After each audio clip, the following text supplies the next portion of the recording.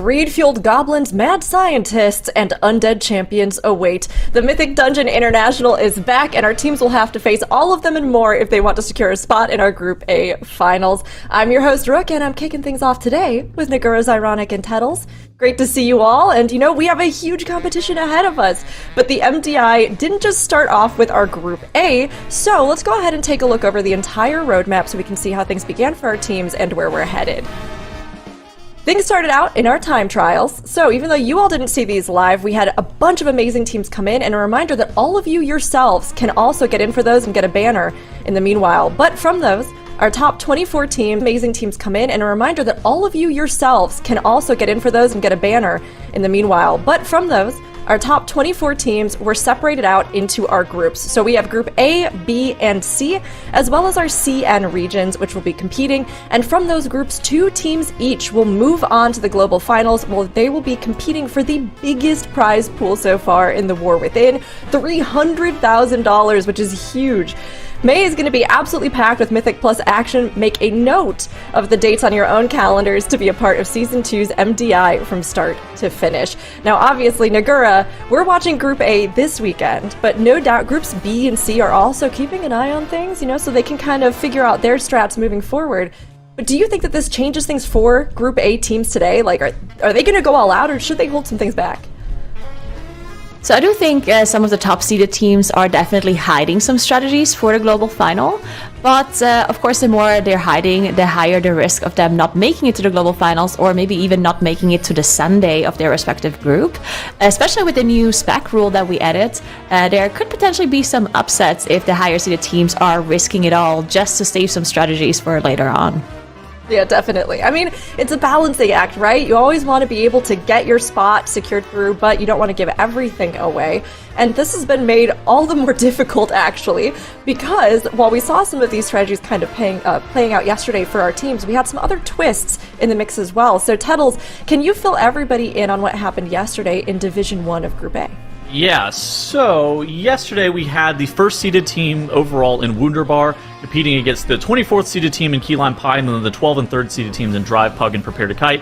And yesterday, Wunderbar looked like we were kind of expecting out of them. They looked like a number 1 seed. They played a very interesting bear composition that Zara's going to talk about in a little bit. They played a very interesting bear composition throughout the very first part of their day and swapped it up towards the end, and they looked super dominant. I think they only ended up resetting a key once or twice. They ended up one-shotting a Darkflame Cleft 21, which was the highest level that was done on that dungeon during time trials, a format of which you have 5 days. They were able to time a key in 5 hours. So a very impressive run by Wunderbar just in general. The other team that was able to make it through was Drive Pug.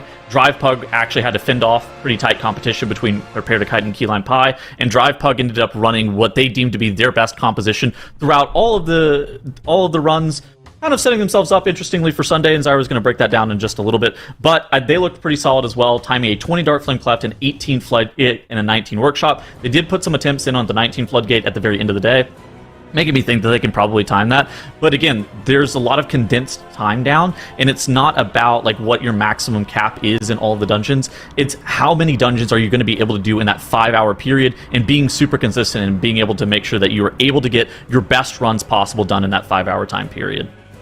Yeah, it's not a lot of time, honestly, to get in the runs that you need, and especially when we're also taking into consideration a little bit of what you touched on there, which has to do with specs and class choice, perhaps. So, as Tettles recapped, of course, our teams today are going to have to face Wunderbar and Drive Pug on Sunday, but Division 2, if they want to take them down, they have to also take into consideration the specs they played and the specs that they are going to choose.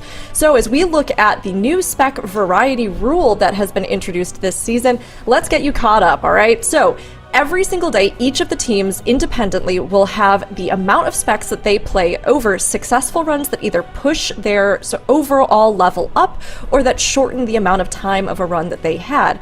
In those, it'll tally up how many of those specs they used, and at the end of the day, the top 3 specs that are most used for each of the individual teams will be banned out of the pool for them on Sunday, should they make it that far. Now, in the case of a tiebreaker, we will go through in a priority, so we'll go tanks to healers to DPS, and if it still isn't settled, then the teams will be able to choose which of those specs they would like to be eliminated. And of course, this doesn't apply overall to the global finals beyond just banning out some specs coming in. So, Zyro, I mean, this has changed things. And do you want to tell us a little bit about how the approaches our teams took on day one affected their play?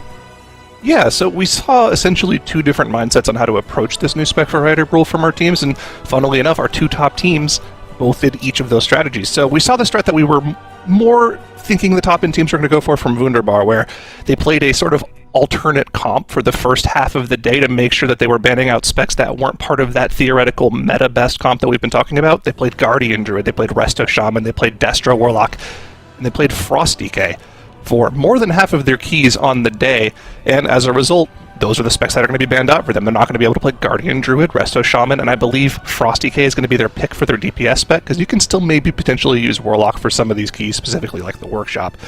But on the other hand, Drive Pug, they just played the meta comp the entire day. They weren't worried about banning things after Sunday. They just said, you know what, that's a problem for the next guy. We're just going to worry about qualifying through to Sunday.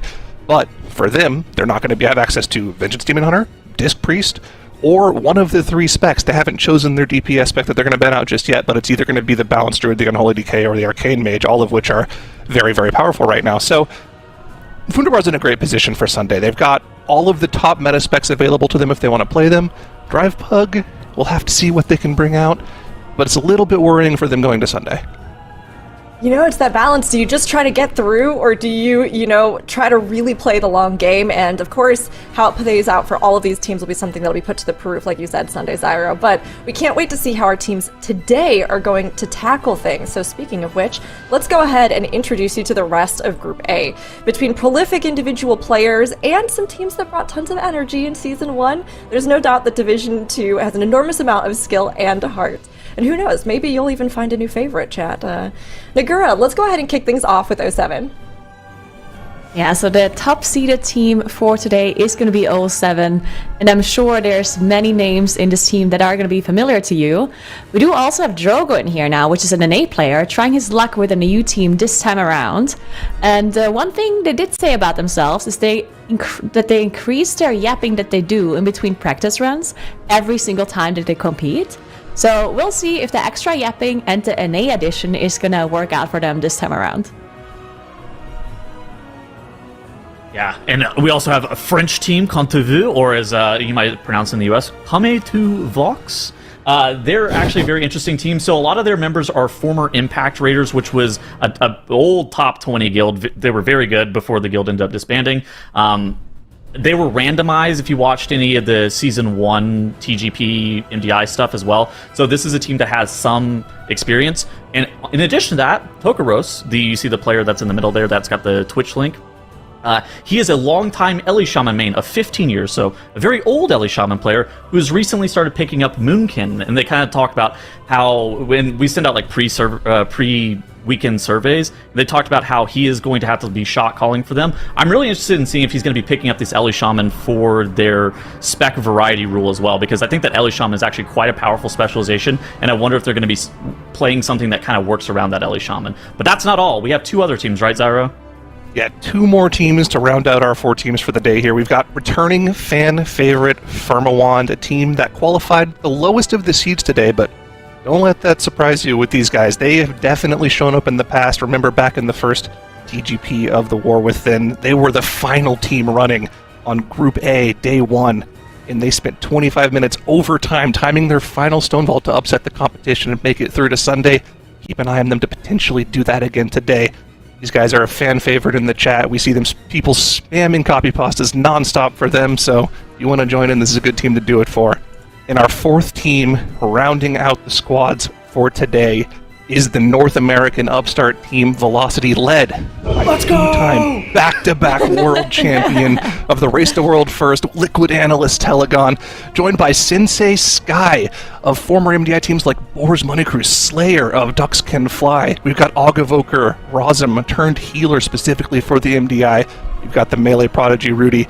And we have a returning player who lost sight. He went to Echo for a few tiers. But Show is finally back on North American soil playing for Pop-Tart Corn Dog next year. This is your North American team to root for today, Tettles. Also, there's been a little bit of fun prodding at Drogo over on 07 from Sky, so we'll see if that's actually going to pan out for today.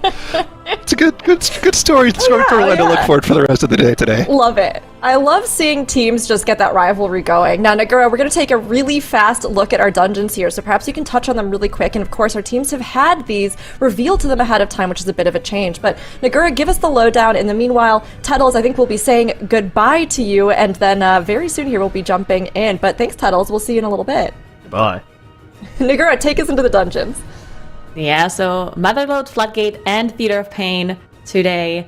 We haven't seen Motherload and Theater of Pain yesterday, but we have seen Floodgate, and that's going to be very interesting, right? Because all of these teams, of course, are hiding their practice as much as possible. So the interesting thing is going to be, did some of these teams adjust some of their strategies potentially to what they've seen in Floodgate yesterday, or not? And if they did, is it going to pay off for them, or are they going to be failing a little bit more in the dungeon because they just recently changed their strategies? We'll have to see. But then, of course, Theater of Pain and Workshop is something that we haven't seen yet, so we'll see how they're going to be executing that. We see Comme de Va already in Theater of Pain on that first boss pool, of course, on that 16. Looking at the specs as well they're playing, definitely sticking to this meta comp for them, while we see some of the other teams switching it up quite a lot. Yeah, that's the big thing we're talking about. We covered it a little bit at the top of the show, right? What we're talking about with the new spec variety rule. If you guys missed that, you're just now coming in. Once again, over the entire course of the day, we tally up the amount of times each team plays different specs, and the top 3 played specs get banned out for Sunday. So you have to sort of find your way through the day playing specs that you don't want to get banned out for Sunday, and we can see Comme de Va already playing the sort of meta spec in their first run here in the Theater of Pain. If they don't want any of these specs to get banned out, they're going to have to mix it up over the course of the day. That's why if we were to look around to our other teams, like for instance on Velocity, we've got a Resto Shaman, we've got a Hunter, we've got, Rudy's playing Unholy as well, so we've got a couple comps there. We've got Rogue and Warlock, we've got Prop Paladin, we've got Resto Shaman for 07, we've got a Guardian Druid for Firmawand. We're seeing that diversity come in across the different specs for all of these teams as we start the day here. Yeah, very interesting to see that 07 is playing 4 basically off-meta specs, right? They're playing the Prot Paladin instead of the Vengeance Demon Hunter, they're playing the Resto Shaman instead of the Disc Priest, and then they also have 2 damage dealers. They're not necessarily a part of this like meta comp that we've seen yesterday. So we also have the Rogue and that Warlock as well. So they give themselves a little bit more leeway and what they can stick to, what they can switch out later on. Very interesting to see the different approaches here to the spec rule by all of these teams. And we also see 3 teams go to the same dungeon. So 3 times Theater for the Theater of Pain for these teams. And then we do also see Firmawand. I believe they're in Floodgate right now. Firmawand's in Motherload, yeah. So we Motherload, see... Yeah, we've seen Motherload. They've already taken down... Well, they've already gone past the first boss. So this is a strategy we've seen in Motherload. If we could go to Firmawand here, I think this is a strategy that we've seen pop up a lot in terms of just different routing through this dungeon. Motherload is a dungeon that's completely different from what it was back in BFA, right? Where back in BFA, the overarching strategy was try to get as many mechanized peacekeepers as possible because they gave a ton of count and they weren't that hard to deal with. Whereas now, those things are absolute demons. You don't want to pull a single one of them. So almost all of the trash in between the second and third boss and between the first and second boss is pretty much pulled. So what you'll do is you'll do one pull at the start of the dungeon, skip all the way to the first boss, and do a massive pull after the first boss, usually with Lust there on hierarchies, and then you'll backtrack a little bit to the first boss. It can be dangerous, right? If you end up wiping to that pull after the first boss, you don't have a checkpoint. But in the TGP and the MDI, you can just reset the key and go again, so it's not that big of a deal. Yeah, definitely huge changes to Motherload here, as we do have a bunch of trash also pulled on top of the boss after they were done with that trash pull, as you just mentioned. Coin Operator Crab Handler can also be, I guess, somewhat dangerous if you really want to min-max the bombs. We do see them just throw in that last bomb right before it explodes to make sure they can extend the damage increase on the boss. The way the damage increase works, you have to throw in the bombs and they give the boss that debuff that he takes extra damage. And if you throw in another bomb, it will actually not only stack up higher, it will also refresh its duration. So that's why we see some of the bombs being held onto and just thrown in at the very end. But if you risk it too much, you might get an overlap with the frontal and you're not going to be able to click it anymore. And then you have that bomb go off. On top of that, as I talked about earlier, they're also pulling that trash in as well to get that efficient enemy forces cleave on top of this boss too. Something I didn't know, which is kind of funny because I played a ton back in BFA in this dungeon, so you'd think that I would have known this. Apparently, you can also accidentally cast abilities on the bombs and kill them. Did you know this? I did not know that. Really? You can kill the bombs accidentally. You'd have to actually target them and kill them, but Yeah. gotta make sure they don't do that. It's not something you would do on purpose, obviously. But, I mean, the main thing with the bombs is, right, if you accidentally let a bomb run out or you kick it and it doesn't hit the boss and, the timer runs out, you get the damage take an increase on you, which means the next static pulse will very likely kill you. So, there's a little bit of a difficulty here. Most of these teams... Oh, we missed a kick there. Missed the bomb. All good. Refresh the boss. The timing does line up so that you kind of have to kick the 6th bomb before that shocking claw goes off, because if that claw frontal targets the bomb that you were saving to kick in, and you're unable to kick it, it'll blow up before the claw goes off. So there's a little bit of finessing that they have to do to make sure that they can get all 6 of them into the boss, but no issues here for Firmawand as they get that boss down, the coin-operated crowd pummeler is down, and they'll move on to pulling a myriad of trash options throughout the key. They only have 20% count now. Like we were talking about back in BFA, usually at this point in the key after killing the first boss off, you'd have upwards of 50% count, so you would really only pull very little in this section of the dungeon, but just completely different now with how the dungeon's been revamped. And sometimes they even would pull the sharks from the water. True. That's not a thing anymore. I mean, the sharks are still there, but you're not actually going to kill them anymore. You never really wanted to kill them, right? Weren't they pretty crazy? Didn't they, chomp your tank for a ton of damage?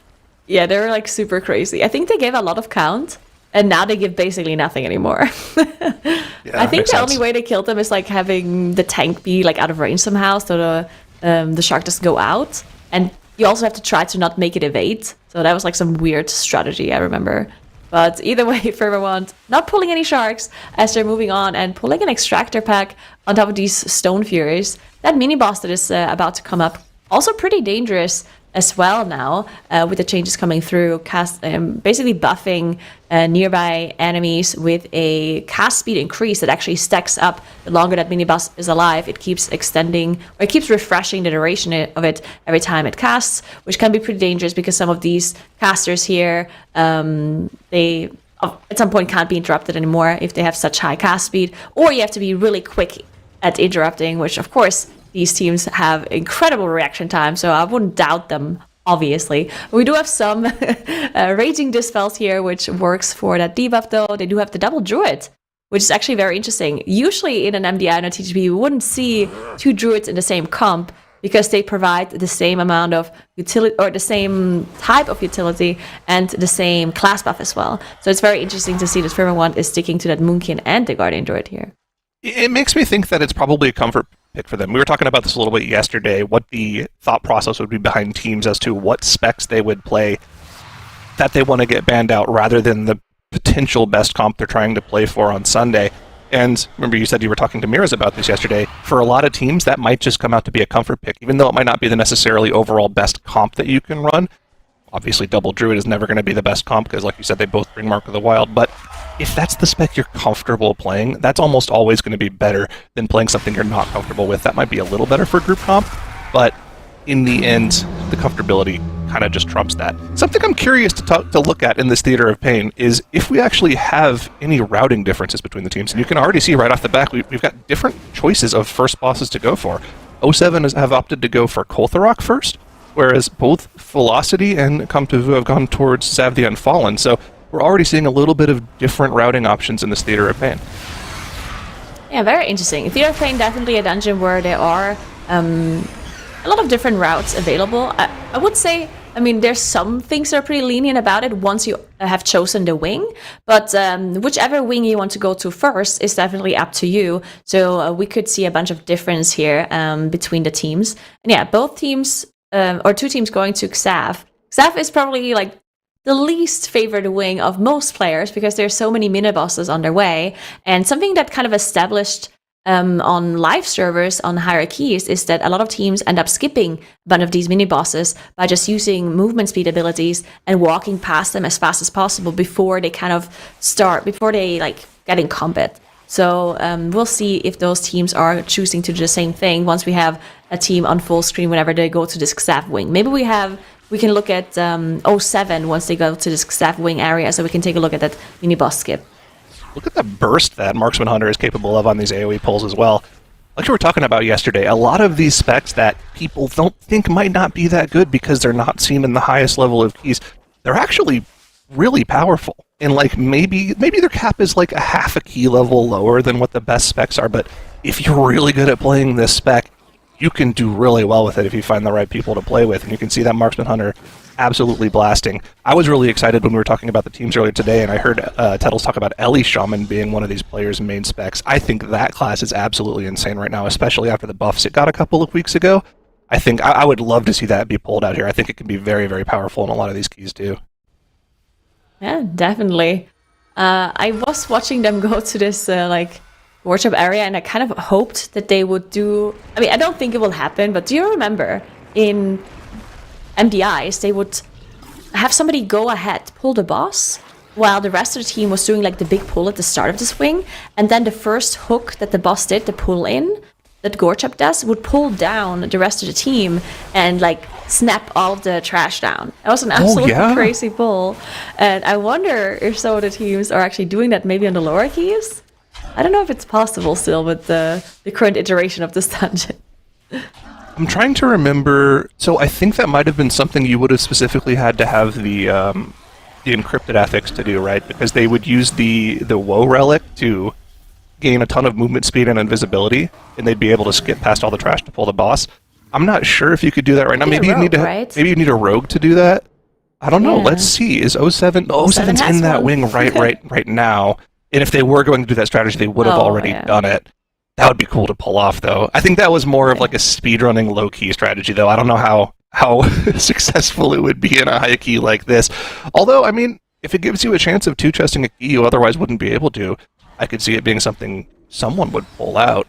Looks like they're going to go for the safer route here. Also, the thing about this key in particular is as you get to the higher key levels, the lust timings line up to let you pop lust on bosses more often in the Theater of Pain, but on the lower key level you can see that they're having to use the second lust on one of their major trash pulls rather than one of the bosses. See, that's definitely going to change when they get to the higher key levels, though. Yep, definitely will change. We'll take a look once they are on those higher key levels. In the meantime, Firma want our only team to be in that Motherload rather than the Theater of Pain. They're now approaching the third boss, and this trash area between the second and the third boss can be pretty dangerous. There's quite a few things that can just kill a player here and there. You have all of these Echo Blades coming out, doing a crazy amount of damage, and then there's also lots of casts to watch out for, like the Transmute cast from these alchemists, and just like a ton of damage coming into the group. They do have a bunch of poison dispels with the double druids here, which can help out the healer quite a bit, but still on those hierarchy levels, they might have to lower the amount of testers that they're pulling in with all of those Echo Blades coming out. This seemed like a pretty crazy pull for that, but there we go. They're lining up another one. A lot of alchemists are going to be pulled on top. They are actually skipping the tester pack here on the left, which this is more of a pull that I can see on higher key levels as well.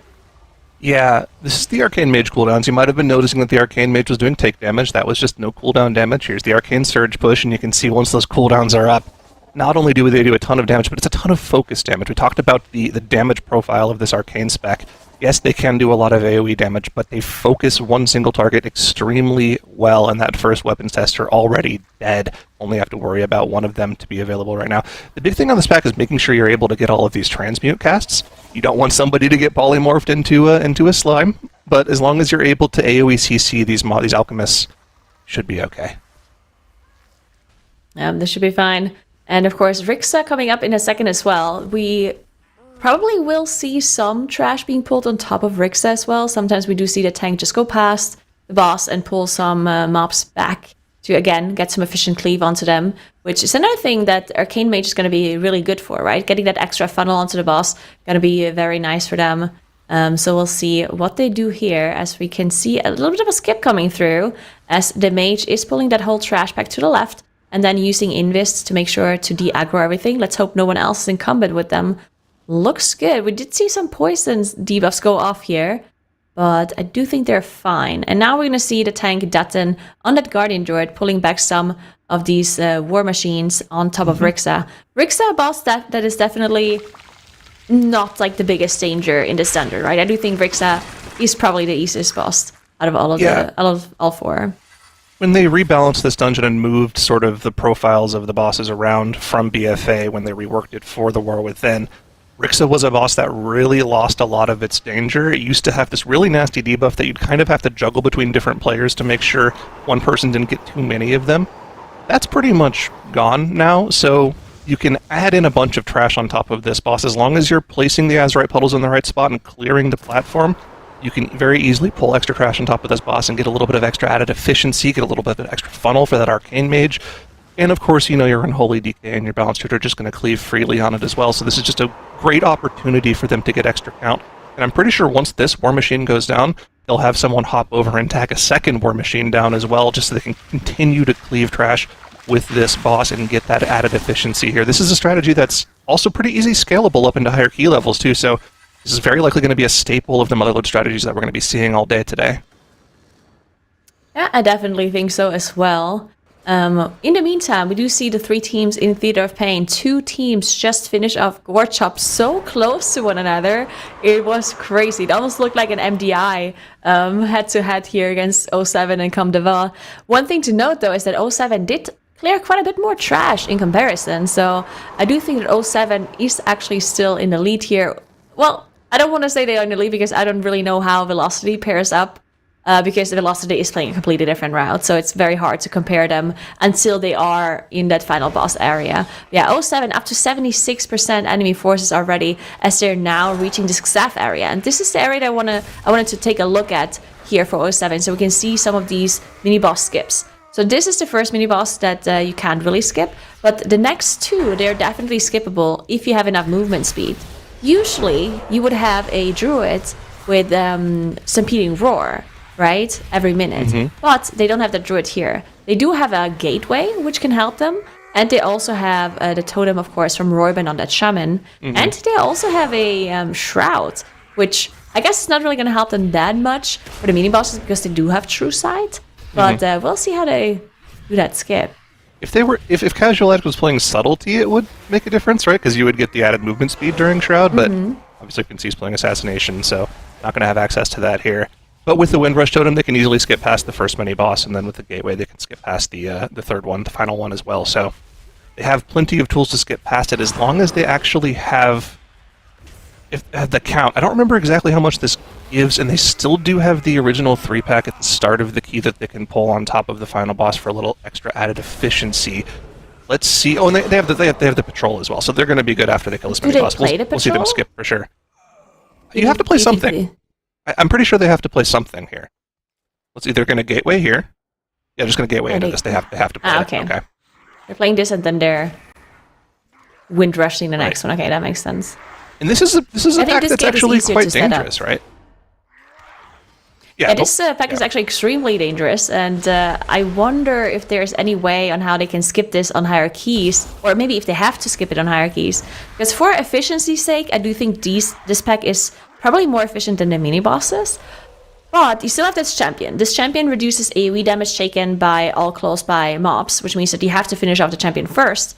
But then you have these Arbalists. These Arbalists are incredibly dangerous. They have been the last time around as well. They keep shooting players, and they keep putting bleeds onto players as well, which is an insane amount of damage. So usually you want to finish off the champion and then focus down one Arbalist to make sure you don't get double shots from 2 of them, because that is a very high chance of a player going down. So I guess there is a possibility that on higher key levels they maybe don't do this pack and do a mini-boss instead. But also the mini-bosses are pretty hard to do, so yeah, we'll see if they're going to continue to do this champ pack. Or maybe they start to seeing one of the Arbalists, that's also a possibility.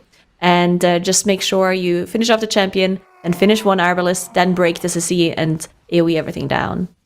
You can do a little bit of shenanigans. We actually saw them doing it there on that particular poll where they were stunning or CCing a lot of the Jagged Coral casts until they went on somebody that had a Dwarf Racial available, and then they would let it go off and they would just instantly dwarf it. And then, of course, that ability would be on CD for quite a long time.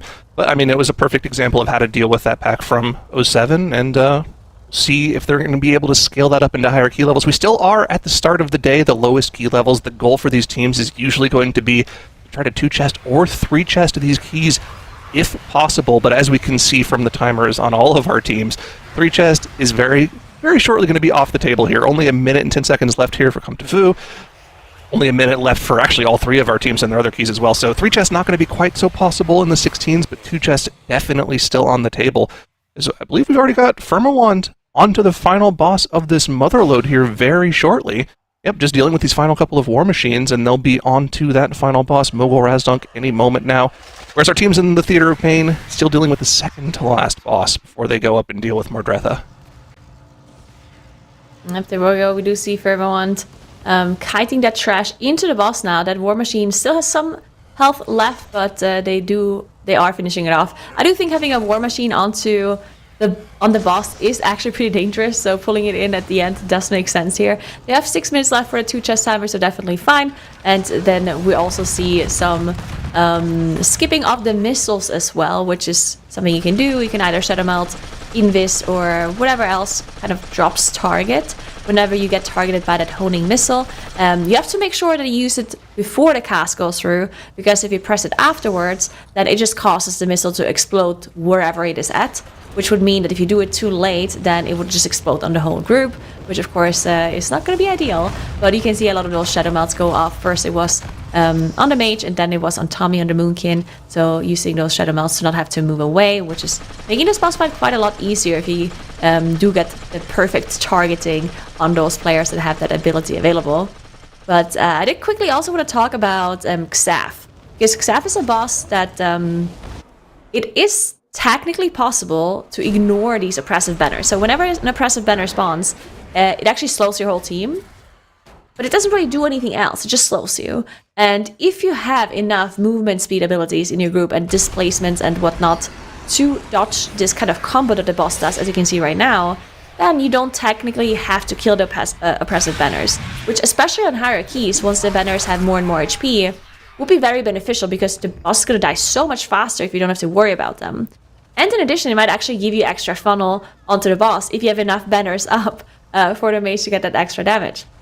But obviously, if you need a lot of movement speed abilities. In fact, you need 2, right? If you only have 1, like let's say you're a druid, like a druid only has wild charge, that's actually not good enough, because sometimes the boss does 2 like half room cleaves. You know, this ability where he just covers half the room with the area of denial. And sometimes the boss does it twice within his 3 ability combo. And that means if you get targeted twice with it and you're kind of in the middle of it, then you need 2 movement speed abilities to get out, or your priest needs to be far enough away from you to be able to grip you out.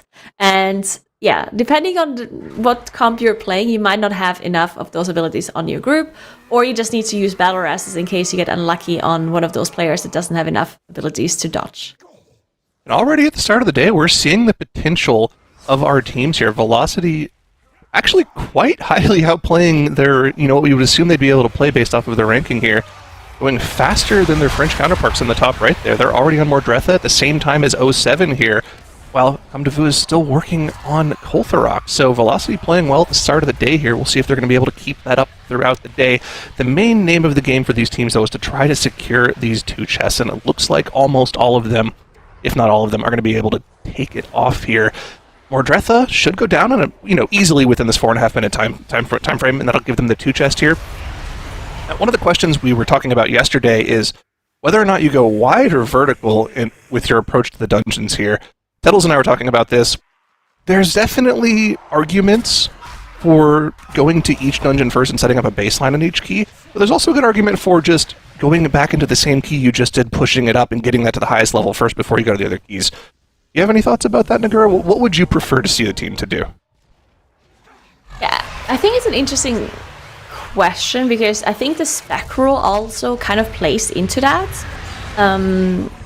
especially for the teams that are like middle seated. Like if you're worried to make the Sunday, and you feel like, okay, maybe we have to play our best comp more often rather than playing our off specs, then I think doing the lower keys first to make sure you get the quote unquote easy dungeons out of the way with your off specs, I think makes sense, because then you can look at what the other teams are doing, and if you see, hey, there's this other team that is doing really like badly from what they thought initially, then they can stick to their off specs and just continue playing a little bit riskier in that sense and preserve some of their good specs for Sunday. But if they see, oh my god, the other team is timing all of those high keys with the off specs, then they can switch and try and make up the count by playing their main comp or their meta comp basically for the other keys to be a little bit quicker and potentially have less wipes or less resets, right?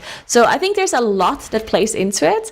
I personally like the doing some lower keys first approach, though, because of this strategic change with the spec rule. What do you think? I think it's a tough concept to grasp and like figure out exactly which is better. I think very likely it comes down to what the teams are more comfortable doing. Personally, when I do keys, I like doing the same key back to back because you get the muscle memory for the key, and you get more comfortable playing it. So I think that's okay as well. But I do think it's a good, solid like foundation builder. You feel happy when you can see your score high at the start of the day. You know you've got the baseline to work with in each key, and then you can move on from there. We'll see what our teams decide to do as we move forward here. We're starting to see our first completions of the day. Firmawand, easy +2 in the 16 Motherload, instantly back into the 18 Motherload. Just had the +2s for Theater of Pain from both 07 and Velocity. We'll see where they're going to go back to. I see that they're not changing specs, so it's very likely that they're going to go straight back into the Theater of Pain as well. So looks like for them it's just going to be comfortability. We did the Theater of Pains already. We're going to go right back in. We've got the muscle memory for it. Same thing for Firmawand. Let's see if it's going to be all four of our teams, though, going back into the same key. We're pushing very close up against the 2 chest timer here, but with the final boss here at 20%, I think they're going to be able to pull this one off as well. Yeah, I think so too, but it's definitely noticeable, as you said, that Comme des Vents does not have the same kind of speed to their route or to their strategy in this theater compared to Velocity and 07. So I'm not sure if it was like a mistake that happened. Like maybe they pulled something that they didn't want to pull. They had to adjust their route. Maybe something else happened. Like obviously they have 0 deaths on the board, so it must have not been that. But it's possible that there was some other mistake that slowed them down a little bit that we just didn't notice or it wasn't as obvious to us. So we'll see how they're going to do the 18. Because if this is their route, I mean, they're finishing off the boss with like 37 seconds left, right? Which on an 18, that might not actually be enough. 1 death and it's done. So I do hope... Well, obviously this is a +2 we're talking about and not timing the dungeon. Obviously they will be fine to time the dungeon overall on 18 as well. But yeah, definitely noticeable difference here in favor of 07 and Velocity. So very interesting. Mm-hmm. The thing that's concerning to me is that they went slower with the technically better comp. Although in the past, Theater of Pain has been a dungeon that sort of seems to favor those off-meta picks. I remember the last time we had Theater of Pain in the MDI, we saw insane pocket picks in Theater of Pain. Things like the Arms Warrior, where you could reflect the frontal on the final boss with. I don't think that's possible anymore. True. It's a really good funnel dungeon. Arcane is going to shine in this key, which is why it's kind of surprising to me that Dr. J is playing Fire here, but I've learned that generally when it comes to mage things, it's best to not question Dr. J, so you keep doing what you're doing, man. I mean, it's an interesting key. Things like the Marksman Hunter, it actually seems like it's a really good pick for this key. Yeah, I think so. So honestly, I think all of the, like even the Demo Warlock that Shella is playing here has been pumping the damage on that last 16 run. Another thing to note, I guess, is that I'm saying lower keys, but obviously for live servers, even the 16, like even the lowest key they're starting on is incredibly high. But for these teams, obviously the 16s are going to be a little bit on the lower end. And depending on how low the key is, the mobs obviously live less long, which favors some classes that might actually not be part of this meta comp. For example, I guess Moonkin is a class that really shines when mobs live for a longer amount of time and aren't doing so well when mobs die really quickly, right? So sometimes playing non-meta comps or non-meta specs might actually be better on the lower keys. Yeah, I can definitely see that, especially if they've been practicing those lower keys with that particular comp in mind, which is something that is new to this MDI. In the past, in the TGP format, we made a point to never let the teams know what dungeons they were running until literally the competition started. That's different this time around because of the way that we split up the groups into groups of 4. We don't want to give the teams an advantage if they go first by knowing what they'll play on Sunday. So all of the teams are let known in advance of the weekend what dungeons are going to be for each day, so they can actually kind of plan their route out throughout the day. Now, of course, you have to execute that plan, so you can sort of think, okay, well, we'll do 16, then 18 with this comp, we'll do 16 and then 18 with this comp. So you can think about what specs you want to play in those different key levels and sort of start to gravitate towards a strategy to make sure you get the right bands if you're able to qualify through to Sunday. But if you start having problems, if you start having to reset keys, and you maybe do less total keys throughout the day than you think you otherwise would have got done, that can start to mess up your strategy throughout the day. So at the end of the day, you can plan all you want, but execution is the name of the game here. They need to make sure they can stay consistent and do these keys even with these off-meta spec picks that they're going for. Since you two are on the topic of these off-meta specs, we had a question from chat that I thought would dovetail in here really well. Really quick before that, though, the question did come in, is my favorite dungeon Rookery? Yes, 100%. I actually live there. They released housing to me early, and it's the Rookery. But for the two of you, Zyronic, I mean, you could start off, but then maybe we hear Nagura. Which off-meta specs would you play for Mythic Plus or for this if you were doing it right now? Oh, it's easy for me. For me, number one would be Ellie Shaman. By far my favorite spec to play in the game.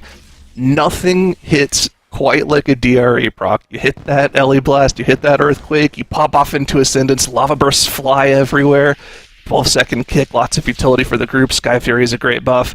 I think that's really good. If I didn't play that, it'd probably be Warlock. I think all three specs are actually quite powerful right now. We saw Destro doing well yesterday.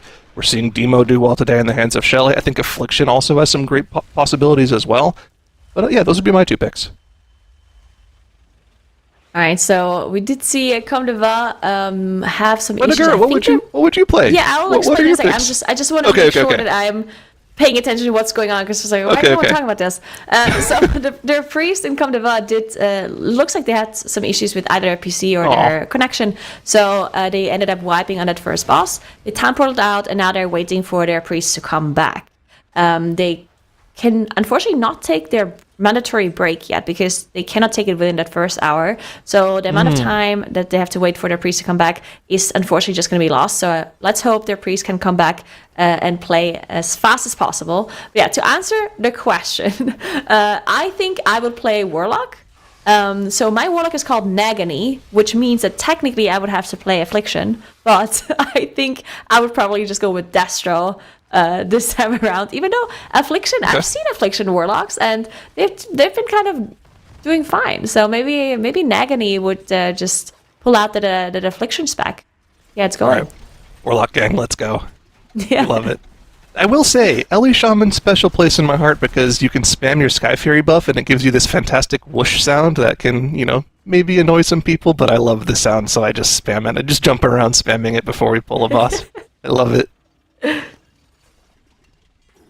And one of the things I love about Warlock the most, honestly, is the animations. Like, I usually don't pay too much attention to the animations, as long as my character cast animation is not annoying me, then I'm good. True. But whenever you play Warlock, I think there's a bunch of really cool animations that make your abilities look like they do so much damage. Like when you have Havoc and you cast Chaos Bolts, it feels like, oh my god, these Chaos Bolts must be hitting for so much. And then sometimes they don't, but but at least it looks good. Do you have green fire on Nagany? I don't have green fire. You gotta get it! No, I actually kind of like the red fire, because everyone has green fire. And I'm like, I had enough of Legion and Fel and green. I'm good with the red fire. Legion was 6 years ago. You gotta get over it. No, I'm not over it just yet. Okay, but you said your favorite ability is Chaos Bolt, and that's already green. That's true. Yeah, but you can't overdo it. Okay. If one of the coolest spells is green, you can't have all of the other spells also be green. That's true. You got to have a little bit of variety in your spell animations. Okay, I get it. That's fine. That's fine. What's your favorite spell when it comes to animation? Ooh, favorite spell when it comes to animations. Okay, this is going to be niche, but it's going to be Chain Lightning, but not the current Chain Lightning. The Chain Lightning from Mists of Pandaria that made you feel like a Sith Lord. You spam Chain Lightning and you just saw tons of lightning bolts going to all the mobs all around. It was insane. The current animation's cool too, but it doesn't quite hit like the ones back in Mists of Pandaria did. Fair, yeah. I don't remember that animation, but I definitely am gonna have to look it up. Maybe we can start a petition to get the old animation back. That would be great for that one in particular. We're going to see what chat thinks about it too. If you like the old animation more, press 1. If you like the new animation more, press 2. So all the Venture is out there. In the meantime, let's take a look at Kamdeva. They do have their pre-spec. Thankfully, very glad they managed to fix their issues. Hopefully no more issues for them going forward, as they're now attempting this boss again, hopefully this time with their priest alive, as they are finishing that one off. In the meantime, we do have Velocity and 07 advancing in their 18 respectively. They actually have 0 deaths, both of them, actually, which is really, really cool to see. Firma won as well on 0 deaths. So all of the runs actually going incredibly well. Of course, still on the lower key level side, but a plus 18 Theater of Pain is no easy task. You can see how much the AoE damage does here on Xav whenever he does jump to the middle. And you can still see that they are focusing the oppressive banners here, for Velocity at least. Looking at their classes, they are actually pretty mobile with some of the classes they have. And of course, how does it actually work with the DK? Can they get rid of the slow from the banners, or does it get reapplied? I don't actually know how that specifically works for them. We'll have to keep an eye and see if we can figure it out, whether or not they can do that. We're seeing a rare case of an Arcane Mage being able to win a duel there. Sho actually had to just take his hands off his keyboard there to allow his Arcane Mage to get that damage buff so they can send Xav to the Shadow Realm with this final Arcane Surge. Boss should be going down very, very shortly here with those Arcane Mage cooldowns plus the damage buff here in Execute. And they'll be able to move on to the next wing. I believe they go to Gorchop second, right? And that's what we saw them do in the 16. We'll see if they're going to do that as well. Still in the 18 here. They're going through this section of the dungeon so fast that the Bloodlust isn't actually up for Xav. So they're actually going to be able to use this Bloodlust on the first massive pull in the Gorchop wing. So that's going to be a pretty nice timing for them. Oh, that actually is nice. That's something that previously a lot of teams would save their Bloodlust for, that Gorchop wing pull, that first one, because it was pretty nasty. But we've seen a lot of teams also switch away from it, not necessarily needing it anymore if you have enough control to deal with the ads and the casts. We actually see some interesting stuff by Velocity. Can we take a look at the Hunter and Velocity here, as it looks like the Hunter was stealthing ahead, camouflaging ahead, but maybe just to get into position to either use some MD or just, generally just be in the correct spot for when DATs are there. So I don't think it was anything crazy. At least I didn't see anything. But I would guess, yeah, they had the tank go ahead. I'm guessing he went ahead to misdirect in the patrol on the bridge behind, because you can see they've got that back in. But also, check out the damage of the Marksman Hunter here, outperforming the Unholy DK. Okay, a little bit of Blood is Life proc there from Rudy there, catching him up a little bit, but still, this Marksman Hunter doing fantastic on the AoE Lust pull here for Velocity, and it's already dead. Quickly dealt with by Velocity, and they'll be able to head towards the second section of the Gorchop wing. Yeah, they're doing a fantastic job in this queue so far. Yeah, doing absolutely amazing as they are moving on, skipping this gas bag.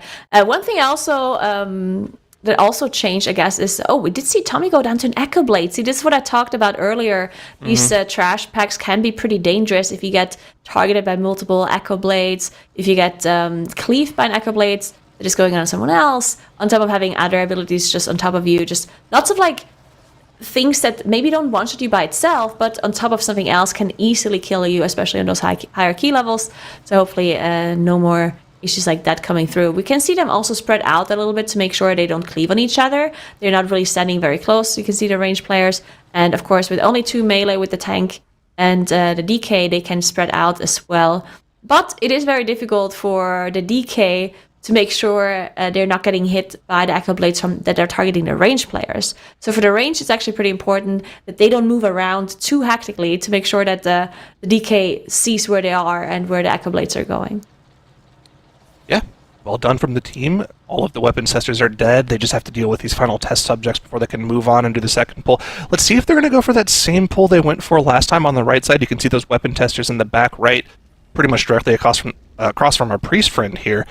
They're going to go for the exact same pull in this 18. It can be quite dangerous. Looks like they're going to go for it. Yep, a couple of alchemists pulled in from the back here. Pulling 2 of these weapon testers with a few extra alchemists. Need to make sure we're perfectly AoE CCing these transmute enemy to goo casts from the alchemists. Single one of those goes off, you're going to lose one of your DPS players for quite a long amount of time. Need to play it perfectly there. Velocity does have a death in their 18 here. Looks like a barrage went off onto Telegon there, but they're able to quickly battle res him back up. They still have one in the bank in case anything goes wrong on Gorechop for them, and they're still able to deal with the trash pack as well, so that death didn't seem like it was too big of a deal for them. Don't think he was in cooldowns either, so not too bad of a death from them, but still, one battle res gone. Yep, Firmawand now advancing in their area as well as the disc bubble comes out here, making sure they reduce some of the incoming damage. This is like the recover pull, I think, and that's crazy because this is already like a dangerous pull. There's so many alchemists in there, but it's definitely less dangerous than the previous pull that they did. And now after this, we're going to see that skip, where the mage is pulling that pack to the side and everyone else is walking past, which can be pretty dangerous if not executed properly, so we'll see if they can do it. And then afterwards, they are very likely going to be pulling that war machine into the boss again, like we've seen them do on the +16, which can cause some issues because, of course, those war machines are doing quite a lot of damage now. This time it looks like Dutton is actually the one skipping. Maybe last time around, Dutton did just not have that Shadow Melt available, and maybe that's why the mage was taking over, because it would seem safer to have the Demon Hunter do it. Or it could also be a speed thing, right? Because if the mage does the skip, then the Demon Hunter would be quicker to gather up the war machine onto the boss. So maybe they just like switch it up depending on how safe they feel or how fast they have to be. Yeah, I wonder what the deal was in the 16, but either way they were able to get it done in both cases. Actually, every single player in this group is a Night Elf right now. You can see they all have Shadow Melt available, and everybody but the Priest used it there. I guess the Priest just faded by, didn't get in combat to start with, so yeah, they're able to do that skip pretty efficiently with this team comp, and once again, like we saw in the 16, making sure we're being as efficient as possible when we do pull Rixa Flux Flame. The boss damage itself, not too difficult to deal with, as long as you're playing the platform properly, clearing this Azerite from the platform, you're very easily able to cleave down this war machine with the group here. It's a little bit of extra damage for your healer to heal through with the charge shots going off, but the boss doesn't actually do that much group damage, so it's totally chill as long as you aren't just bathing in the Azerite. In the meantime, it looks like the priest for Comdeva is still having issues, so unfortunately they have to wait for that priest to come back. Let's all cross our fingers to make sure that their priest can come back. That would be amazing, of course. Not ideal start for them for the day. In the meantime, let's take a little bit of a look at Gorechop, because Velocity and 07 are on that boss right now. 07 is still on 0 deaths, so having an incredibly clean run. And Gorechop is definitely a boss that can cause loads and loads of issues for players if you're not really coordinating everything on this fight. So these leftovers, like the ads, they are jumping on players and they are doing splash damage actually, which a lot of people maybe are not fully aware of. So if you're standing really close to one another, if you're even stacking up onto the boss, then everyone gets hit by that splash damage from this jump. So you do want to make sure you're spreading out, but then at the same time, when the boss does the pull, when he grips everybody in, you want to make sure that you're close enough to not get gripped. Because if you're close enough, you don't get that pull, and then your character is not in that pull animation. So it's going to be easier for you to dodge those hooks that are coming in. Sometimes, if you're fast enough, you can still just get the pull. You saw the hunter here for Velocity just get pulled in, and it's fine. But if you don't want to have that animation on you and you want to get out there quicker, then you can just move in right before that pull comes through. But yeah, Velocity playing very clean as Gorechop is about to go down. Yeah, it's a cool dance where, like you said, you're running around making sure you're pre-moving for every single jump from the leftovers, but you also want to be close enough to the boss where you don't get yanked in and don't get your cast canceled.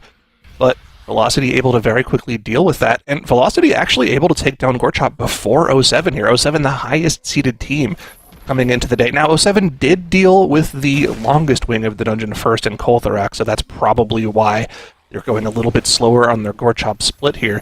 But still impressive to see a team like Velocity, who qualified, I want to say, 19th out of the 24 teams. They were pretty high up there in the rankings.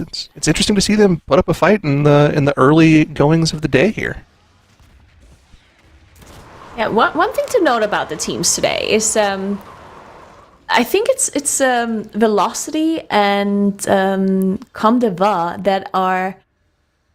I think, actually, no, wait, it's 07 and Comdeva that look really close in the ranking, but there's one key level difference. And then when you look at just the seeding between the teams, it looks like, oh, there's a big difference between some of these teams, but it's the same difference between 07 and Comdeva, versus Comdeva and Velocity. So it's also only 1 key level difference between them, right? So obviously there's a bigger difference when it comes to the speed of how fast they cleared it in the time trials.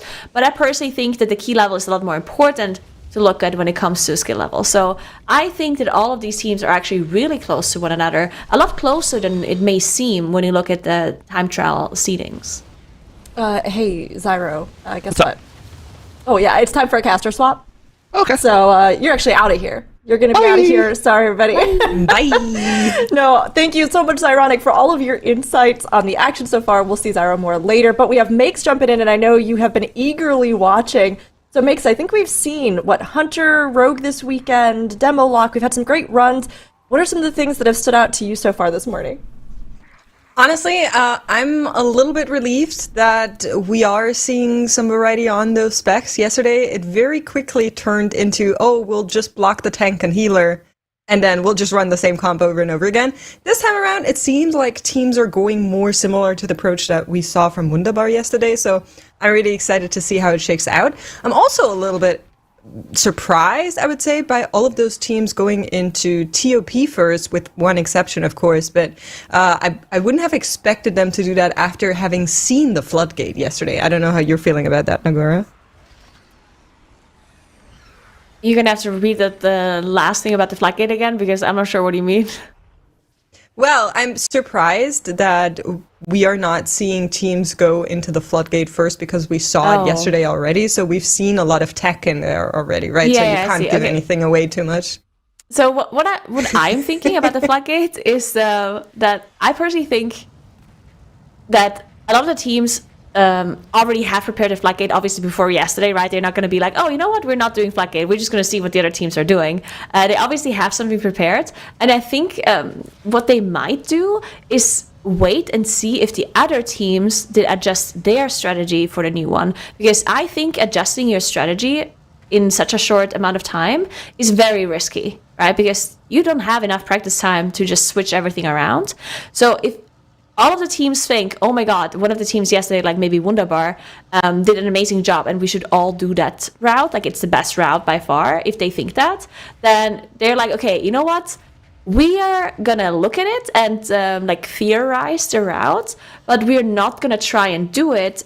We're gonna stick to our own, like, quote unquote, worst route until we see the other teams also do that route as well on the broadcast, right? So maybe that's what the teams are thinking. It's like, okay, we're just gonna see what the other teams are doing. If they are switching, then we might want to switch too and like risk it.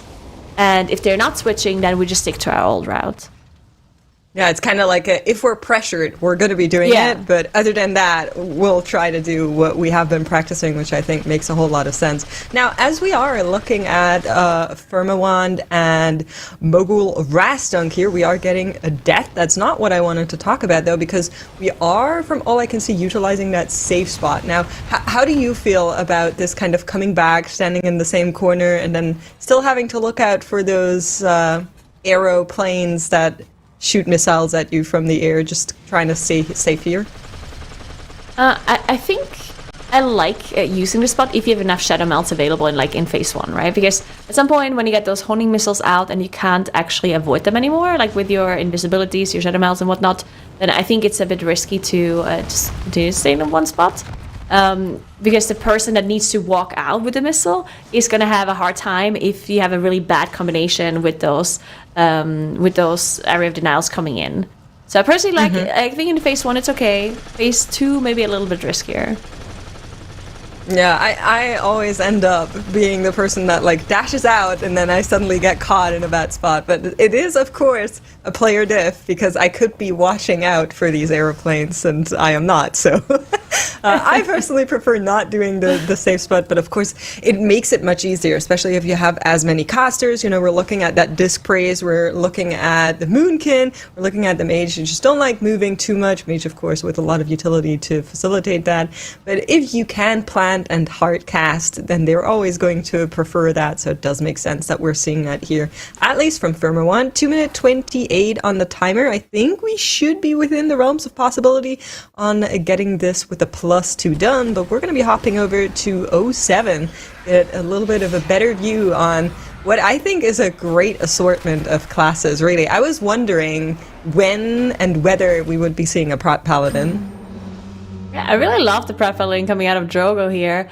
So much utility, actually, coming through from the Paladin.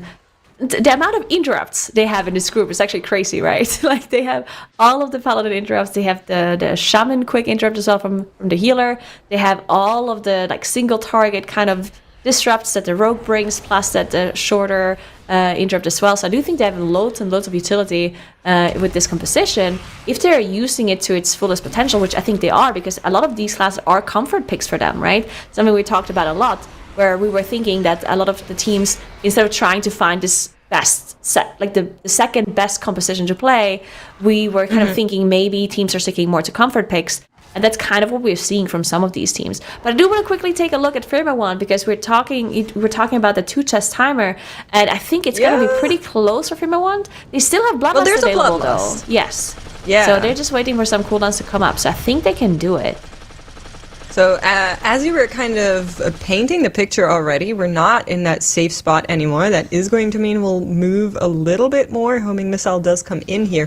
1 minute, Bloodlust is running, and everything is now flying into the boss. Quick note, they are running that Unholy. We saw Frosty K yesterday as well from Wunderbar, which has done quite a lot of work as well. But with 7% and 40 seconds on the clock, even with a little RP at the end, I think we should be fine. Everyone is safe from those missiles coming down. And with that, Firma One should be locking in their +2. Nicely done by Firma One. They do have those 2 deaths on the board. Still managed to get the +2 here. And we'll see what they do now, right? We talked about this a little bit earlier with Zyro, where, like, what are teams' strategies? Are they moving on to a different dungeon now, or are they trying to just push one dungeon all the way up? One thing that I mentioned is that, we actually do see a wipe here come through. What happened? Well, I didn't actually see it. In the soul our went to the boss? production chat, we did see our producer say, Zyro, I'm so sad you're not on the desk. I'm about to show a catastrophe from Philosophy. And it's the chain that's gripping them in, no? So the tank is using Sigil of Chains and gripping in. So, no, wait a second, but these are Shackled Souls. So these are Shackled Souls. This is trash that they're pulling from the bottom. I think they might have had an overlap. Yep. Yes, yeah. okay, So there's an overlap here. Yeah, let me just explain, because it looks like, it's like, why would the DK use, why would the tank use Sigil of Chains? Like, that makes no sense, right? But they have pulled trash from the, like, entrance area of this wing, right?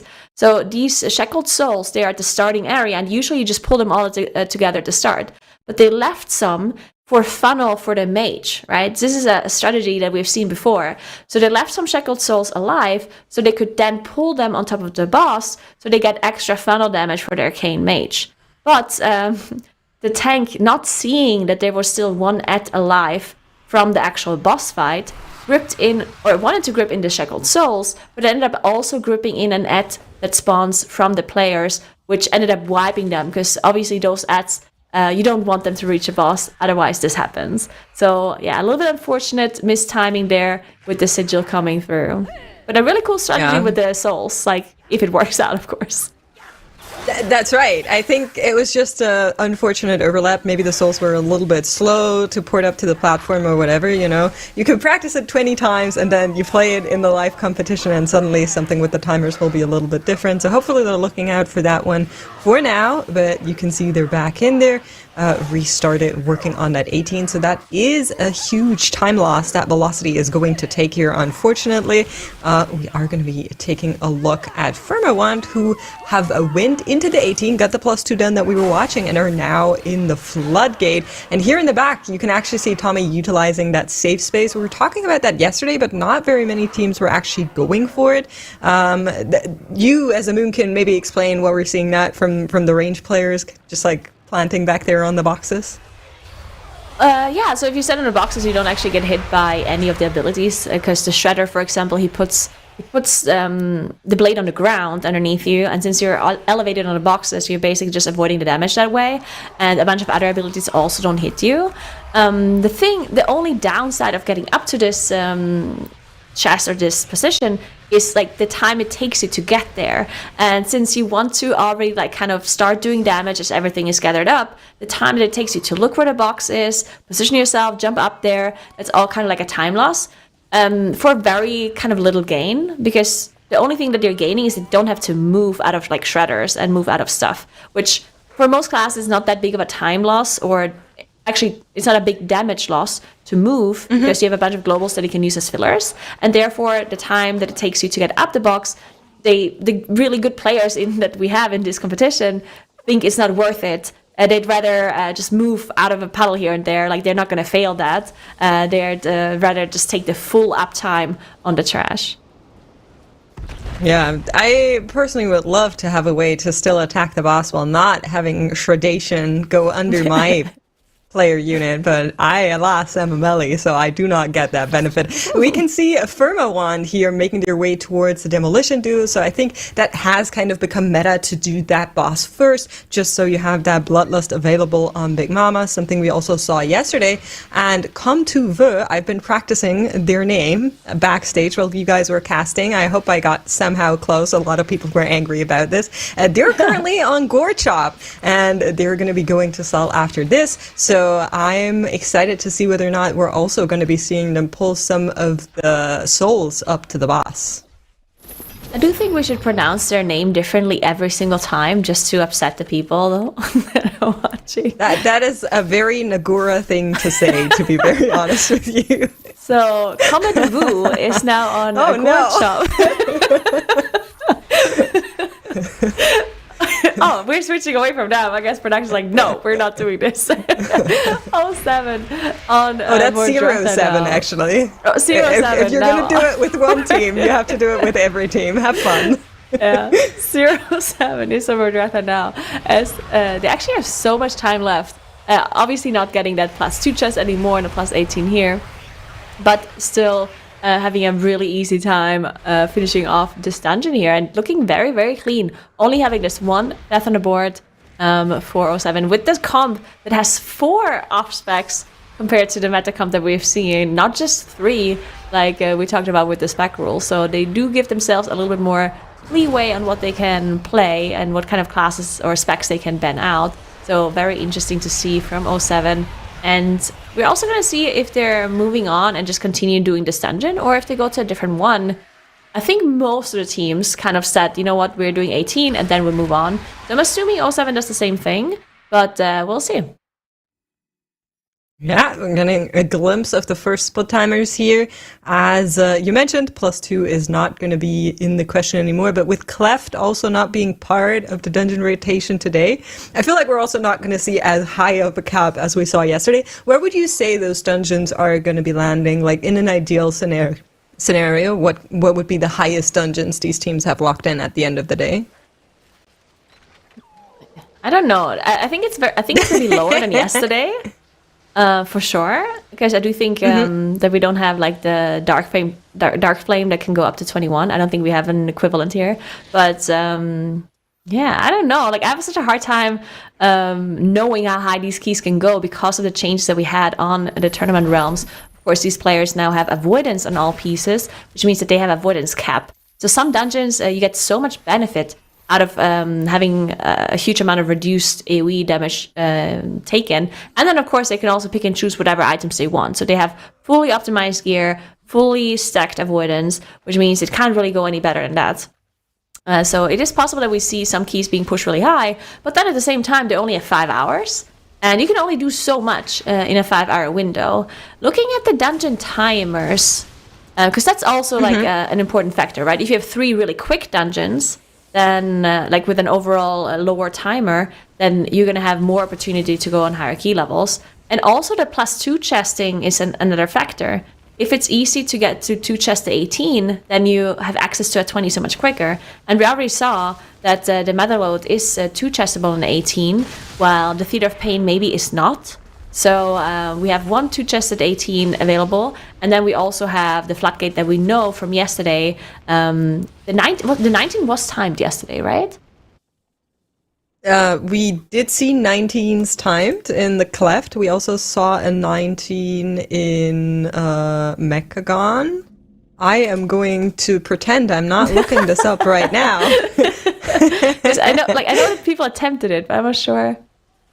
Yeah, Anyone actually I'm ended up also not timing sure it. if it was successful, so I'm going to take a look while you continue talking. Yes. Yeah. In perfect. the meantime, I'm going to talk about It was 07. timed. There we go. Okay, so, we yeah, do know that the Wunderbar 19 was actually able to get the 19 done. Oh yeah, but I think it was the last dungeon that they did, right? It was definitely one of like a push key, because they did the 21 cleft first, and then they went into the 19 workshop. So yeah, Wunderbar showing that the 19 is possible, but then again, it's Wunderbar, right? So it doesn't necessarily mean that any of these teams that we have today can replicate that, but we will see. I mean, they have the strategy, right? They saw what they did, but if they were able to change it up or actually execute it as well today is another question. But going back to 07, as they did move on now to Motherload, so they're not continuing that Theater of Pain, and they are playing a little bit of a different comp. So they're sticking to the Warlock, the Demo Warlock, and they are sticking to the Fire Mage and the Rogue. So all 3 damage dealers are the same. Royben also sticking to the Resto Shaman, but Drogo switched to the Guardian Druid. So this is very interesting to me, right? Because the way the spec rule works is that the 3 most played specs are getting banned. But if you have more than 3 that are your most played, then there's an order of roles that is getting banned. So it's always your tank that gets banned first, then your healer second, and then the damage dealer of your choosing. Which technically means that you would want to make sure that your tank is the one that is the highest.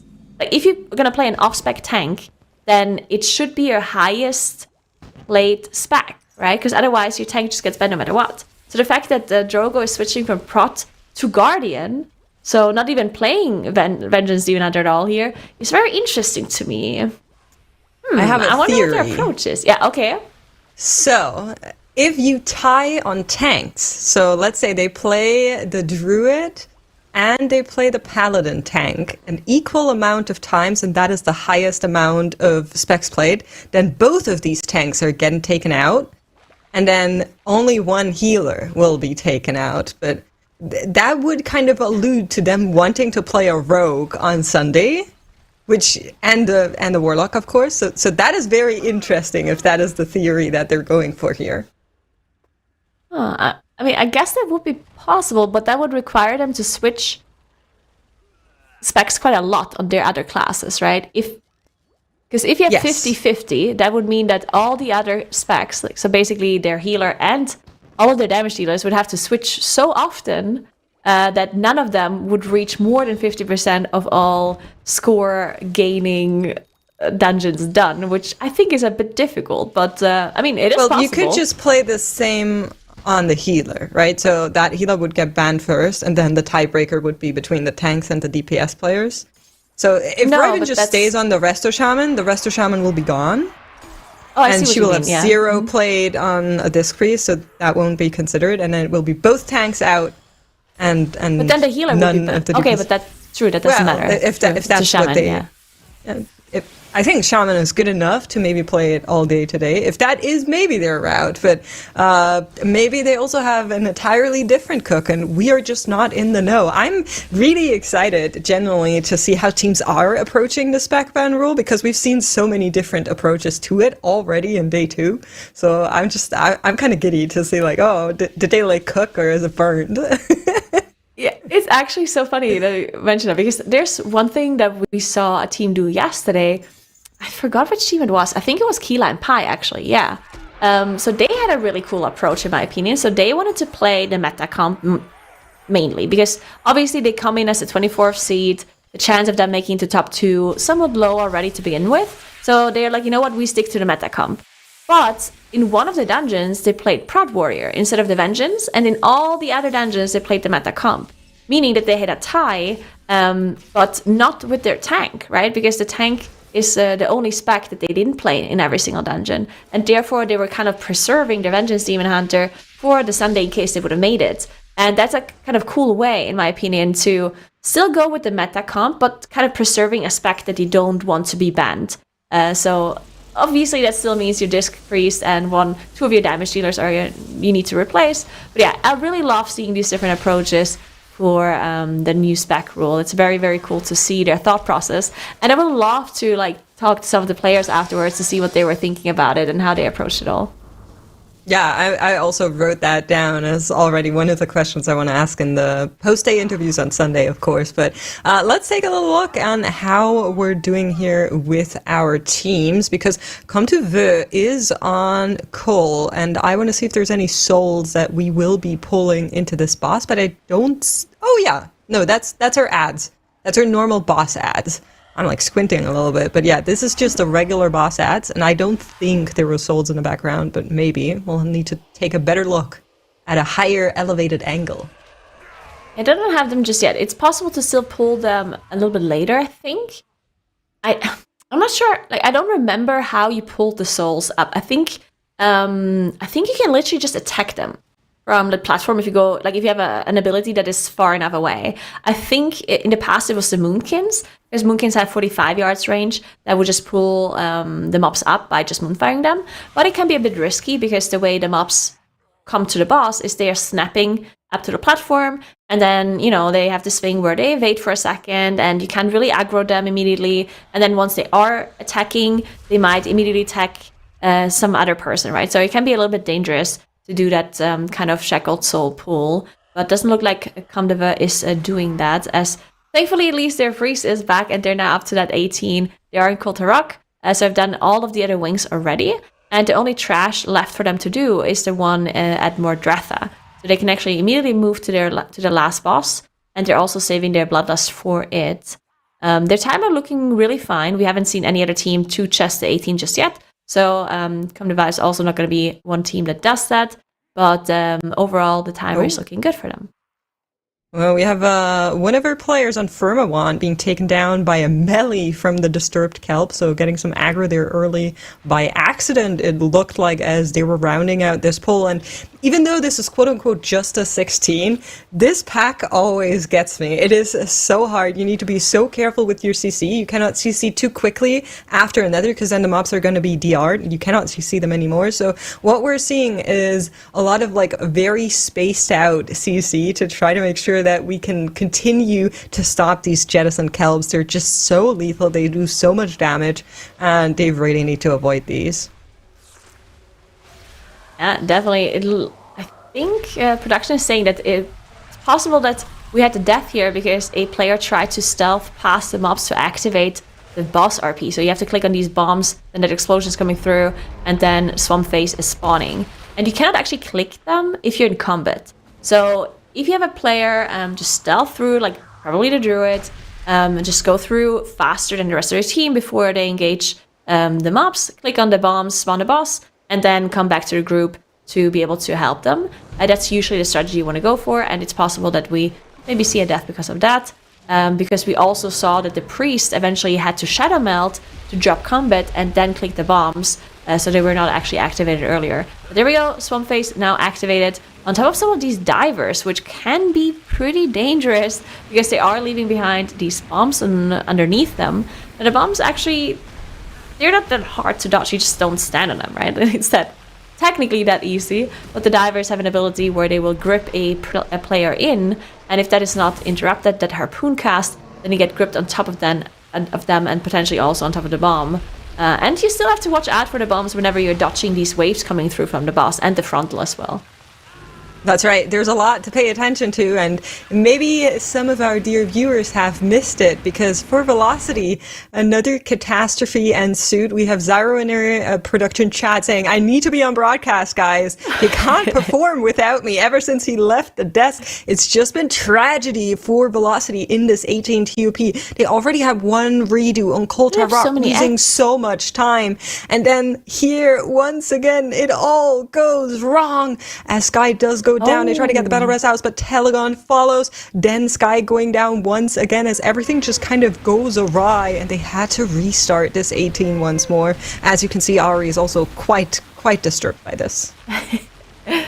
Oh no, that is such a big time loss for them. And so it looked like they were pulling the two mobs that are in front of Gorchop on top. So that Butcher and one more mob that I don't know the name of. So they pulled that on top. And then it looked like they were not really finishing off the leftovers, so the ads from the boss, which are jumping around and doing a bunch of damage to everyone. They can be incredibly lethal. You get double jumped on, it can just kill you from 100 to 0, on top of all of the other damage and things that are going on. So it looks like they had 4 of these ads up, and then on top of that they also had the trash still up, and things were just going wrong. So the tank was trying to potentially, save the pool and look out for a bunch of stuff that was going on, and then didn't quite manage to skip that hook that was coming through, and not able to survive the damage from the hook plus all of the melee hits coming through. So yeah, just disaster again for Velocity. Hopefully they can come back from this. Having to reset that 18 twice is not ideal, because 18 of course is not the highest key level that we're going to see today. So seeing some issues so early on already for them is not great. That's right. It's already a lot of time lost. We're also now in that bracket of our day where teams can start to take breaks if that is something they want to do right now, to maybe get a little bit of a mental reset after so much hiccups early on. But of course, at the same time, you're feeling the pressure of that timer going down, and you know this is not the end of where that TOP is going to sit. So they really need to make sure they get that one in the pocket, and then maybe follow up with the 19 as well. At least for now, they definitely need to work on getting all of those dungeons on the board, because if any of these teams does not enter any of these dungeons for some forsaken reason, then they will definitely not make it to the Sunday to meet up with Drive Puck and Wunderbar. But we're taking a look at 07 here. We're working on their way to Rixa. And actually, Nagura, I'm not sure if it was you or Zyro earlier on, but it was definitely a range DPS that was saying that Rixa doesn't do anything. I am here to represent the tanks in chat and tell you that it is a boss that slams. It's very, very mean in terms of what the tank has to live. So please don't disrespect her. I don't think so. Tanks, it's one boss. It has a rotation, yeah? Just press your abilities. It's not that hard. Right, one heal. Alright, we do see Comfortable now finish off that 18 Theater of Pain. Thankfully, hopefully also solving their issues for the rest of the day. Another thing to note now, I guess, is because we're past the first hour and they can take their breaks, that means that if they have another problem with their priest potentially, which we hope they don't, but if they do, they can use up their break timer to kind of, go past that disconnect time they would have. So if you're going to have issues with the internet or with your tech, then you would like to have it within the 3 mid hours of the day rather than the first and the last hour, to make use of that break time and kind of overlap it to not use up any of your gaming time. But yeah, we do have 07 now, as you mentioned, in that area between Azrak and Rixa. And we've seen some teams have issues here before. Well, I guess it was Firma 1 that had 1 death here, if you want to call that issues.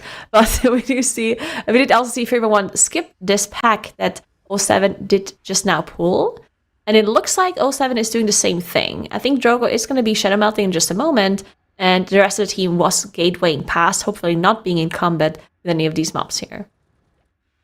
We actually have exciting news, because Comtuva is on that 19 TOP, which is currently the highest TOP that has been done on live servers. No 20s have been done. We don't know if today might be the day where that happens, but I pulled up the timers on the highest 19, or the fastest 19, I really should say, that was timed in the Theater of Pain, and the Affront of Challengers was defeated after 2 minutes and 52 seconds. So that'll be the first split timer we're looking for. Yes, sorry, it's okay. I know, it's all very exciting here. Yeah, so we'll see when they kill the boss, and we can compare the splits in just a moment. Of course, the 19 TP is going to be very difficult. We've seen Velocity already struggling at 18, so 19 is only going to make it so much harder for Comteva. We'll see if they can execute this. This first boss, maybe not the most dangerous out of all of the bosses we have in here. It can be. There can be some pretty nasty overlaps and some positioning that really matters for the players. But overall, should be a pretty smooth fight for the teams coming through. And then we also have Firma ones now on the last boss here in their Floodgate. First team to also go to that dungeon as well. But yeah, taking a look at 07 here on Rixa, as we talked about, that boss that certainly is not a problem at all for the tank if you just press your buttons, as we established earlier. Drogo, man. Yeah, just press your buttons, man. Why would any tank ever complain? If you die, that's the healer's fault, clearly. Yep. Make both roles angry. No, but mechanically, there's not too much to it, right? You look out for where the spout is going, for where these pipes are going to be covering the floor. You move into the big empty space, and then you just push it back after a bit. On those hierarchy levels, Rixa has some hands, let me just tell you. Looking over to Firmawand, we're in that 16 Floodgate. We know yesterday that went up to 19 for only one team, which is Wunderbar. And right now, Firmawand are looking to get the +2 unlocked here to maybe go straight into that 18 as they have done in the other dungeon before, which was that Motherload. So I'm really excited to see it. 3 minutes 40 on the clock for 38%. With that Bloodlust running right now, I'm pretty confident they've got this. Oh, interesting. Oh yeah. No, I'm not actually sure. I'm sorry. I'm confused. I'm confused because Firmawand's tank just used Shadow Melt in the middle of a boss fight, and I was like, oh, what's that for? But I'm still not sure. So you melted the punch, so the tank attack. Interesting. Okay, I didn't know you can do that. That is very cool. Also very dangerous, right? To Shadow Melt something as a tank. But it is a boss fight, and you can't Shadow Melt out of combat in a boss. So I guess it does make a lot of sense. Very cool attack here by Firmawand. As you said, the boss about to go down for them, and the 2 chest timer, of course. Pretty easy for them to be able to execute here. So very nicely done. They want to quickly take a look at velocity because they're doing this oppressive banner strat a little bit, as I've been seeing. I've been taking a look at them, and a lot of these oppressive banners, they're not going down. Tommy did die, but they have a battle rest, and they still are fine on the 2 chest timer. Maybe don't even have to rest that Moonkin. They're fine. But yeah, look at that. They do have all of these oppressive banners up this whole time, which means that through this combo here, they're slowed the whole time, which means that they have to use their movement speed abilities to get out of that, and they can be a little bit unlucky to potentially have a player be targeted twice by these cleaves and not have an ability to get out of it. But so far, so good for them. And yeah, playing this risky strategy for velocity, I wonder if that's gonna be like the name of the game for velocity. So far, we've seen them die twice to like a very cool strategy, but like a very efficient strategy, but a little bit risky, right? And just making mistakes. And then, of course, being a new team for a TGP like this, maybe they potentially overdid it a little bit with their strategy making. Having Telegon in there, which is, of course, an analyst for Liquid, being incredibly smart on how, you come up with strategies and how to be more efficient. I'm sure they have the strats down, but potentially maybe going a little bit too far and not keeping in mind just how risky it can be, because in a tournament day, you only have those 5 hours. And if you take strats that are too risky and you can't actually execute on them, then you're not going to get those points.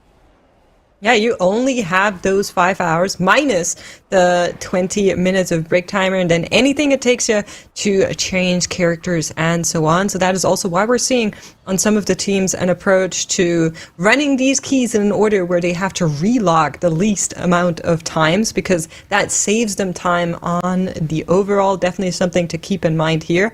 I kind of want to think that velocity maybe is just really unlucky with this 18 TOP. We did see 2 redos, and at least this boss hasn't given them any issues. It was both times after that, one times Gore Chop, one time Soul, where things went kind of wrong. So hopefully this time around they will be able to put that on the board. We also had Tragedy Strike come to the earlier, who had their Disc Priest have a disconnect for, I believe, around about half an hour. So 2 teams at least a little bit unluckier today, but there's still plenty of time in the day to make it all go right for them. And speaking of that, 07 working away on Mogul Razdunk here. They have 6 minutes 30 full count and 70% on the boss. Yeah, the RP is going to take a little bit longer with that intermission there, but I think on the overall we should be fine here for this +2. Yeah, definitely going to be fine. They also did pull 2 war machines onto the boss here, which is incredibly risky. We've talked about this earlier. These 2 war machines, they're doing so much AoE damage to the group, and I was thinking that nobody is going to be pulling them on top of the boss, but 07 decided to do so. I could see them maybe only doing it on 16 and maybe not on the higher key levels. But then I was thinking, maybe this is actually a strategy they want to execute on the 18 to potentially maybe get a 2 chest. Because we've seen Firma 1 do this, and they did not manage to get the 2 chest. And they were a decent amount of time off. But maybe there's a way that you can get the 2 chest if you just do risky pulls, like pulling 2 war machines onto the boss. So I will be interested to see what 07 is going to do in their 18 once they get there. Yeah, me too. I actually really like pulling these war machines into boss. It does add a lot of difficulty, but anytime you can pull anything onto a boss, usually you want to try to do it. But we're, of course, focusing in a little bit on velocity after those hiccups earlier on. The last time around, they wiped to Gore Chop. It all became too much. There were too many of these ads just sniping away at their team. And Rudy Toots and Show both getting down here from the Diseased Horror from the Rancid Gas Bag, just being meleeed. I don't see a meld go off. Sky should have had aggro. I'm not sure why we died here. I feel really bad. Yeah, I was trying to see what happened as well, but yeah, because I don't think it was actual, like, pulling aggro, because it was pretty late into the pull, and it's kind of unusual that you would get aggro halfway through. Oh, it got disoriented from the frontal. Okay, that's what happens. Yeah, so the gas pack has like the frontal backle, as the titles likes to call it, where there's that's the correct term, please. Yep, that's the one. And if you get hit by it, you get disoriented. So unfortunately, Velocity's tank getting hit there, which obviously means every time the tank gets disoriented, they're not eligible like aggro targets anymore for the mobs. They don't want to break the disorient. They're very smart, so they're moving on to other targets and ended up just finishing off some of their group members. Now, thankfully they didn't fully wipe, so they have a chance to get back into the ski, but definitely not ideal. And I hope Velocity can get their head back into the game. I hope they time this 18 now, maybe take a little bit of a break, come down a little bit, because obviously their tank doing that mistake earlier on Gore Chop, getting hooked in the situation, and then now getting hit by this frontal, obviously not ideal, but can be a lot of nerves and stress coming in to this tournament, and already having some things go wrong at the very start with that sigil as well that pulled in the ads. Definitely not ideal, and maybe just taking the break after this dungeon would be a good decision for them, making sure everyone is back on track for this one. Yeah, I think so as well. We also have a first break coming in from everyone. It has been on a 5-minute break. They should be back in a little bit. So we're going to be seeing where they go next. They, of course, have access to that 18 flood, and they haven't ventured into the TOP at all yet. So I'm curious whether or not we're going to be seeing them do that 18, or if they want to also go into the Theater of Pain. But Velocity working away on Gore Chop here. A lot of this fight, I feel like, looks so simple, but can be really volatile. The damage these ads do every single time they break, every single time something like this happens, or you can see here on Rosum gets picked up, Show does go down. We do have one more battle rest. It is pending. Needs to wait until he can pick it up safely. Sometimes those battle rests end up being in the sauce here, but is back with the team. No further battle rests available for Velocity. Yeah, stun these. Do what you can. Take them out. Yeah, they need to make sure to use as much defense as they can possibly do here. So Rosen being in a pretty difficult spot here and trying to avoid the hooks here, still getting hit at the very end, caused them to not be able to maybe throw out too many heals onto the rest of the players, causing their hunter to go down to some of these leaps. And again, because they're pulling the trash into the boss, they're just kind of lacking a little bit of damage. And I wonder if this is like an optimization they almost do on purpose, because they have 4 leftovers up a lot, which would be the exact amount of targets that Arcane Mage needs to increase the damage on Gore Chop, right? If you have 5 adds up in total, you get that extra funnel damage in. But having 4 leftovers up on a boss like this, when the jumps do so much damage, is incredibly risky. So I kind of don't think it's on purpose. I think they're just kind of lacking the AoE damage on them. But again, they are like really good at making strategy and trying to be efficient. So maybe they practiced this, and in practice it worked out for them to always have these 4 leftovers up. But yeah, in my opinion, this is incredibly risky to do if it's on purpose. I agree. I think it's rather spicy, but it looks like they're making it through it. Of course, we know that this 18 doesn't really go into the realm of +2 anyway, so they have a little bit of leeway on the overall dungeon timer here to just get that +1 done in the 18. But with all of your battle rests having been used, 4 minutes until the next one does come up, they are already now kind of finding themselves in a back against the wall situation where nothing else can go wrong. And if so much has gone wrong for basically an hour straight, that's not a great feeling. That is something they will need to shake off. And even though a lot of these players are very experienced on the highest level of PvE, it is a little bit different, like you were saying earlier, to play in this time-constricted competitive format where you just cannot have too many do-overs. So hopefully they're going to be able to shake it off and move on. At least Scorchop has fallen for now. Yeah, we'll see if they can still time this. I do think it's possible even with the 4 deaths on the board. They just need to make sure they play clean for the rest of this dungeon. In the meantime, we do see Firmawand now on their 18 floodgate after 2 chesting the 16. No problem for them, even with that death on the Moonkin at the very end. They're now currently fighting one of these architects. Oh no, they get another scaffolding up at the very end as the architect was on We've all been seemingly there. 1%. So they will have to finish off the scaffolding before they can finish off this architect. Unfortunately, that's just how that mob works. Again, I do not like this architect. He also just uses nail guns, which is not nice either. So yeah, architects are not my friend. At least not in-game. In real life, they're nice. Okay, thank you for clarifying that. Yeah, that was an important bit. You're welcome. All right, we are going to be going into this pack here for now. You can see that Tommy is already like going up on the stairs, something we've been seeing a lot of the Moonkins do, just to make sure you're not getting hit by these flamethrowers here. Try to get out of the line of where that damage does come in. It's still going to need to move for the Shredations. And something we're also seeing in the back there on that contractor is actually the cage from the Demon Hunter being utilized to maybe just pull them into the boss later on and not have to deal with them during this pull, because it's a lot in this pull already, as you can see. And so they're just making their life a little bit easier here. Yep. And it looks like they are also doing pretty well. This can be super dangerous. I'm always really worried when we go into a pull like this. We've seen a lot of the other teams yesterday actually skip this pack and just kind of go past it. We've also seen this like really cool Shadow Fury pull where they pulled some of this trash, but not everything, onto the boss and still skipping these Shredinators. So Firmawand not adjusting to the Wunderbar route here. I mean, obviously they're also not playing that Warlock that we've seen Wunderbar play here at the very start. So we'll see how they're going to do for the rest of the dungeon, as they also have a little bit less trash than most other players, most other teams, I think, coming up to the Demolition duo here. But they do have these 2 contractors stacking up, which should be enough to get some extra final damage in. And looking at the rest of the teams, we have Velocity now in that longest wing that they have left to do in their TOP.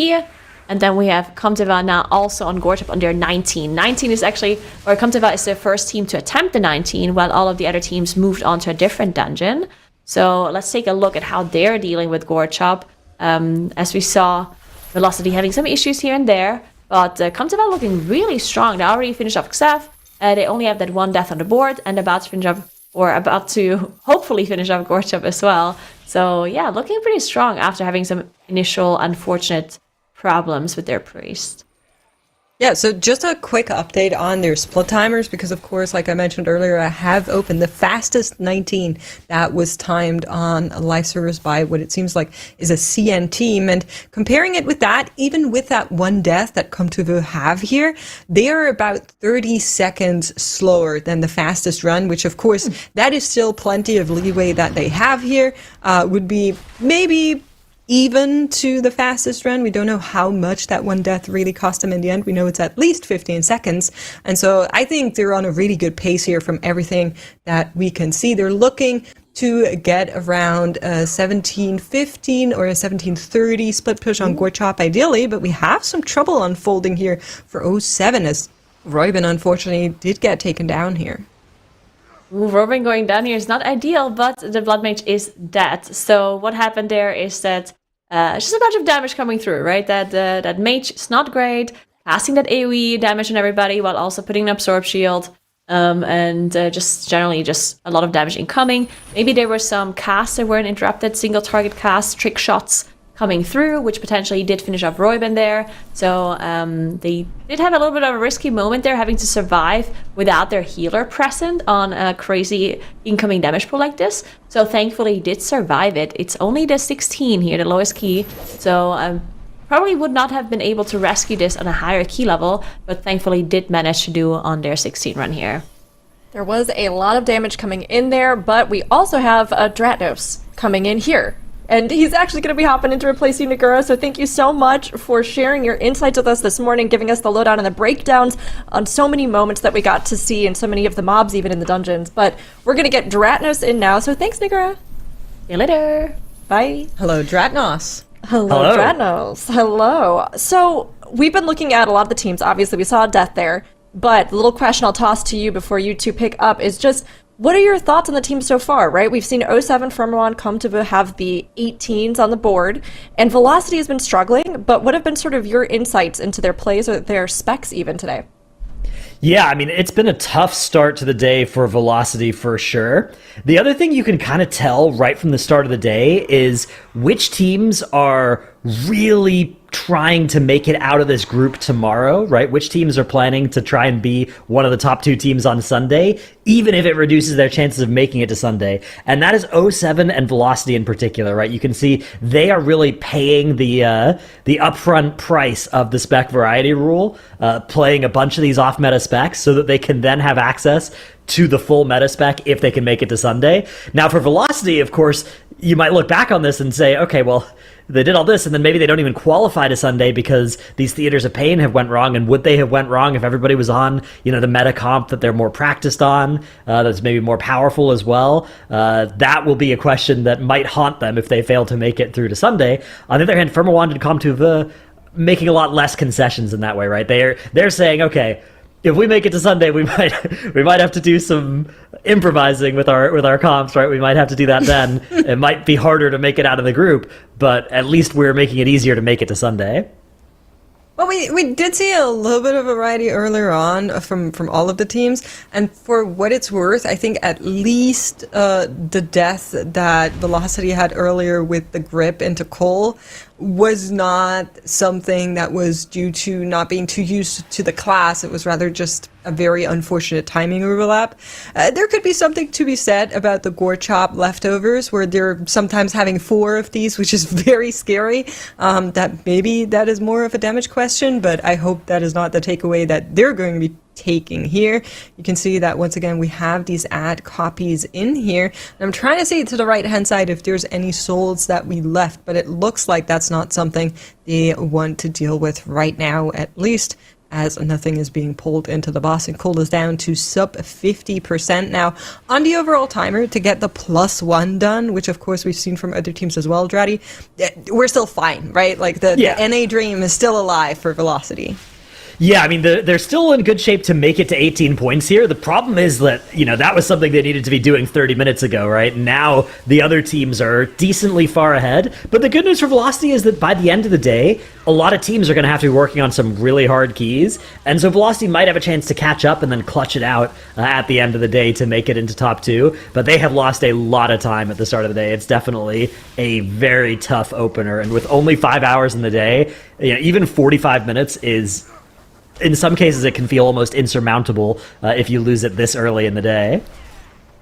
That's right. It's definitely something they have to shake off, but they still have all of their break time, which they will need to take to maybe get over it, maybe motivate themselves, maybe, what was it Nagura does, get a glass of milk? I don't know. I don't know how that tactic works. I've never Subscribe to it. In chat, we are asking you guys which of the teams will be the first to complete a plus 20. And right now, 07 is leading, followed by Firmawand. So I'm excited to see whether or not that will hold true today. Which of these dungeons, Stratnus, do you think is going to be the chosen one to maybe attempt a plus 20 today? Because I feel like all of these are kind of scary. I think the best bet would be Motherload, but I'm kind of on team no 20s happen today. I mean, if you think about it, doing like 16, 18, 19 in every single dungeon, that's 3 runs in each dungeon. That's maybe about 90 minutes, right? If each dungeon runs about 30 minutes, give or take. Obviously, they can be a little bit faster at the start, but that's 4.5 hours. Plus 20 minutes of mandatory break time, that's now 4 hours and 50 minutes. You only have 5 hours in the day, so in order to actually make it to a 20, you either A, need to be 2-chesting the 18, and then still basically one-shotting the 20, or B, you need to get all of that done without losing any time, and then you can, have 1 or 2 attempts at the plus 20 at the end of the day. So I think it's pretty unlikely that we will see any today, but definitely not impossible. Yeah, I'm also on the mind of maybe we'll see an attempt, but a timed version seems rather crazy. But I mean, I'd be here for it. I'd love to see it. It's certainly possible, but it would require like nothing going wrong across the next 3 hours for some of our teams before they would even really be thinking about attempting that, because there's just so many important and difficult points that they need to try and earn in plus 18s and plus 19s first. The 3 dungeons that we have today are not. We don't have a Dark Flame Cleft here, right? We don't have that dungeon that goes up to an extra key level or 2 over the other ones. I'm seeing a copy pasta take off in chat and now also in our internal production, which let me just read it out in my best newscaster voice. Are you sure? NDI caster and superstar Daddy Dratty Dratnos reported to have been caught in a street fight against a gang of very muscular chickens. A witness said he was seen taunting the chickens, yelling, "Just beer for him," when the lead chicken struck him, breaking a tooth. Any comment? I would say, look, let's not be too mean to Moonkins right now. Okay, there's the single button assistant is coming out next patch, which is going to represent a serious increase in complexity for that spec. So they're all struggling right now. They need to process that news. Fair enough. I love seeing the Guardian Turret, to be honest. Great use of Mark of the Wild to bring it into these teams. I would love to see a little bit more of it, and maybe my wishes will come true tomorrow, because we know some of the teams definitely won't have access to that Vengeance Demon Hunter. We also saw a Prot Paladin earlier, and I've been meaning to ask you how you're feeling about the state of Prot Paladin.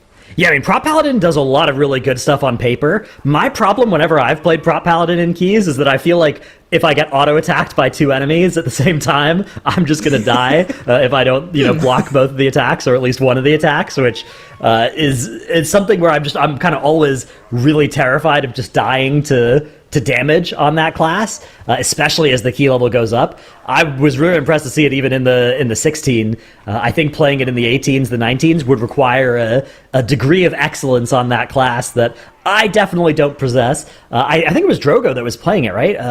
And that he's played a lot of Prot Paladin over the years, if it was him. So I'm not surprised. Yeah, I mean, I love seeing it. I was kind of hoping that maybe there would be like a crazy, insane pick that a team like Drive Pug could be going for tomorrow, but you're not giving me a lot of hope it's going to be Prot Pal. I think that the bear makes more sense. The bear is survivable. It does a lot of the same things that Vengeance Demon Hunter does. You can create your own sigil of chains with Ursul's Vortex and Typhoon.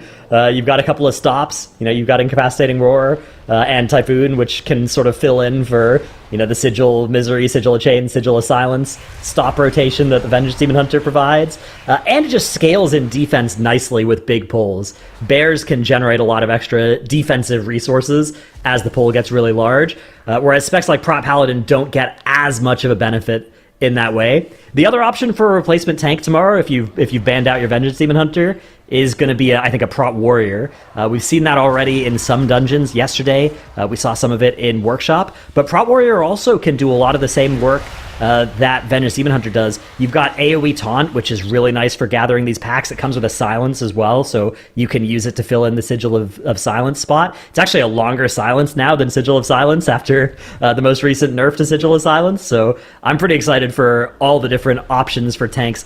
Many of them do feel really good this season. That's awesome. I love that. I also love that we're getting a lot of different healers be very good, but what is even more grand is that Velocity finally able to get that 18 TOP on the board. So finally that is behind them. I will mention cautiously that a 19 is waiting at the same time, so that will not have been it for the TOP for today, but they can take a break. They can now look towards another dungeon if that's what they want to do, and it looks like that might be on the menu. At least we are getting some switches coming in. Healer and 2 of the DPS are not in the group anymore, so some changes are going to be happening. And we're also taking a look at our dungeon splits. Of course, these are a little bit skewed with the deaths, but overall the teams aren't too far apart. Yeah, you can see the deaths at the end there is that like red bar, right? That goes. Yeah, but sometimes it costs you more then, right? Yeah. Like but you can see, you know, if it weren't for that red bar, Velocity would be on basically the same pace here. So, and then, like you said, you can give them even more bonus time. So they're definitely looking solid on the strategy. It's the execution that needs to pick up quickly for Velocity. They can't afford to spend that much because they spent an hour and 40 minutes getting up to a plus 18 in Theater of Pain, right? They've used 1/3 of their time budget in 1/3 of the dungeons and only got it up to a plus 18. That is, the math does not work on that for making it to Sunday, so they've got to accelerate from here. They've got to increase their velocity, one might say. Yep, that is definitely something someone might say. I am looking at 07 to see how they're going to be skipping bubbles. The Shroud. We saw a couple of different attempts, but none of them had access to a rogue, which is really exciting to see them just kind of go by on the water. It's not just the rogue as well, it's the shaman. You've got the water walking coming out from the shaman, and then the shroud from the rogue, leading to an exciting double off meta skip that is enabled by this comp. Very cool out of 07. Love to see it. So they could also have done something like the more usual skip with the Warlock, but because they're not running a Vengeance Demon Hunter or a Priest, it's going to be very hard for the tank to get away from bubbles to actually then Shadow Meld it off. So I really love seeing this come out of 07 here, playing to the strength that their characters have. Really, really cool to see both of these kind of go in unison here as they finish out the Dark Fuse and are making way towards Giesel Gigasab. Quick update on their timer. 1 minute is not going to be enough to finish out the entire dungeon, so we are also going to be looking at a +2 for them in the 16, which I think is to be expected. Look at the way in this poll that the big ogre died before the rest of the mobs. That's one of the big strengths of Assassination Rogue in this composition. We talk about the funnel damage that Arcane Mage does, but there are actually multiple specs that have really good funnel damage this season, and Assassination Rogue is another one of them. Whichever target they open on, which gets that mark over its head, so you can see the jump starter here, is probably going to be that target again this time. That target takes a bunch of extra damage from the rogue, and it takes damage based on all the damage that they do to the other enemies as well, so they can just do huge bonus damage to the priority target. Other specs that do that really well are actually both flavors of Demon Hunter too. As long as they're playing Aldrachi, they have a bunch of funnel on the Wounded Quarry effect too, so just got buffed. Very fun to play. Yeah, exactly. So there are a lot of different ways. You can see again on this poll here, where even without an Arcane Mage, it's going to be the jump starter that dies before the soldiers, and that's going to allow 07 to just chain into the next poll here. This is a really important thing where you look at the overall, and the Rogue is doing a lot of overall, but it's also doing a lot of single target priority damage to the most important target in this pack. I love that because as we were talking about the spec ban rules and so on yesterday, I was kind of saying I'm hoping that we'll get close to having seen every spec at the end of the MDI. And of course, this is Group A. We'll still have Group B, C coming up with that spec ban rule. Grand Finals won't have it. And somebody in chat was saying like, oh, no shot, we're going to see Rogue, like, cannot do keys as Rogue, just like dooming, you know, how Twitch chat does. And here Casual is, just popping off insanely, doing really, really well on damage on the overall, which is exactly what I was kind of hoping for. So really awesome to see that. The other thing we see Shelly on Demo Warlock, right? So the nice thing about the spec variety rule is that, you know, everybody can learn and pick up the meta comp, but then when you're figuring out what you want to play in your variety dungeons instead, usually the best option is going to be people playing something that they're good at that's also good this season, which there's a lot of things that are good this season, but everybody has different things that they're good at. Shelly, renowned Warlock player over the years, so able to play Demo, which is usually a little bit trickier than, say, the Destra that we saw yesterday that Wunderbar were using as one of their variety specs. So a little update here as we are checking in with Come to Vogue. Just popped that Bloodlust, are smashing into more Dratha, trying to finish out the key in the next 1 minute and 50 seconds. They slowed down a little bit in the tail end of the dungeon. I was kind of hoping they would sit around 1730 when they finish out Gorechop. They ended on 1802, and then they're even further behind on Coulter Rock by around 2 minutes compared to the fastest 19 we've seen on live. But with 1 minute 30 still to go, it looks like that will still be well within the timer here. But it does tell you a little bit about what we were talking about earlier, of the potential of this dungeon maybe not going to a 20 in comparison to something like a Clef. Yeah, I don't think it'll be a theater. The thing about theater as well is theater is a long dungeon. So the more time you're spending in theaters compared to other dungeons, you know, you're maybe spending 33 minutes instead of 30 minutes to get a point out of that dungeon, and that can also add up. So even if the 20 were possible, which it would be really, really hard in there, it also would just cost you more of your time. They've already spent now an hour and 45 minutes in Theater of Pain. Now they don't have to come back, but if they did, there wouldn't be enough time in the day to do everything else they needed to do. Yeah, that's true. Checking in with 07. We're also looking good on that timer. However, I'm not sure if they have noticed or if it's true, but it might be that we're missing some count. There is a little bit of a weird interaction. We had one team yesterday where they were missing some count, but then they weren't. So I don't know for sure, but just putting it out there. I think they are, because look at their Bloodlust here. They're not clicking it on the boss. So I think that this is a strategy that some teams on live are using, and the basic idea is like, okay, there's a really big pull at the start of the dungeon that we want to do. We want to lust that pull, but there's also other stuff at the start of the dungeon we want to use our lust on. What if we come back at the end of the dungeon and do that pull with lust after doing the last boss? You can teleport back to the start of the dungeon after this boss does go down, so I suspect that that's what 07 are up to here. It's going to mean that this is going to be a reasonably tight 2-chest timer, though. They have 3 minutes to complete this boss, zone back to the start of the dungeon, gather the pull, hit lust, and kill it all. Is that enough time? Yes, but they have to be careful. This is one of those things where we often see, at least in my groups, there are often blunders whenever you try and get count after the last boss, where things can go wrong pretty easily. Yeah, I wouldn't know what that's like, of course. I've never had any blunders in any of my keys, personally speaking, so that must be a you diff, Dratnos, I'm sorry. Yeah. It's a weird bug that comes up sometimes. It seems like it. Checking in with +2 timers, we'll of course keep an eye on 07, but I quickly want to mention Firmawand, who are working on this +18.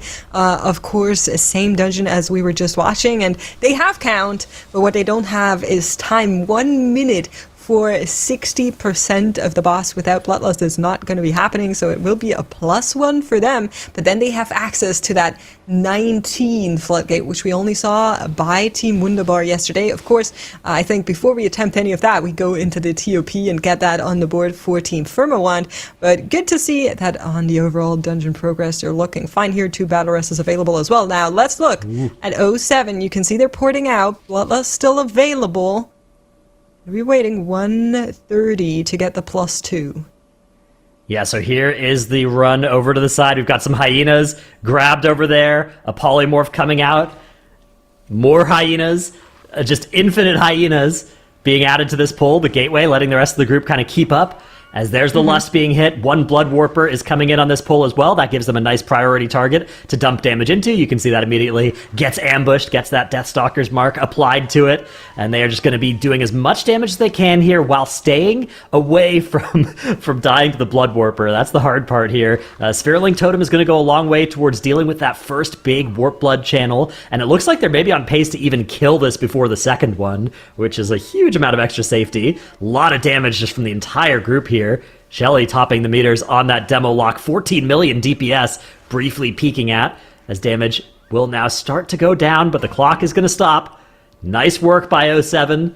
Decent little bit of time between them and the two chests, so they will be on the good side of that one. Meanwhile, Firmawand working on the plus 18 version of the same dungeon. They aren't going to be two-chesting here, but that's not really something they need to aim for. Just timing this dungeon would be great for them, and they have more than enough on the clock to do that. Yeah, that's exactly right. I'm kind of confident that this is the first time we've seen this route in the Floodgate, despite the Floodgate being played yesterday already. So very cool to see 07 kind of take that life route into the MDI and just show it off a little bit. They're now on a 10-minute break as well, so trying to get those breaks out nice and early, as we do have Velocity working on that 16. They also said we're not going into that 19 back-to-back for sure. We're also getting a glimpse at our leaderboard on the bottom right there, as teams are slowly but surely putting each of the dungeons on the board. One is missing for most of them, and then we are going to be seeing Come to Vœux and Velocity work on theirs respectively. Yeah, so it'll be interesting to see where Firmawand decide to go next here. Most of our teams outside of dungeons, a couple teams on break, both 07 and Come to Vœux on 10-minute breaks right now. Velocity, meanwhile, like we said, are working on the 16 Motherload. They are well behind on the scoreboard right now. They are on 18 points. The leader at 50, although, you know, that's just because they've done all three dungeons, right? Velocity have only done one, so they can catch up pretty quickly, at least into the 40s if they wanted to, but they really do need to make sure that they can get these dungeons done. They actually, securing the two chests in these dungeons, absolutely vital. Timing them on their first attempt, also vital. At this point, Velocity they're maybe 45 minutes behind 07 and Firmawand, which is a lot of time to be behind. Yeah, it's a little bit of a tragedy. A similar story for Come to Vœux, who had that disconnect earlier on. Both of these teams kind of fighting, saying, okay, maybe we need to pull what I would call a drive puck after yesterday, where we just play the meta comp and we say, okay, now it's about Sunday. And then, like I like saying, we'll burn that bridge when we get to it and just try to see what happens tomorrow with what we have available. Yeah, the problem is, okay, so you're going into Sunday, and you're pretty worried about, like, even catching up to or overtaking another team to get to Sunday out of this group. Then you make it to Sunday, Wunderbar are there waiting. Unless something goes horribly wrong for Wunderbar, they are very big favorites to take one of the slots out of this group. So you're fighting with the other team in this group and a team from last group for only one more slot potentially out of this group. If you're coming in there with Vengeance Demon Hunter banned, with Disc Priest banned, and your competition don't, I think it's going to be really hard to earn that spot out of this group. So it's one of those things where I understand making that decision after a bad start of the day, but it is going to be really tough tomorrow. They're going to pay that price later.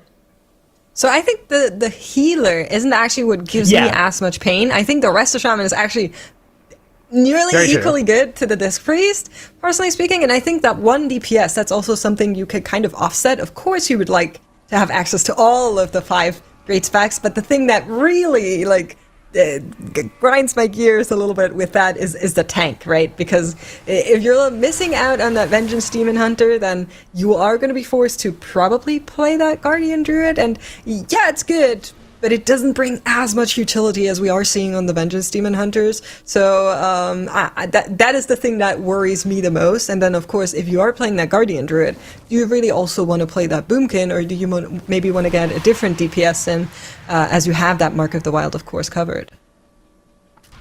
Yeah, it is going to be, but it's one of those things where that's a good problem for future us to deal with. That's They'll right. have a good time dealing with that problem, but right now we've just got to survive and make it through the day because the competition is so tense. The amount of skilled teams that you are trying to overtake they're just all so good, and there's only 2 slots out of every day, so you just never have the breathing room to play and to really plan for the future too far ahead. You've got to just survive. Yeah, that's true. Surviving is definitely a big part of the MDI. I'm glad you're calling it out, Dratnos. As you can see, we still have 2 teams on, Break Here 07 and Come to Vu. You are also being praised for thus far being the caster with the best pronunciation of this team name, so congratulations. For now, and we will all consult you for our French team names, of course. But checking in with Velocity, they're working away on the Motherload. We didn't get too much time to talk about the Motherload in general. It is, of course, rather linear because some of the packs are just so much harder than some of the others that I feel like the route has been the same for all of our teams, with the only difference being the war machines being pulled into moguls sometimes and sometimes not.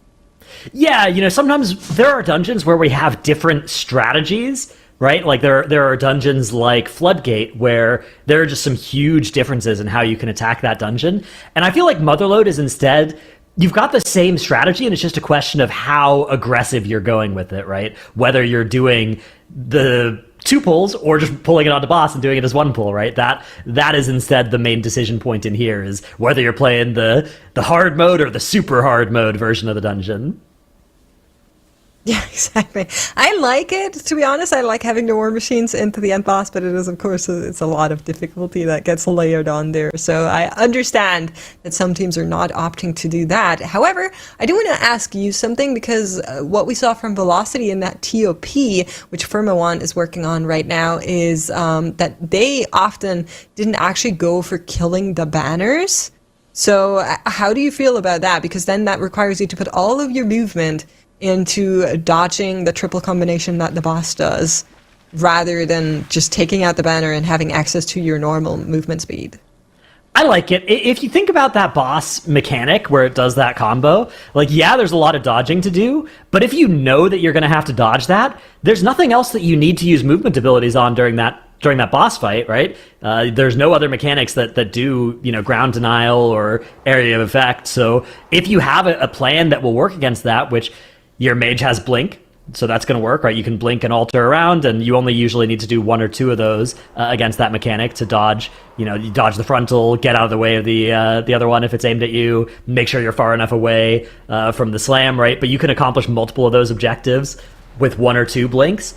So your mage has an easy time doing it. Your DK has Death's Advance, so they don't have to worry at all. Moonkins, they can disengage away from one of them as well. They can shift form and temporarily remove the slow on themselves as well, I believe. So it's really and only your priest is just crying. Yep, yeah, no, that's fine. But I think Priest Fade can even maybe temporarily break the snare too. I'm not 100% sure on that one. That might be fake. So the Priest might just be walking at slow speed for a little while. But when you consider that by doing that, you then just get to completely ignore a huge health battery that you'd otherwise have to sink a ton of damage into. And the problem with the banners as well is that, if the wrong people are sent down, if people are outside of cooldowns, you just don't have a reliable way of killing them. So sometimes you're going to have to use your movement abilities while slowed to dodge this stuff anyways. And if you're going to have to do it sometimes, you may as well just learn how to do it and then do it every time. Okay, no compassion for Priest is what I took away from that statement. Thank you, Dratnos. It would be different if it was a Shadow Priest. Nothing less from since a it's a tank healer main. priest, they can walk. Sure. Yeah, they don't need to do any healing. You're right. They're just there for the vibes, right? I mean, you genuinely don't have to do any healing there, right? There's no raid damage going out. It's fair. Yeah, it's not. There's too a big much hit of damage healing initially that you'll need to take there, care but of. you can be topped up before that, and then it's just your tank who is getting brutal comboed. But otherwise, your priest just gets to be smiting the boss. So I think it could work out reasonably well. But yeah, it is something that you need to make sure you've practiced and you've learned how to do it. And everybody is actively thinking about how to dodge that with their own class abilities. That's right. Let's see if Firmawand is actually opting to also do that. I did see them definitely go for some of the banners, but it's of course usually the ones where the team gets ported down that we are talking about, where they would utilize more of the movement speed. So let's see. For now, they're definitely having to deal with this combination. You can see the Wrathwalk coming out there from Nairo, making sure that he's not going to be in there, and Tommy's just casually going to jump on over. Yeah, always fun as well to see the players getting sent down. You know, they're doing a good job of being responsible and not using too many cooldowns to attack each other down there, but you can see those arcane orbs just flying over on the right there. It's taking them quite a while, actually, to escape the downstairs section, which that makes sense, right? Like you go down there and whoever's going to win doesn't have or use cooldowns to make that happen. But it is nice when it can be your arcane mage going into the surge here. That's going to be a nice little bit of extra damage, because of course the mechanic here for anybody who it's a pretty small buff, but you do get a damage buff if you win that duel and a damage loss if you lose the duel. So it is nice to try and have your whoever's going to do more damage in the next 30 seconds be the person who actually wins that duel. At the same time, though, you don't want to spend too long down there. So if that class is like, oh, big damage in 30 seconds, but no damage right now, then you'd rather just get back up quickly and then be able to finish that one out. But yeah, Kontuve working away on their 16 as well. Nearly all of our teams are back right now. We're still waiting for 07 to return from their break, and all of them are working on getting the earlier dungeons on the board for now. I'm looking at Firmawand and their timers. I think they're pretty good in terms of getting the +2 unlocked in the TOP. How have you been feeling about the teams and kind of our expectations that we had for them coming into today? Yeah, I mean, so looking just at the top of the day, going into it, we had a 6th seed and a 7th seed in today, which were 07 and Komtuve. And then we had a 18th seed and a 19th seed in Firmawand and Velocity. Now, Velocity had a tough start to the day. That's the kind of thing that does often happen to lower seeded teams. But Firmawand, I've been really impressed. They've been playing extremely well, and they are definitely competing for one of the 2 slots out of this group. I mean, so are Velocity still at this point. Definitely can't count them out just yet, but Firmawand have been doing really well, so I've been most impressed with them, given they are the lowest seeded team in this group and one of the lowest seeded teams out of our entire time trials. Yeah, and I think it's actually a familiar story. We were looking this up prior to the show today because, of course, Firmawand has played in the previous TGP in Season 1 of The War Within, and they also came in as, like, the 3rd seeded team of the day, expected to maybe not make it to the Sunday, and they outbid one of the other 2 teams and had made it to Sunday. Unfortunately, didn't move on from there, but definitely a team that is good for a one surprise or another, and they're once more proving that they definitely cannot be counted out. I know they have a lot of fans in chat, so it might just be that a lot of them are cheering them on, and that's helping, so very, very cool. Yeah, absolutely. Always fun to see the teams that, have their supporters, and it's nice to see them coming back as well after, previous MDI doing pretty well there, doing better than expected, and then coming back and doing better than expected again. You keep doing better than expected, and eventually you're going to win the MDI. That's how it works.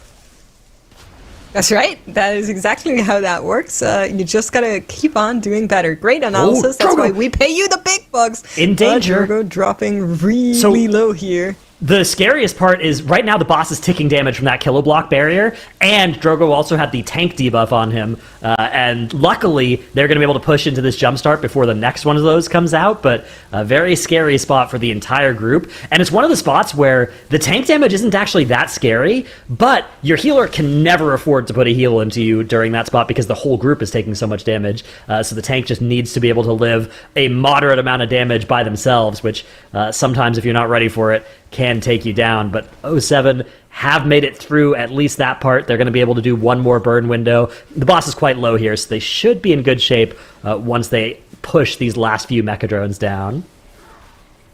Yeah, I love that most of the teams have been going for Demolition Duo first, but 07 does not seem to agree. They just want to do Big Mama first. They just want to go in here, and then I assume we're also going to be seeing the same route that we saw in the 16 from them, where they go towards the Hyena pull at the very end and then use that Bloodlust. So definitely a change into what most of the other teams have been doing. Definitely a team that isn't scared to maybe do something that's a little bit different, which is pretty cool. And of course, they're also setting themselves up to maybe have more options on the Sunday should they make it there. Absolutely, yeah. It's I think you made a good point though, which is I think it's a really good idea to make sure a healer gets banned for you, because both Disc Priest and Resto Shaman I think are just so great that I wouldn't mind playing either of them on Sunday. I think both of those specs work out really nicely and are very similar in terms of how likely they are to time a key and how fast they're timing those keys as well. So I definitely think making sure at least one of your bans lands on the healer is good. Firmawand now working on Gore Chop in their plus 16. This is the last dungeon that they need. If they can get this dungeon done, they're going to move up to 52 points, which would currently be good enough for first place. Of course, 07 also working on a 52nd point in their Floodgate right now. So those two teams both playing for 52 points, and then Comtuva and Velocity are way far behind, both working on adding their second dungeons to the leaderboards, but both are one or more dungeon runs behind where both 07 and Firmawand are. Yeah, it's really interesting. Of course, at this point, you don't already want to call it like low-key hate watching some of the other teams if you're in the corner of Velocity or Comtuva, but it is starting to get closer to because they need something to catch up to, and if they cannot really like floor some of these dungeons, be really, really quick with like executing them, zero issues, having really fast runs, and then maybe also optimally using that overtime that they of course have access to at the end of the day, where any dungeon they're in when the clock strikes the 5 hours full time, they are allowed to finish that dungeon within the timer, of course. So if they can make use of that, I think there's still potential for them to catch up. But right now, of course, it's looking like a big gap. Yeah, it is definitely way too early to count anybody out just yet, but already we do have teams that are in the lead and teams that are feeling the pressure. Going to be exciting to see how they adapt to that going forward. You can already see teams starting to shift more and more into these sort of meta comp picks, right? We started off the day with a bunch of different tanks. Everybody's on the Vengeance Demon Hunters now, right? The pressure is really on. We're playing the best that we've got access to, which most agree is that spec right now. We've been talking a lot about the specs that the players have been picking, but as we've been kind of watching, I was also thinking about the players themselves, because we have some really big players and some interesting players today. So I was curious, what have you been sort of thinking? Who have you been watching today with our players? Well, I'm a fan, of course, of all players, but if there is one that I would want to shout out, and I wouldn't say she's necessarily big, she's rather short, but Roybin, I think, is a great player. I used to rate with her. She used to play DPS, actually, which I think not many healers do, and it does give you a little bit of a perspective to how to approach the game in like a more optimal way to really kind of min-max a lot of things in a sweaty approach. So it's just really, really cool to see her over the years kind of start to appear on the MDI for the first time, and she had a team performance that wasn't as great, and then just consistently improving every single time, and now belonging to one of the teams that really does incredibly well every single time we see them. It's just been an absolute pleasure to watch her, and truly an inspiration. No, I agree. She's a huge inspiration to me too, I know, for a lot of players, and I love having that highlight. I mean, Dratnus, none of you can see him, but right now he has this incredibly intense, thoughtful look on his face. His fingers are steepled. Brow and everything. Furrowed brow. Dratnus, right. What deep thoughts are you thinking right now? I'm just contemplating, I'm calculating the percents and stuff, thinking about all the players as well, because there are so many great players to shout out across our teams here. So it is very cool to see them all succeeding. Some of these new configurations as well, but we do have a death coming out on 07. Casual going down from that architect, those architects that we've called out as being the menaces of the start of this dungeon, claiming another life there. Very hard to survive, especially when they just start constructing their new buildings right in your face and go kind of immune. looks like O7 are going to be able to recover this. They're not going to use the B-res either. One of the benefits of a rogue is they can sneak back to this part much more easily than a lot of other people can, because one of my big problems in Floodgate is if I die and I try and release and run back, there are like 10 packs of mobs patrolling between me and my group that I need to find a way to get around, but Rogue has a great answer to that, so O7 able to recover here. Yeah, we're hoping so. One death usually is fine enough to deal with in the 18s, as we're knowing they're only looking for the +1. So definitely something that they will need to look out to with their battle rests. Now, Formula and Come to Vu both working on respective 16s, and we're still waiting on the break for Velocity. They went on break around about 3 minutes ago, so it's going to be another 7 minutes for them to finish out their break for now. And Come to Vu going on to Rixa. Now, I was talking to Nagora about this earlier on. How are you feeling in terms of difficulty level on the hierarchy Rixa? I think a lot of it just lands on, tank surviving, because most of the rest of the group doesn't really have all that much else to deal with unless you're pulling trash onto this boss, which they are. There's a machine coming in here, so that adds a lot of danger to this fight. But otherwise, as long as you are thinking ahead and not caught by surprise by getting targeted by the Azurite Catalyst, by being targeted by the Propellant Blast, then there's really not too much danger that actually comes from the boss, except for the tank damage. The boss does a bunch of magic bonus damage to the tank, so that can be very scary to survive. I have one more question for you, because earlier today, when I wasn't on, there was actually a lot of discussion in chat about whether or not Brewmaster would be seen. And of course, with all of the tanks that we have been getting a glimpse, we saw the Prot Warrior, we saw the Prot Paladin, we've seen, of course, the Guardian Druid make quite an entrance, as well as the Vengeance Demon Hunter, but what we haven't seen is the Brewmaster. Are we feeling that there might be a chance where this comes up? It's definitely possible. Brewmaster is... it's gotten buffed a couple times over the past few months, and I think it's definitely quite good right now. It does a decent chunk of damage, especially single target, 2 target, 3 target. Their tier set bonus, this tier, whenever they proc, it's like a defensive proc that they can get, as even more War Machines joining the party here. This is going to be a nice bonus of count. But one of the problems with it is that a lot of it is just damage to those 1, 2, or 3 targets. Their big AoE damage isn't great, so depending on the dungeon, I would say, if you didn't already want to play Prot Warrior for Reflect and Mechagon, maybe that would be a good place to bust out a Brewmaster or two. Most of the other dungeons, I feel like just the pole sizing is maybe a little bit bigger than I'd want if I was playing Brewmaster. Yeah, it makes sense. I would love to see it. Maybe we'll get it in one of the groups. I'm definitely hoping. So yeah, I mean, it's definitely not bad. Yeah, I quickly want to mention Come to Vu, because we had them on the main screen there for a second. Maybe something that people who didn't catch our pre-show, which you should definitely do in the future, this is a team that consists out of what used to be top tier raiders. They all used to raid in the French guild called Impact, and they consistently sat around the 20 world rank marker as a guild, so really, really cool to see them kind of still come together here despite having stopped raiding as a guild to play in the MDI. They did play in previous iterations as well, so just really, really cool to see them here.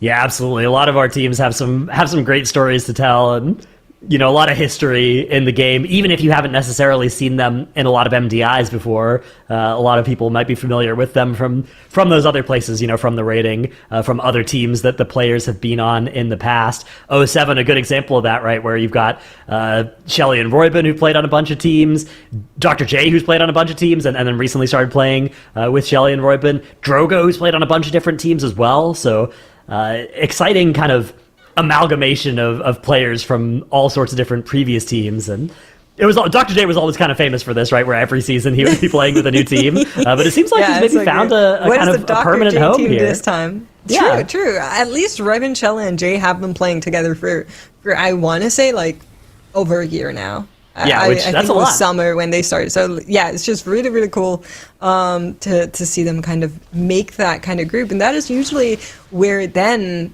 we start to see teams go to the very top of performance, right? Because as soon as you played a bunch of times together, you fall into the habits of, oh, if something goes wrong, this person taunts, this person takes care of the interrupt, this person takes care of the off feeling. You just all like click into roles, which is something that Echo, back when they were a full team, often talked about, of like, we just know exactly how each individual reacts to anything that could ever go wrong. And it's just so much habit and so much experience of playing together in this set group that really, really helps us to stay consistently at the top, of course, as well as figuring out cool tech and cool routes and like optimizing your damage and so on.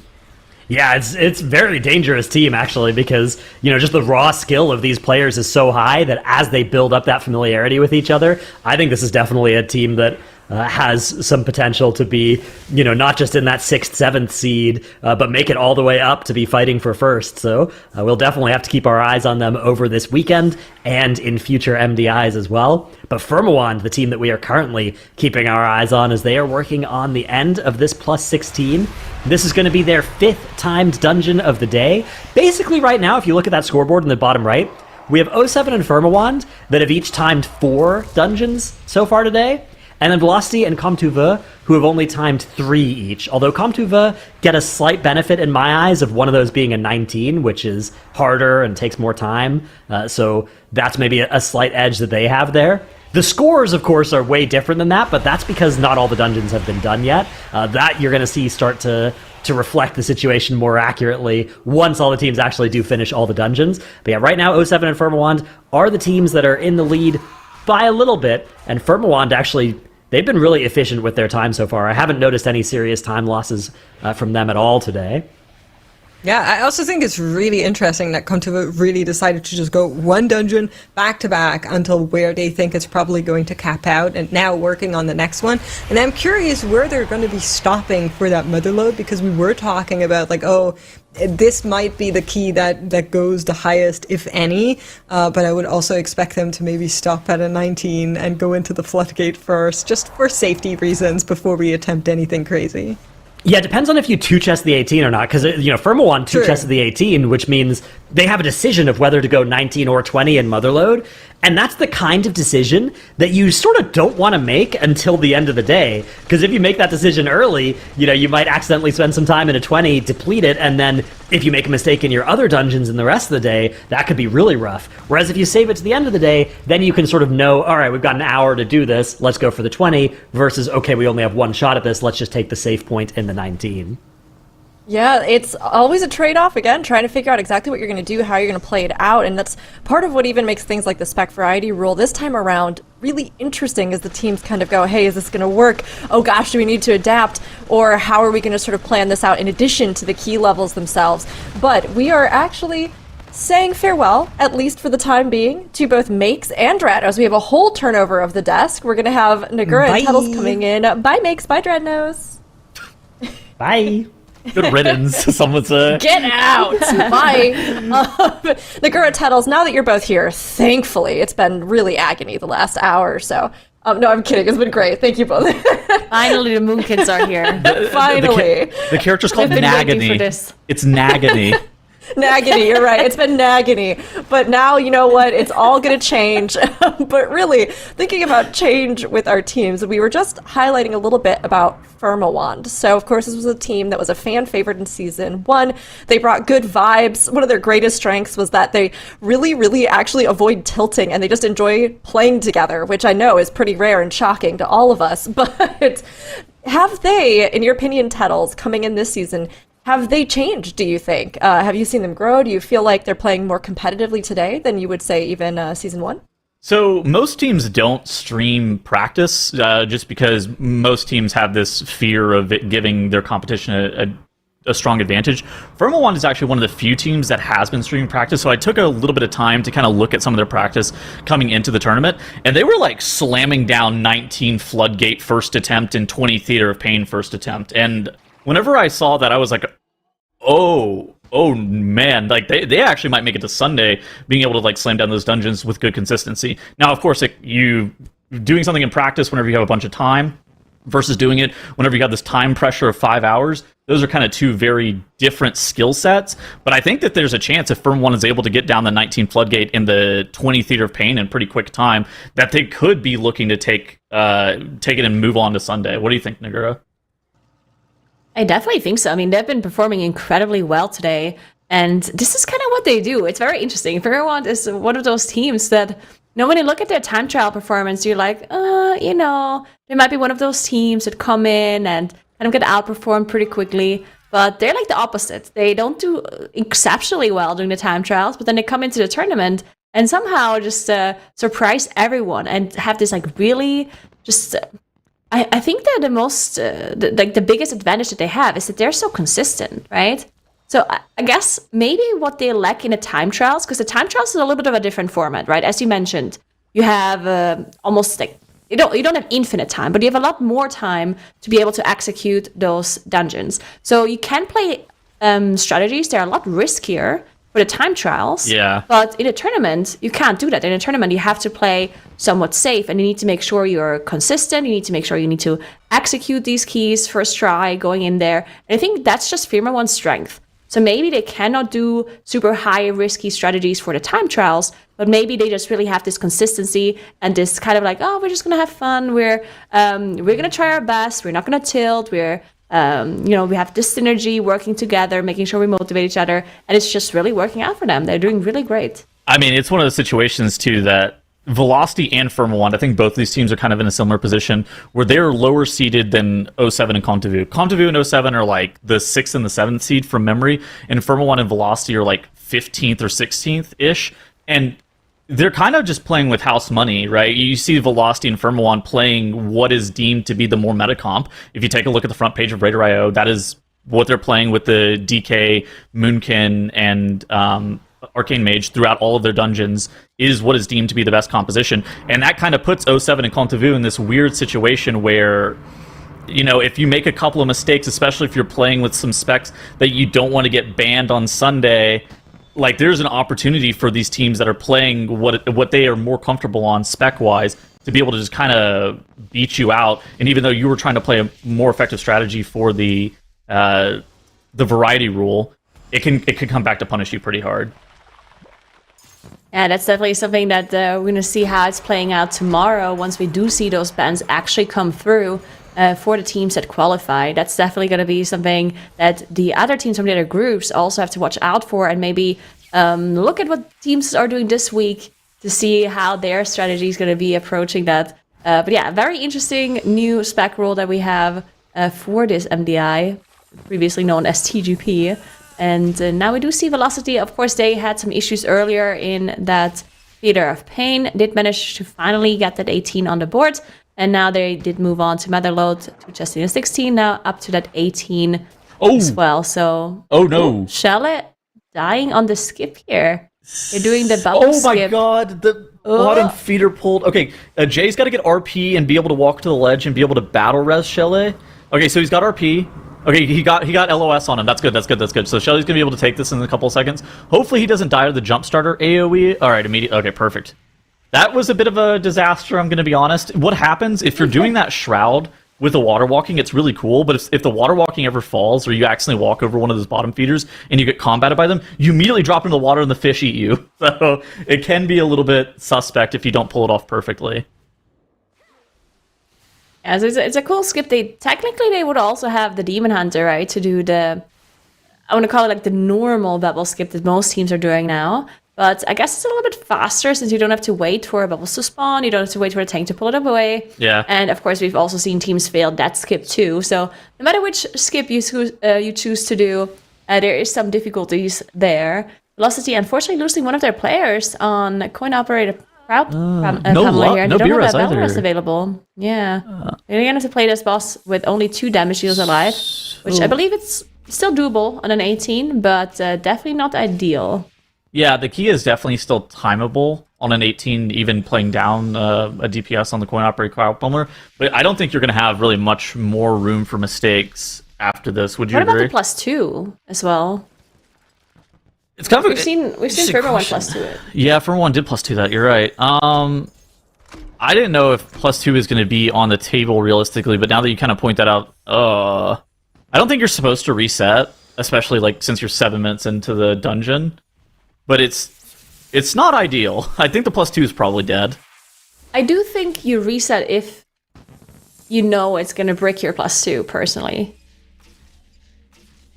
Okay, so if you know you can +2, and you know it's going to be like within like a 30-second, 40-second timer or a minute or so, then I think it's actually the smarter way to reset. Now, obviously, you could reset, go in, and then still miss the 2 chests, which, of course, then your whole reason was for no reason. Exactly. Which is a risk. So we've seen teams do different things, honestly, when it comes to these 2 chest or 3 chest misses. We've seen some teams continue, even though they knew that they're going to be missing that chest, but they didn't want to take the risk. And then we've seen teams just go out. So, yeah, interesting. Velocity definitely not going out, though, because they would have ported a while ago if they would have decided to do that. In the meantime, though, 07, after that issue with the bubble skip, did recover and are now back on those double jump starters right in front of the last boss. Bloodlust not available for 4 minutes, actually. Yeah. So they were playing a different route earlier where they were back pulling the that Blood Warper pull at the very beginning with all those hyenas. But it looks like, I think that these jump starters are about to give them count. So it seems like they might have actually changed up their route since then. Interesting. I wonder if that was just like a route like a Bloodlust change? Because obviously when you do 16, then you have different Bloodlust timings compared to the 18. Maybe they just adjusted it a little bit to make sure they have the last on the correct moments that they want it on. That's a good point. I don't really consider that. I don't really know. It's kind of... If they have different routes for different key levels, that's kind of funny. But it's one of those things that it's pretty infrequent that you have just like a bunch of different routes for different key levels, especially since the strategy is pretty different for like what mobs you're pulling and whatnot. But I guess I'm really interested in seeing what 07 does for like the 17 or the 19 and potentially even the 20 in this place. Yeah, we'll see. Very interesting for sure. We do see Kamtava here using that boss position to make sure all of the bombs are spawning pixel perfectly on one spot onto the boss. Yeah. Which is actually an approved strategy that they submitted before and was approved by the admins. So they're allowed to play this strat, which obviously makes the bombs quite a bit easier to use. Since you don't have to run around and get them into the boss, you just all have them neatly stacked up and you can just click them one after the other. It's kind of interesting as well because the Arcane Mage, being able to optimize the bomb duration on the boss to where they can get their full Arcane Surge or their Touch of the Magi off on the boss is like a really big deal. And so by being able to immediately kick 5 bombs, and what you do is you macro interact, just like the interact macro, and then you press it. And you press it 5 times, it puts 5 stacks of the bombs on the boss, and then you wait and you delay it as long as possible to kick that 6th one in. That allows the Arcane Mage to be able to get their full burn onto the boss, and it's like a huge damage swing if they're able to do that versus not. And so that's one of the biggest reasons and most important reasons, kind of like Nigura was saying, is that you would do that as well. Yep, very cool to see them pulling it off as well. As we now have 07 on the last boss on their plus 18. We do know that 19 is doable because we've seen it done yesterday, and as Tettles mentioned, we have also seen Firmawand do it in their practice. So it is possible that 07 goes into 19 right afterwards. Now, obviously, for this 18 here, they have more than enough time left. They have 6 minutes left. 2 battle rushes available as well. Bloodlust coming up in a minute, so they're definitely going to be fine unless some major mistakes happen here. One thing I guess I did want to note about this boss is that there's quite a few people that don't know that they can walk over these water puddles if they're not electrified. Yeah. I was one of those people. I kept avoiding them at all costs because it looks like a bad puddle, right? You've been taught in World of Warcraft for the longest time that puddle is bad, so you do not want to walk into them. But water actually does not hurt you. So you can walk in there unless they are, of course, electrified, which you can do with the circle that we just saw on Royban, which also does an insane amount of damage and leaves it up behind that you should use the defensive on. But then also the sparks, of course, that you have to kite into the water for them to disappear. So just make sure they're not electrified and you can walk through them to position yourself better to get those sparks in. Chat, write that down. Water does not hurt you. That's the very important lesson that you can learn from this. Water does not hurt you. Actually, really nice for hydration. You should drink some water right now, guys. Yeah, go get some water. But then come back, because this is very important. All right. I think that for 07, the most likely thing that I think they're going to do next is they're going to put up the 6th dungeon with this kind of comp that they've been running and go to that Motherload 18. Do you think that that's the most likely thing that they're going to do next? Yeah. Yeah, I think so. I think it makes sense, especially now that we've seen other teams do the 18 as well, 2 chests, right? Maybe they were just wondering if that is something that they really have to push for, because we saw 07 earlier in that 16 Motherload do a double war machine pull into the last boss. And I was thinking, whoa, they're only going to do this on the 16, right? But maybe that's their plan for the 18-2 chest, and maybe they're not super sure if they can pull it off. Yeah. So maybe they're kind of waiting to see what the other teams are doing. But now that they see that the 18-2 chest has been done by Firma 1, maybe they're like, you know what? Okay, we're doing it.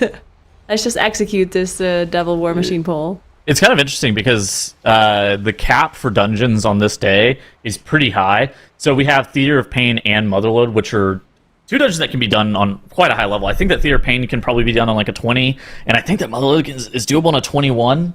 It's more of a question of like, are you going to have enough time to be able to do both of those kind of things? But I mean, that's a lot of dungeons that you're going to have that you still have left to do today. And so I think that Floodgate's probably only going to go up to a 19, but getting that +2 on that 18 Motherload, that actually saves you a lot of time, is kind of the most important thing to know about that.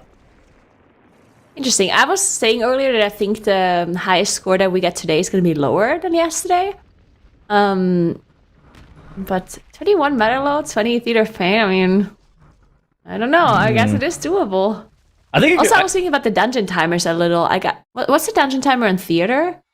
34. That's one of the longer ones. 34, okay. Yeah, I guess there's not a big difference in dungeon timers. Hold up to make 100% sure. Yeah, so Theater's 34, Floodgate's 33, and Motherload's 33. Or no, Motherload's 32. Motherload's 32, I think. Yeah, so it's not super long. A little bit on the longer side, but it's like the minute difference here and there is not going to be breaking it, right? So that's not going to be a major problem for them. We do see Firma 1 here approaching Gore Chop 200 plus 18. Firma 1 is playing so clean. I do really not want to jinx them. Like, I feel like I've been talking them up so much that they're probably going to wipe or something now. Is it unrealistic to say that they've been playing the best so far out of all the teams that we've seen today? Did? Like, yeah. I personally think they're literally in the number 1 spot. And not just like from like a score POV. I think they're literally like also like, because sometimes you see when it's early in the day or it's halfway through the day, you look at the score and they're not really representative of what actually happened, right? Because one of like the best team did not do all of the dungeons yet and didn't get like the highest score or whatever, right? But I think right now, I do think that Firma 1, not only are they in the leaderboard first, they're also like, from the performance, I think they have been doing the best. Looks like they're... Which is crazy for the last seed coming in. Well, I mean, look at their time in this Theater of Pain. They're 13 minutes into the Theater of Pain. 07's the only other team that has the same score as Firma 1, but they're just starting their Motherload, so you would assume that Firma 1 is 13 minutes of real time ahead, where 07 are. What about a break then? Did Firma 1 take a break already? And it took 5 minutes at the start, right? I remember. Your logic's not going to defeat my emotions here. It doesn't matter if they take a break or not.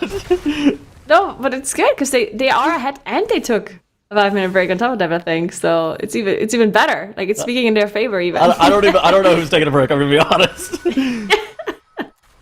Well, I'm sure production is going to tell us in just a moment who's been taking breaks, so we can update you on that one as well. But yeah, comes about there on their plus 18 Azeroth, about to finish that one off. And then they're going to be going into that somewhat difficult trash area between Azeroth and Rixta that we've seen some one-shots here and there on the higher key level. So we'll see if they can execute it this time around. I kind of expect... I don't think that this is going to go super bad for Contevu on an 18 here. You basically kind of just play around the offensive CDs in this area. Every single time you have Arcane Surge available, you pull a Mastermind and just let the Mage kind of tee off on them. Every single time you have Unholy Assault and Dark Transformation combined with the Power Infusion, you pull every single test subject and you go to Rat City and you just completely blow up all the rats on top of all the additional trash packs, and you try to get as many like assistants on top of that as possible. So you just kind of play this area a little bit slow. So they dumped all of their offensive CDs on this first pull, and then they're going to do a slightly smaller cooldown recovery pull in this next area. There are possibilities of, like you said, deaths happening, but assuming that you just don't get too ambitious with those weapons testers, it should be more than fine. Yeah, just don't pull too much. One by one, W route. Play safe. Motherload's got so much time. I think the world first level for this key on live is done first off with worse gear because they have basically full best in slot on Tournament Realm. But secondly, it was on a 20. They were like 3 minutes under. Actually, just insane. Okay, yeah, you have so much time in here. Yeah, that is crazy. The one thing that is the most difficult here for the 18 is getting the 2 chests, right? Because obviously we know that it's possible. But timing a key is one thing, but 2-chesting it on a plus 18 is another thing. Absolutely. So we're going to have to see some crazier pulls here and there, something that is a little bit more risky, potentially, to be able to get the 2-chest in and then immediately jump into the 20 rather than having to do a whole 19 run afterwards, which, of course, would be a pretty big time loss in comparison.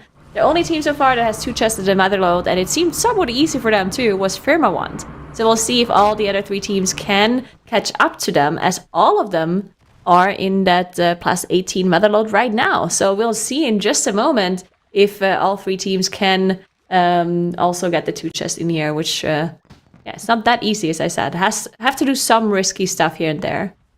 I think this is the first time we're also seeing Shaloon. I think he's been on been on the Warlock most of the day so far, so this 18 ML is the first time that they've actually started playing this. They're playing a really interesting way of dealing with the class variety rule. I know at the end of the day we're going to have like a graphic. I'm really interested in seeing what the breakdown on all their specs are, because we're watching it in real time. They're playing like this like staggered play style of like slowly feeding in one additional spec, one additional spec, one additional spec, and I wonder what they're going to end up having banned at the end of the day. Yeah, that's actually a very good point, because they did do the 16 earlier, and in the 16 they played Guardian Druid, they played Mage for sure, Resto Shaman Rogue, and Warlock? Was it? Yeah. Yeah. So, yeah, very interesting that they're switching their combo around so much. There's this one thing that makes that I was thinking, like, maybe that's true, but oh, sure, because they were playing Prot Paladin and they were playing Guardian Druid, which seems like a weird thing to me, for at least when it comes to the spec rule. If they just did it for some utility, okay, fine, right? But for the spec rule, you don't necessarily want to play 3 different specs on a roll, right? No. You would want to just stick to 2 to make sure that one of them is going to be the one that you choose to be banned. So, but now we have Drogo already in the 3rd tank for today. He played Prot, Guardian, and now on the Vengeance. Surely they're not going to let Vengeance Demon Hunter get banned, right? Yeah, that's what I was thinking. So it makes that maybe they're trying to have the highest played spec like be somewhat on a low end. Like they're switching basically classes or specs a lot to make sure that the highest played spec is maybe already on, like, let's say 4 dungeons. And then they could ban out, like, let's say Guardian Druid and Prot Paladin. You know? Potentially, but... Interesting. It's one of those things that we'll be able to figure it out, like, as the day concludes, when we end up getting those graphics. On screen right here, we have a death to Rossum on Velocity. It looks like he was lagging a little bit, or maybe he was just, like, running in place. I couldn't exactly tell what was going on. Velocity does have this War Machine on top of Rixa Flux Flame. Rixa Flux Flame does end up going down, and now Rossum is able to res up and hopefully get his team topped up after this War Machine. I feel like this is not in the 2 chest range anymore. It probably would have been, though, if they weren't 4-manning that first boss, though, Nagura. Yeah, I do think so as well, that they would have been fine, but now it's definitely going to be very difficult, if not impossible, for them to get there. They still need to make sure they time this key now, because I don't think resetting now or even depleting this key would make sense. Well, I guess one thing you could say, that even if they deplete this 18 now, it would not be the end of the world if they go in again and then 2 chests the 18. Because at this point, we're in 1 chest range, right? So if they do this, they have to do 19 afterwards. If they deplete this and they do the 18 plus 2, then it's kind of the same thing in the end. In fact, it might even be quicker to do chest 18 rather than doing the 91 chest. So it wouldn't be the end of the world, and they wouldn't be like completely out. But yeah, still obviously not ideal for them. A lot of hours. We got like 2.5 hours left in the day. So I mean, there's a lot of dungeons still to be ran. There's a lot of mistakes that other teams can potentially make. Basically, if you're in this position as one of these teams, all you can really do is like focus on your own personal gameplay and just try to continue to time each and every single key in front of you. Sure, you're going to make mistakes here and there. Maybe you miss out on a 2 chest, but you can't really let that kind of affect your mental. You just got to keep rocking and rolling. And right now on screen right here, we have Firmawand with 6.5 minutes until the 2 chest is up. I don't think that they're going to be able to 2 chest this key so far. You typically need around 5.5 minutes whenever you kill Koltharok off to get to Mordretha, but they were too fast for their Bloodlust. So typically that Bone Reaver pull that they just did, that's normally on like a really high level key, your Bloodlust. So Firmawand is much ahead of, is pretty far ahead of pace of what you need to be able to time this key. On top of that, like a Gore Chop split that's around 19 minutes, maybe like 19:30 is approximately the time that you need to be able to be looking just like, all right, this is the minimum for us to be able to time this key. So they're pretty far ahead of that. Yeah, definitely doing really well so far in that TOP. We're going to take a look at them a little bit later once they are on Mordretha as well. Kamtava here on their way to the last boss, to Mogul Rustang, as they have to finish off some more War Machines. The Bloodlust is coming up in just a moment as well, so we'll see. They still have to pull quite a lot of trash, so we're probably going to see the double War Machine pull potentially onto the boss. Looking at a 2-minute timer for them, a 2 chest timer for them. 6 minutes left. Definitely still looking good. How long does the last boss take on an 18? What do you think? For Motherload? Yeah. With Lust, it's probably somewhere around the 4-minute mark, maybe like 4:30. I'm thinking probably like 4 minutes though. The boss can go down pretty quickly, but they're still pretty far behind on count. I think they're going to need the double... actually, I don't know if they're going to need double War Machine. Maybe they only need one more with the Specialist. I don't know what they have ahead of them. Yeah, it looks like we're grabbing mines in a single War Machine. Yeah, it looks like it. How did I skip the War Machine at the end? Tank meld. Oh, no, I think what they're doing is just skip this Shadow Melt and then pull the 2 War Machines into the boss, no? What is happening? I'm confused. I think we wanted all these mines fixated onto our tank because our healer has to heal the charge shot dot, and our DK if he gets a mine on him, it's like it's exactly what you see on screen right here. This guy's doing no damage. We're walking around. Okay, so the reason why I was confused, I thought they would want to pull like the last trash they need onto the boss somehow because of the timer being a little bit close now. Because at this point, if they don't pull this on boss, which doesn't seem like it, and then still have to skip the double War Machine at the end, it's gonna be a bit close. But still possible. Okay, so if you say it takes around 4 minutes, then I think they can still do it, but definitely a little bit close for them here. I mean, they gotta get into gear like right now. I mean, you are gonna have multiple. When's the Arcane Surge up? Arcane Surge is up in 45 seconds. Oh man, this is going to be really close as to whether or not they're going to be able to 2 chest this Nagura. So, Firmawand pulled Mogul Rustang. I think... Okay, they needed 4 minutes and 8 seconds. Okay, we gotta go. 4 minutes and 8 seconds. Hurry, pull the boss! Oh my... Oh, we gotta lock it this time. Okay, now the question is, do you lust on pull with all of your offensive cooldowns? Okay, the answer is yes. We're immediately lusting on pull. I think this is totally fine. You're not trying to play this for safety. A lot of times you'll see teams like lust the intermission or something like that, or like Pugs will lust the intermission or the second phase. Both are totally fine.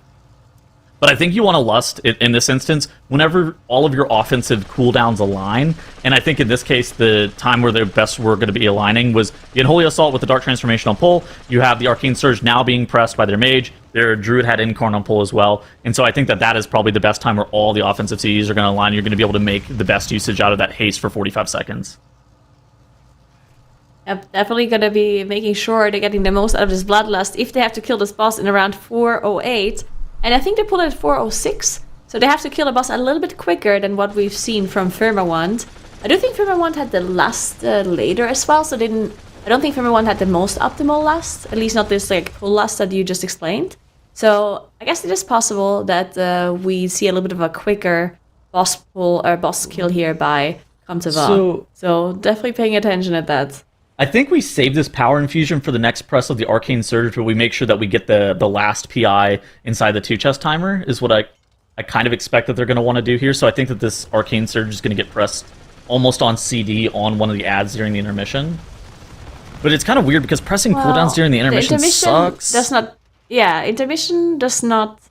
Because the way the intermission works, right, is that it's kind of like a timer and not really... Like, you cannot speed it up by doing more damage. Of course, you can make it safer by killing the ads quicker, but in the end, the boss decides on when he's going to come back whenever you're done with all of the smashes, right? So... Yeah, it looks like holding PI might be the play. Like holding all cooldowns might be the play, actually. Even if you don't get an extra usage, it still lines them up better, maybe.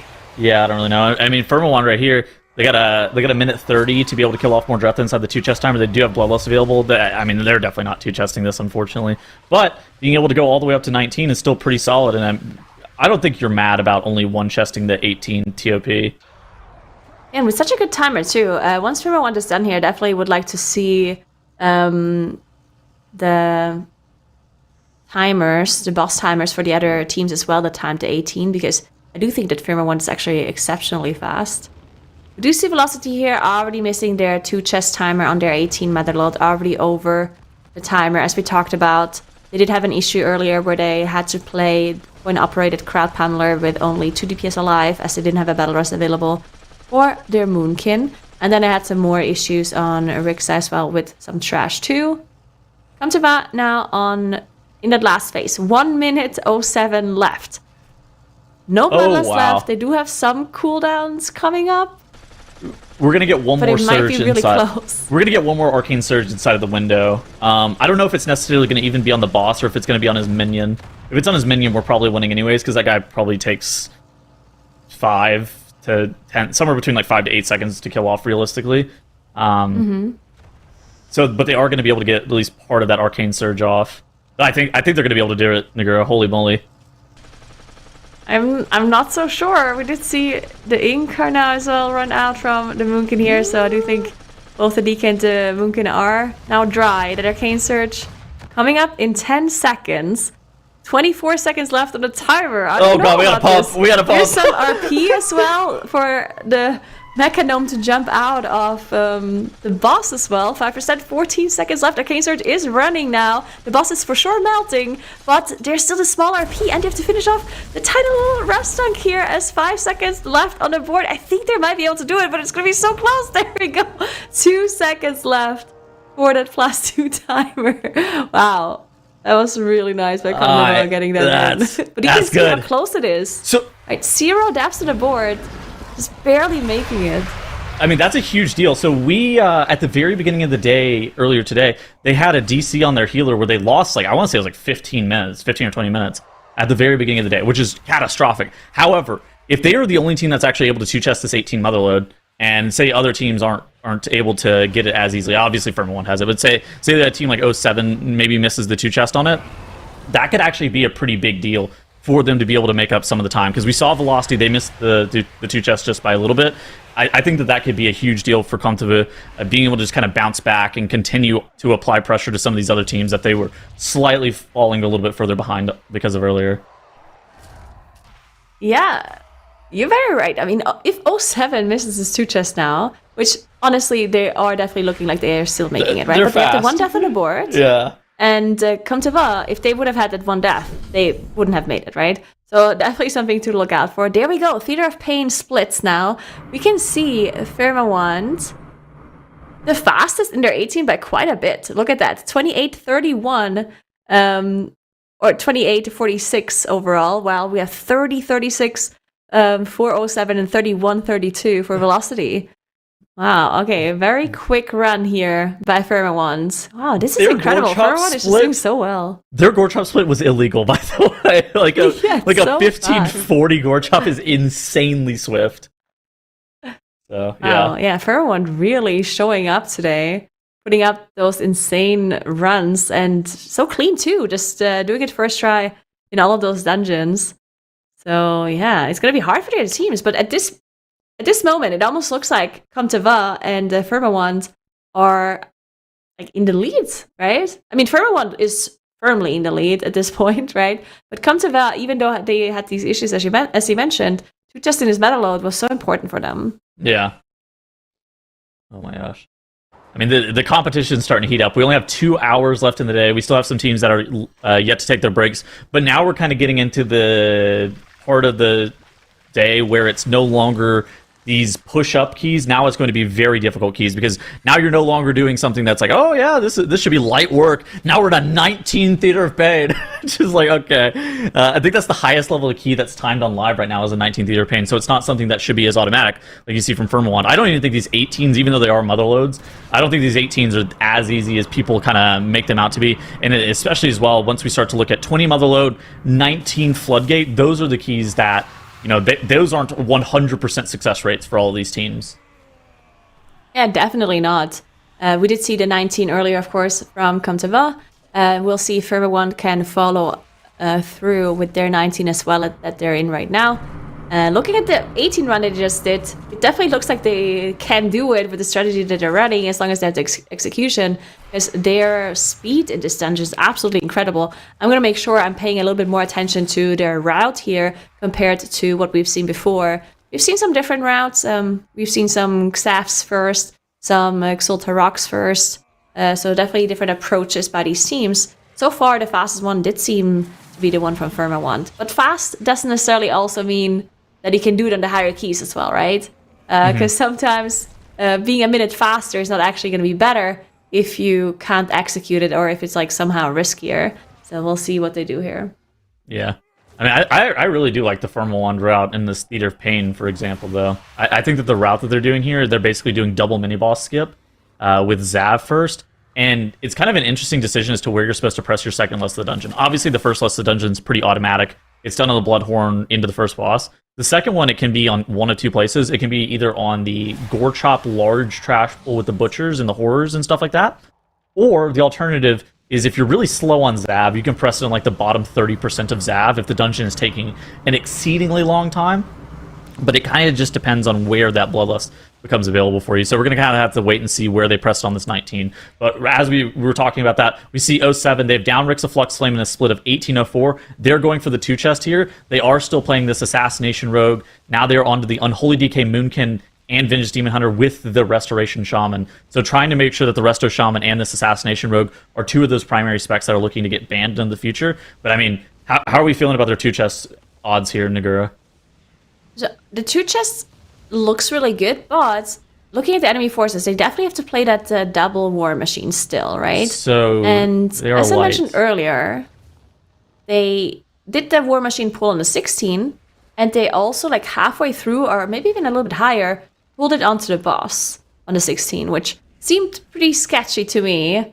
And I was thinking, okay, I don't think they'll do this on an 18, but they might have this strategy where they say, you know what? We're going to play the 2 war machines solo without the boss, but if the timer is close for a 2 chest, then we will pull it on. But looking at the timer, they have 6 minutes 24 left for the 2 chest. And we know that the last boss dies in around 4 minutes 5 to 10. Ish, yeah. So they have time, right? They have 2 minutes or so to finish off this trash before they have to pull a boss. So they're definitely looking pretty strong here.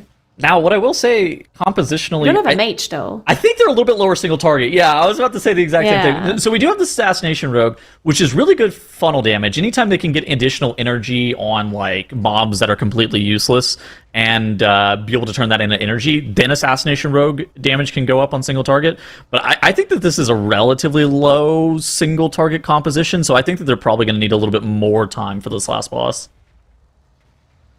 Yeah, I would tend to agree on that one for sure. Still, 5 minutes 40 does still look pretty safe, even with this comp here. So I think they can play it as safe as possible here, finish it off.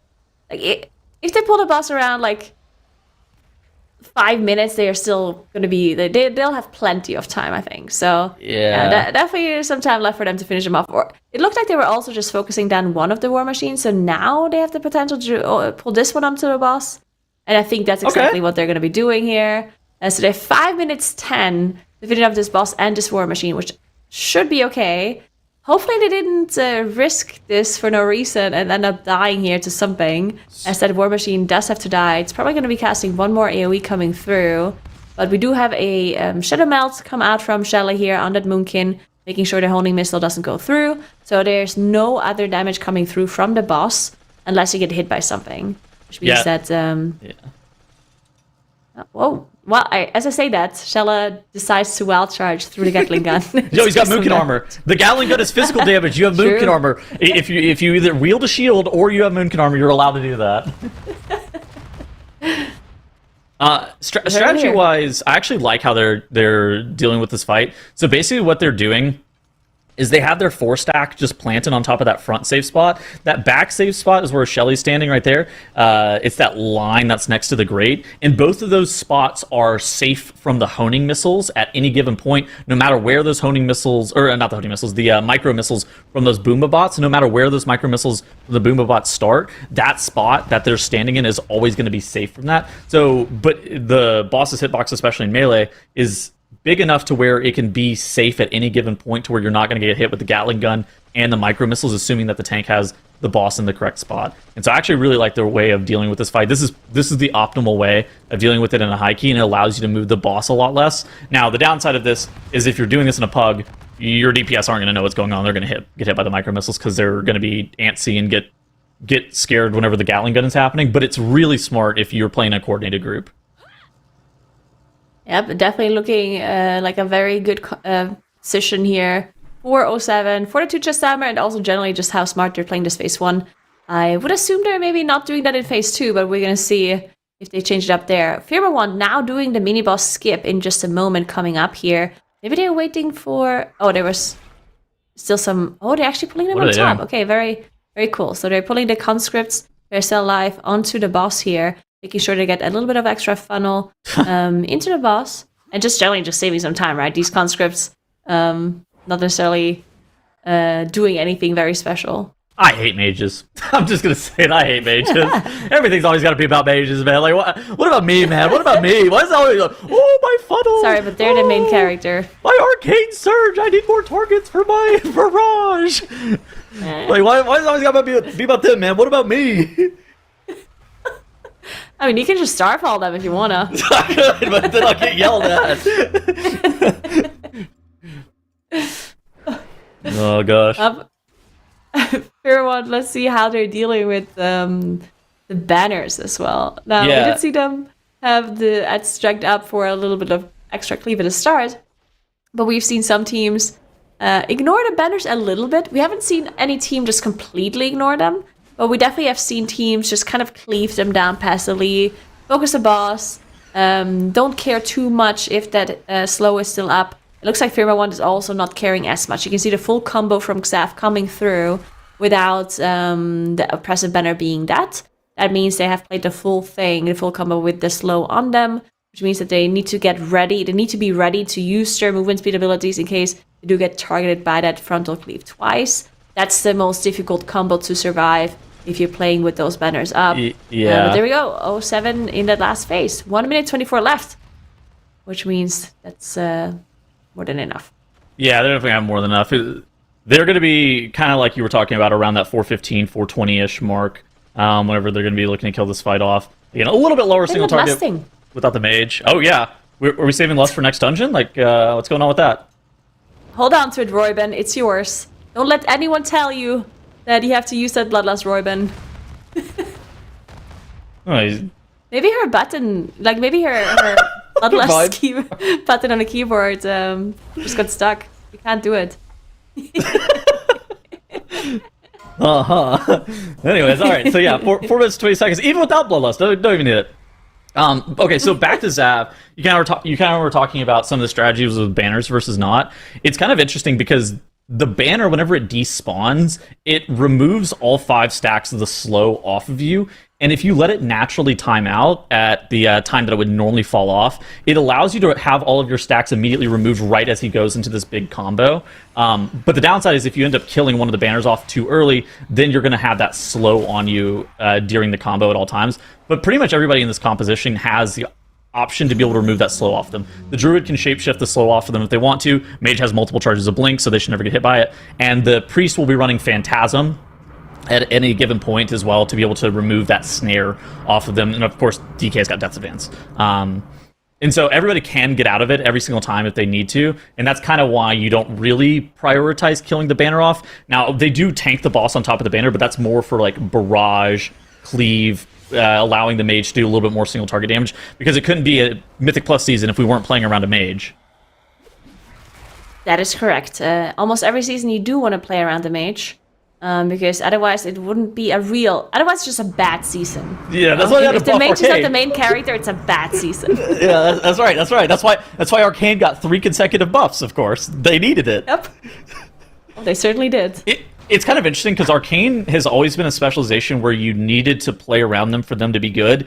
It just hasn't been good enough for you to be willing to play around them until right now, where they are the highest DPS in a couple dungeons, Theater of Pain and Rookery being those two that I think are by far their best dungeons. And then they're just the most useful. I would describe them as a timer specialization, where they increase your speed in the dungeon, even though they might not be the best damage on the meter at all times. So what is Firma One doing here? They only That is a pulled good the question. horror. This is very interesting. So their priest is drinking? And Shadow Melt? Okay, so the priest Shadow Melt is a drink. Maybe...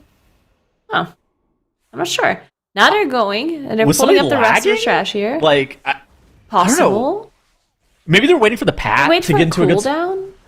The only thing I could think of is the pat was in a really bad spot and it was like on the far side, and so they were waiting for that patrol to Maybe. get into a good position to where the tank could immediately tag it. Typically, your ranged can just tag it immediately, and it's not that big of a deal. But maybe they wanted it to be a little bit more consistent and get the pack gathered a little bit earlier, allow that silent sigil to come down and hit all the mobs whenever you needed it, because you're a little bit on a timer on this pull. If you get too many sludge spear casts going off, people can die. But I mean, the way that they have this pulled and gathered, I mean, it looked automatic. They just popped the A-bomb limb and they just deleted the trash pack.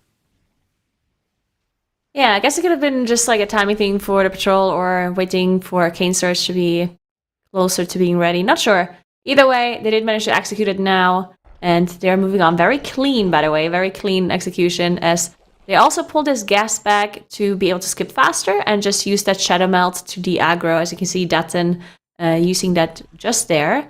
And now they're going to be gathering a new pull, probably also pulling in this gas back. Keep in mind, we're still on a 19 here, which is an incredibly high Theater Fang key. It looks very smooth when they execute it here, but this is a super difficult key. Honestly, like the way they're doing it, it looks so clean. It looks like they're doing 17 and 18, right? Like, the fact that they're a 19 and just having such a clean run is incredible. It's pretty scary because they have 2 of the sludge spewer caster mobs in this pull, and you typically don't have enough kicks to be able to get both of the sludge spewers covered every single time. So you have to really watch out for any of that group-wide damage at the exact same time the gas bag is pulsing AoE. So it's a fairly dangerous pull to be able to just like run the double sludge spewer into this on pull. They really need to make sure that their CC chain is very well planned, and I mean they dropped the Sigil of Silence right there to be able to lock both of the sludge spewers out. And I mean, Firmawand look awesome here, Nagura. Firmawand are so strong. I'm going to jump in. I'm going to steal from you, Nagura. They look so awesome right now. But the good thing is that I'm going to be able to tell you that you can go take a break. So thank you so much, Nagura, for hanging out and providing your commentary. And we will be getting Dratnos in, but we'll see you soon, okay, Nagura? All right, bye. Bye. And Dratnos coming in, I mean, this has been a phenomenal run from Firmawand, right? So here, for anybody just jumping in, right now we're watching this neck-and-neck sort of competition between our 2 top teams right now. Firmawand, who are relative newcomers who've worked really hard to refine their skills from Season 1 while always keeping good vibes alive. And O7, which is a team full of really notable names like Chalet, Roybin, Dr. J, and Drogo that have a ton of experience under their belt. But Firmawand right now are in a run that could possibly, maybe, be one of the fastest 19 Theater of Pains we've seen. I mean, Dratos, was this what you were expecting to see from them today? I know Firmawand came into today at such a lower seeding than 07, but they've been playing so well today. They have better time tiebreakers in the dungeons that both teams have done. They're 2 minutes faster in Floodgate, 2 minutes faster in Theater.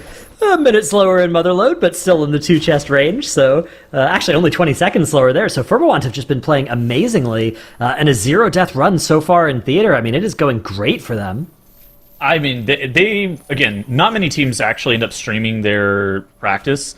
This was one of the teams that was streaming their practice, and they looked pretty automatic in 19 Floodgate and 19 Theater of Pain. I even watched a decent amount of their practice whenever they were practicing the 20 Theater of Pain. So I wouldn't be shocked if they end up putting up 20 Motherload, 20 Theater of Pain, and 19 Floodgate, which, if you're the other teams, you got to be kind of scared about Firmawant if they're putting up that score. Yeah, I mean, the problem is, so 2 teams make it out of our day today, but both Firmawand and 07 are looking so good that if you're Come to the or Velocity, you're looking at this and it's like, how we gotta get ahead of one of these teams, but there's only 2 hours left in the day, and Firmawand in particular have just been playing lights out all day so far, but the last 2 hours are way more important than the first 3 hours. This is when teams are going to be attempting those higher level keys, those keys where, it's less about not making a mistake and more about doing an incredible run that is low chance of success. So it's going to be exciting to see them attempt that. And yeah, Firmawand, if they keep this up, they could definitely end up with a very impressive scorecard. I mean, their Gorechop split's about to be incredibly good. You typically need, worst case scenario to be able to time this keys, maybe a 1930. Probably 19 minutes is probably your best case scenario here. For a minimum, this is the minimum that we need to be able to time this key. They're going to have a 17 something. So we're going to be well under the timer to the point where we can still make some mistakes and be looking to time this key for Firma 1, that's great news for their possibilities of being able to time this even on a key level higher. But it's just about consistency. Kind of like you were saying, the consistency is going to be by far the most important thing, especially in these dungeons that are such high level that they shouldn't be as automatic as the lower level keys. Okay, so after this dungeon, Firmawand, I have an interesting question for you with the Spec variety rule. I wonder if Firmawand should look at it after this dungeon and be like, okay, we're in a good shape of qualifying. Can we shuffle around our specs to not ban, say, Vengeance Demon Hunter? Actually, they're already saving Vengeance Demon Hunter, and then banning Disc Priest is fine, but maybe, I guess, and then they're just going to lose one of these 3 DPS specs. So maybe it's going to be okay, but what I'm thinking is maybe they're far enough ahead that they could do some keys with an off-meta comp, but the problem is they've done so many keys already that I don't think they can do enough to fix that, so I think they're already locked in. You said they're not losing Vengeance? No, they did 1 Guardian Druid key to save Vengeance Demon Hunter already, so... They're losing 2 of their DPS then. Right, okay, yeah, so... Not just but there's no DPS. way to fix that except by playing a bunch of keys with a different DPS at this point, which they can't do. There's not enough time. We just go for the glory. That's a Sunday problem. We'll figure that out tomorrow. I wouldn't. Yeah, exactly. I think we worry about qualifying because realistically, Firmawand isn't supposed to be winning this, right? They're like the 15th or 16th seed. And Fontavu is like the 7th seed with 07 being the 6th seed. So Firmawand being ahead of all of these teams right now is kind of an unexpected outcome. And I think that they came into today, you kind of pointed this out whenever we were talking about it top of show yesterday. There's kind of different strategies for how you go about the spec variety rule. And one of which is we'll figure it out later. We are just trying to qualify to Sunday. And I mean, this team is putting on a clinic while quote unquote just trying to qualify to Sunday. Yeah, I mean, they're making themselves stronger today by doing that, but at this point, there may be, if only there was a way, because they're so far ahead today that, they might look back on today and be like, man, I wish we had done more to save these specs for Sunday, because if we had, I mean, I think they're playing at a level where they could be one of the 2 teams potentially joining Wunderbar coming out of this group. But if they come into tomorrow without access to that comp, and you look at another team that's likely to make it, right, would potentially be 07, who have done the work to spare the comp, I think that they're going to have a really tough time tomorrow. Okay, so hear me out, though. And we talked about this a little bit last season where we saw Firmawand. They have something that's unexpected that the other teams don't. Voodoo. They had it last season, too. They had Voodoo last season. Unfortunately, do we think that they don't have an interrupt on that Bone Magus? No, we don't lost a player. We kept our Solar Beam. I'd rather die than press Solar Beam on this pull. Very fair. Actually, maybe you could press on this pull. It's 45 seconds now. It's OP. Yeah, look at that Gorechop split, 16-45. I mean, they are in such good shape here. That was the first real mistake of the dungeon, was just letting that kick through on the Bone Spear. But It's only going to cost them a little bit of time, maybe 20, 25 seconds total. I'm pretty sure their gore chop split in a 19 is faster than most teams in an 18. Yeah, they are zooming. I think we are very fast here. I'm not concerned about their ability to be able to time this key. So, and look at this, too. They immediately grab both sides of trash here, just with the DK, just grip, and then they slam down the Solar Beam, we slam down the Silent Sigil, and then the DPS check harder than Mythic Gallywix, but we beat it anyways. Incredible work for Firmawand, yeah. Great pull. One of those pulls that is really enabled by those AoE stops being as powerful as they are. Solar Beam in particular really just keeps those mobs from casting for so long. Used to be Sigil of Silence would do a lot of that work, but it only is a very short silence these days. But Solar Beam is still a very long one, so extremely powerful. Sad You gotta be news for careful, by the way, if you're Silent ever in this area and you're playing with a Sun Fury mage, gotta be careful. Make sure they untalent the spell steal on their arcane familiar in the hero talent tree. That stupid bird. Just make them play gravity laps for the entirety of the season. Yeah. This dungeon, Rookery. Rookery's the other one that you can get griefed. We're not seeing Sun Fury right now. We're seeing Spellslinger out of the Arcane Mage, but often Arcane actually can, and Fire usually does play Sun Fury, so it's a good little adjustment. If you're ever wondering why these Magi sometimes get pulled, it is from that, so have them swap that hero talent around. Okay, so Dranos, a problem has occurred. The problem being we're too fast. So our Bloodlust isn't available for this pull where you typically have Bloodlust, and now these Bone Mages are awfully They're living a long alive. time. Yeah. Okay, we've got PI and Arcane Surge coming out here, so if we can get one more set of kicks and actually being forced to Ring of Frost during Arcane Surge, and then come in and do a Blast Nova.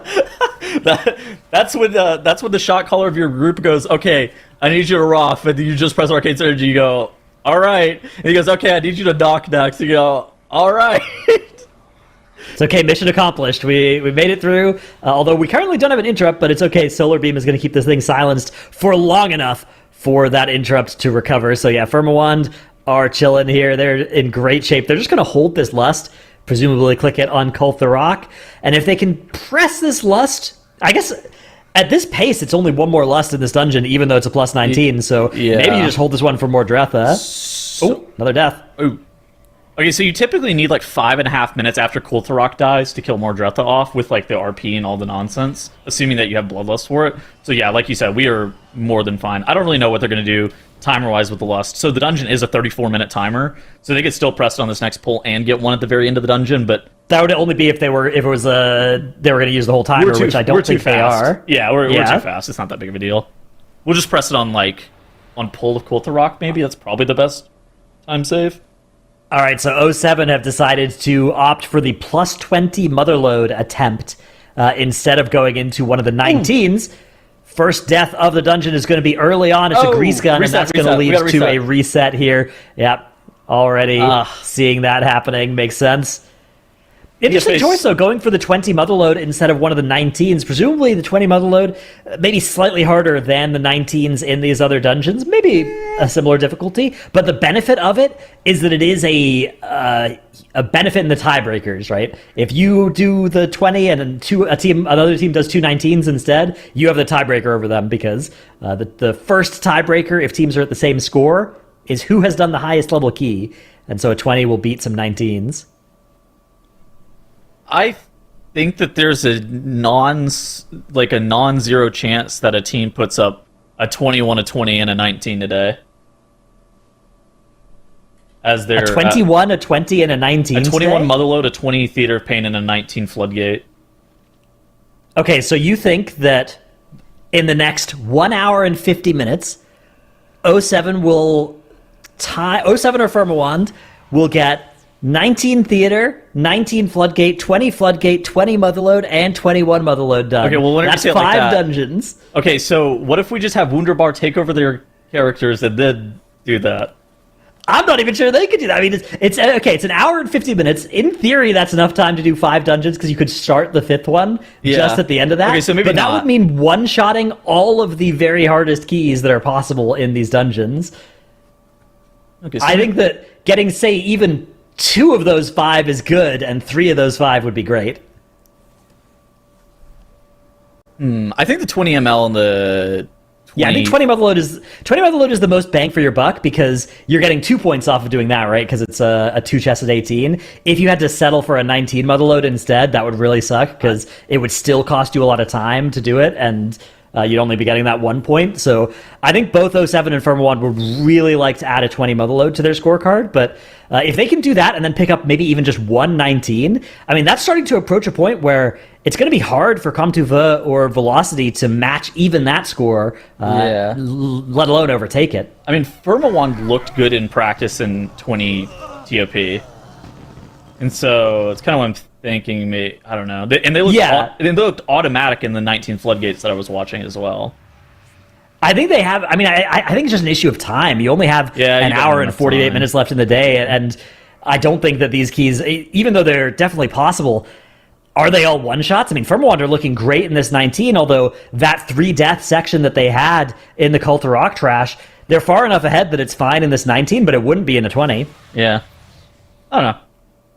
I guess we'll have to see. I think there's a chance, like, if any team was going to do it, I think at this point it would probably be Firma 1 because of how close they are to that time in the 19. So it'd only be 4 more teams, right?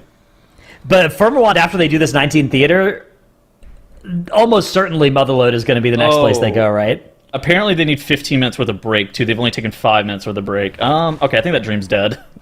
Yeah, so speaking of breaks as well, I'm happy to report that Com2V are taking their last break here, their final 10-minute break. So they will be all finished after that, and they'll be able to sprint to the finish line in our last hour and a half of the day. Should be pretty exciting. We are nearing the end of the day. For anybody who doesn't know our break rule, by the way, so it's a 5-hour day. We require teams to take 20 total minutes of breaks. They can split that up however they like, but they do need to take that during the day, and it has to be in the middle 3 hours. So you can't do it in the first or last hour of the day. How are you feeling about the team's positioning right now? So obviously we have Firma 1 and 07 tied at 54. Yeah. They're both tied at 54, and they both have the same 2-chest opportunity in the Motherload. I think I like Firma 1's play today a little bit better. Definitely relative to their seeding, Firma 1's have been huge overperformers as well. Yeah. 07 have also looked great, though. The thing I like about 07 is that they did the work to spare this full comp for tomorrow.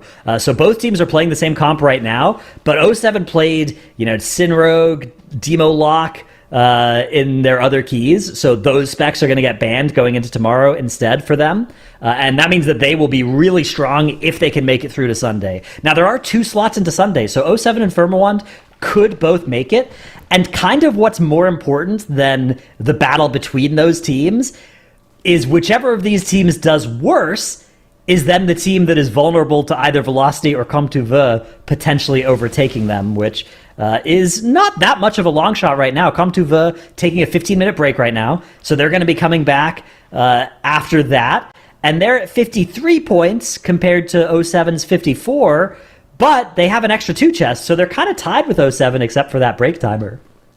Yeah. And then Velocity, do you feel like they're a long shot right now, or do you think it's one of those situations where they just need to continue to kind of play their game plan and maybe get a little bit of help? Yeah, so Velocity are definitely a little bit further behind even than that, but they're not that much further behind. If they can 2-chest this 16, they will go up to 52 points and 1 2-chest. So there'll be a lot behind both 07 and Firma 1. The pathway to Sunday for Velocity is getting awfully narrow. For them to do it, it's going to require no more mistakes for them all day, and they're going to need Com2V to not play exceptionally well and overtake 07 or Firma 1. And they're going to need probably one of 07 or Firma 1 to have a bad hour here. But those aren't impossible things to happen. Velocity, of course, a lot of the things that you need to happen involve other teams, but you can't be thinking about that right now. You've just got to focus on your own gameplay, make sure that nothing further goes wrong for you, and you put all of your remaining potential points on the board. And if you do that, then there is still a chance for making it to Sunday. It's just a small chance. 07 right here, they pulled trash into this boss for the Arcane Mage's funnel to allow them to have better damage whenever the boss is in a burn. Now, one of the most dangerous mob that they actually have here is this Earth Shaper. So the Earth Shaper has 2 abilities. First and foremost is the one that it's the kick, the Rock Lance kick. You just basically rotate interrupts on it. Not that dangerous, all things considered, especially whenever you have a group that is as coordinated as 07. The second ability that it has is something that's invisible, and it's called Earth Shock. And if it happens at the exact same time on a player as the static pulse knockback, and they don't have a large enough shield from the Disc Priest, or they don't have a large enough DR pressed, then they can potentially look to just get one-shot 100 to 0 by that static pulse into that Earth Shock combination. But you saw a casual addict on that DK looking to asphyxiate it every single time right before that static pulse went off to allow there to be basically no opportunity for you to get one-shot 100 to 0. It's a really smart play by 07 whenever they were looking to take this trash into the boss for efficient cleave. Yeah, I always remember that from BFA, where Motherload was just this dungeon full of the kind of no cast bar abilities that mobs have. Grease Gun being the other famous one. That it's a lot less scary than it used to be, but it's still an iconic part of this dungeon, and we've already seen it kill people as well in these runs. So it's a fun thing to look out for in that dungeon. Is players have a bunch of instant cast abilities, and in Motherload, so do the enemies. But we are going to tune in to the end of this Theater of Pain for Firmawand, as they are going to be hitting that lust. 3 minutes left to deal with only 30% of the boss. Their trash is all finished as well. So Firmawand are on great pace here to put up that 55th point in a 19 Theater of Pain. Really great work for them. I can't wait to see where they go next as well. I think it's going to be the Motherload. I think it's probably going to be Motherload 20, and then they probably go, if I had to guess, 19 Floodgate after that. But, I think that would make the most sense as well, because even if you think the Floodgate, even if you're feeling more comfortable in Floodgate, the Motherload is just more important. It's 2 points, it's the tiebreaker as well, so it's kind of 3 points. Definitely where you need to head to try and if you're Firmawand, you're not so much thinking about beating 07, you're thinking about making sure that you stay ahead of Comtuva and Velocity. So the best thing to do is just secure that 20 Motherload if you can. Even if you don't have time today to do the 19 Floodgate, I think at this point, if Firmawand can get to 57 points, that's probably good enough for top 2. I wouldn't hate if they start on 20 TOP. I mean, they're going to need to slam down this 15-minute break. Yeah, okay, so we just got confirmation. They're slamming down the 15 minutes worth of break that they need. But okay. I wouldn't hate if they go immediately back into the 20 Theater of Pain. I think both are fine. I think that they likely are going to want both 20 Theater and 20 ML on their final score sheet by the end of the day. Yeah, I think they would like that, but I don't think they're necessarily going to need that. And the Motherload is definitely more important because it's that extra point. I would definitely be heading there first, just in case, right? The ways that you don't qualify to Sunday involve making a mistake and then 100%. Not getting that Motherload on your scorecard. So let's just try and absolutely make sure that doesn't happen. But Firmawand have a full 15-minute break to figure that out, and that is our final required break of any of our teams here. So once Firmawand and Comtuva return from their breaks, that is all good. No team going to be running into that tough spot of realizing you need to take your break in the middle of a run and having to hearth out, as we have seen once last expansion happen to mandatory. The iconic mandatory 25 minutes into a no-coup defensive having to hearth out and just sit there for 10 minutes was crazy. Yeah, not good. As another thing that's not good, the first death of this plus 20 Motherload comes in for 07 to that Azurite explosion. This is a dangerous trash section in this dungeon. The problem with Motherload is that it has 4 dangerous trash sections, and you have to pull a bunch of mobs from at least 3 of them. So you tend to not pull any trash in the first area just because of how inefficient it is. The thugs are very dangerous, and the peacekeepers, they only give 8 count per in a 457 count dungeon, where the alternative is like a war machine, which gives like 20 count per, and you're like, okay, I could either pull a war machine, which is equally as difficult and has the same health as a peacekeeper, and get 2.5 times percent for it? Yeah. Okay, yeah, I guess I'm going to always take that. It's just like you don't pull anything in the first area, and you just overpull this middle area-ish is what ends up happening. You get most of the extractors here. Yeah, I remember back in BFA, there were sometimes strats that involved the Peacekeepers, but that was back when the pilots worked differently, and they would immediately run and pilot the nearest Peacekeeper when you pulled them. And they gave whereas you count. Now they pilot when they get low. And you do get the count from the pilot if it goes and pilots the Peacekeeper, but not the ones that are pre-piloted, right? Yes. So that is the kind of drawback to that section, is there's not really an efficient way to do that anymore. Nice. I actually like this. They're doing a Taskmaster Ascari skip. This mob is very dangerous on your tank.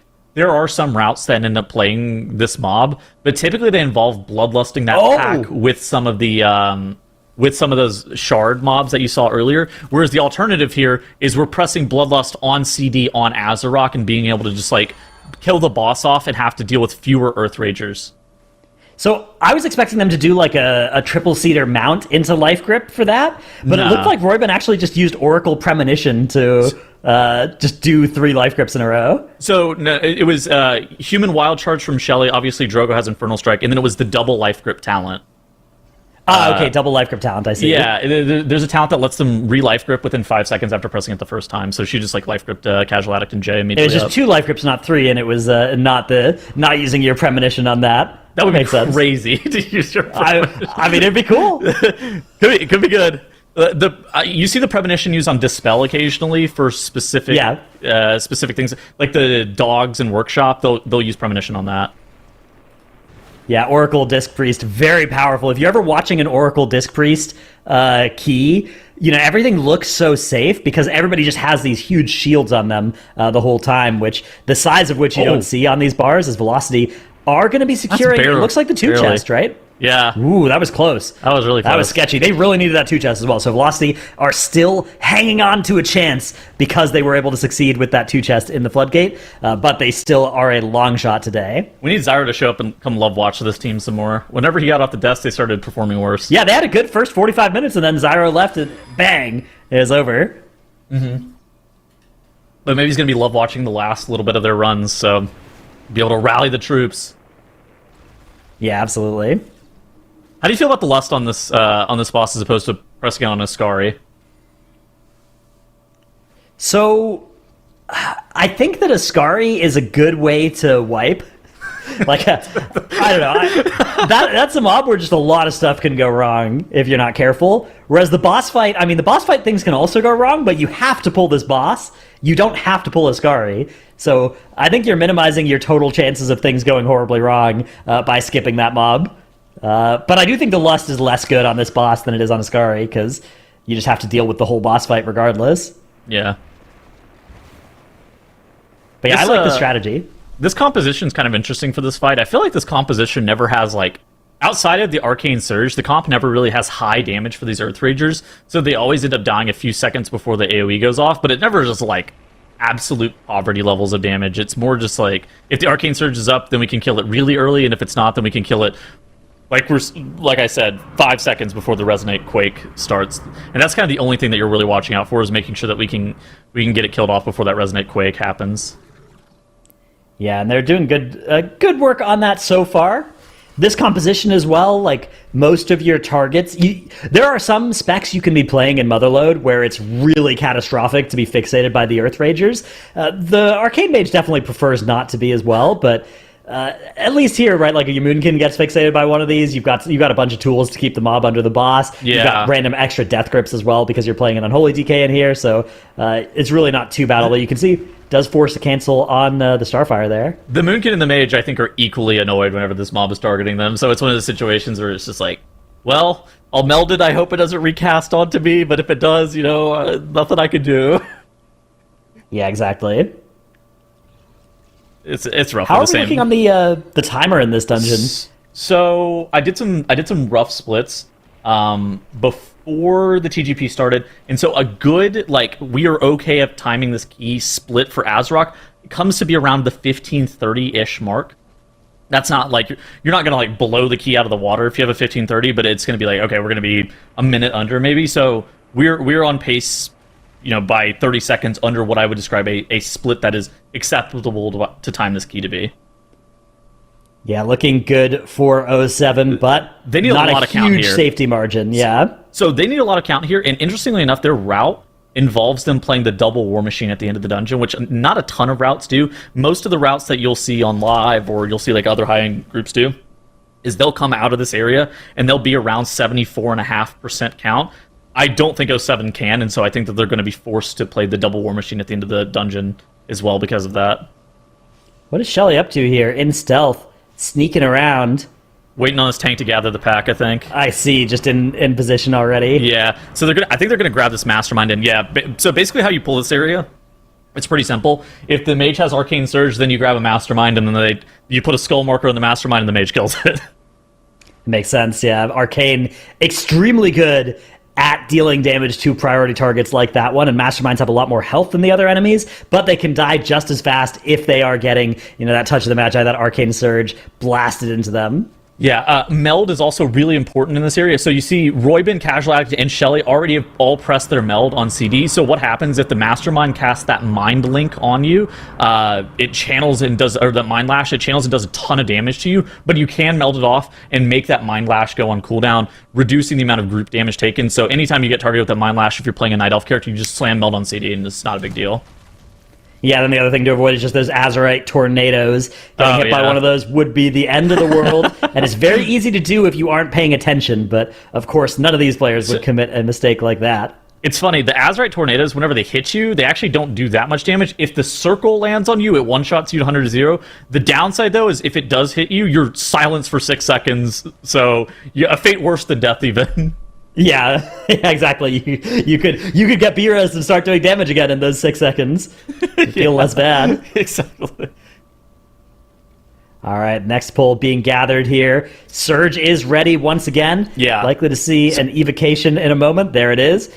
And targeting that Mastermind. Actually, no Mastermind in this poll, so nice fun AoE pull. The limiting factor here is going to be the Alchemists. So the Alchemists do have a 25 second cooldown cast on their abilities. So the DK, the Demon Hunter, and the Mage all can kick every single time. But whenever you're doing this, oh my god, we Rip Threat.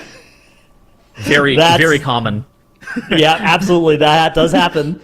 Gotta be careful. What I was saying is we can use Silent Sigil in absence of pressing an interrupt. And the Silent Sigil will actually lock the mobs out. So basically the Demon Hunter tank will stun, and all the casts will be synced, and we just press the Silent Sigil down, and it's not a big deal. So you're kind of playing around the Silent Sigil for these pulls that you're doing with a bunch of Alchemists. Yeah, there are a lot of packs like this where what you really want mobs to do is all be casting at the same time, so you can hit them all with either a Silent Sigil or a Moonkin Solar Beam and just keep them from casting for a long time. Because if you try and just bully the mobs by keeping them CC'd like this, they will just keep spam casting at you, so you need to just have a full rotation of effects if you want to do that, and past a certain amount of enemies, that stops being realistic to do. Yeah, Druid is really OP as well, where they can't actually get polymorphed by these mobs, so you can just let casts go off if they're targeting them. Yeah, as long as the Druid's in form. So if you're playing with a Resto Druid, then they got to be a little bit more careful. They got to be shifting it. But if you're playing with any of the other flavors of Druid, hopefully they are in a form all the time. Yeah, so look at the count here. So I called out 74.5% is what's needed to skip the double War Machine at the very end of the dungeon. They're 10% below that, so they're going to have to play that double War Machine. That's going to be the difference in count for them. Now, do you think on a plus 20 Keystone you can take those double War Machines into Mogul Razdunk? That's a good question. I think the answer is probably no. I mean, you saw it on we've seen teams doing it. I mean, you saw it on 16, right?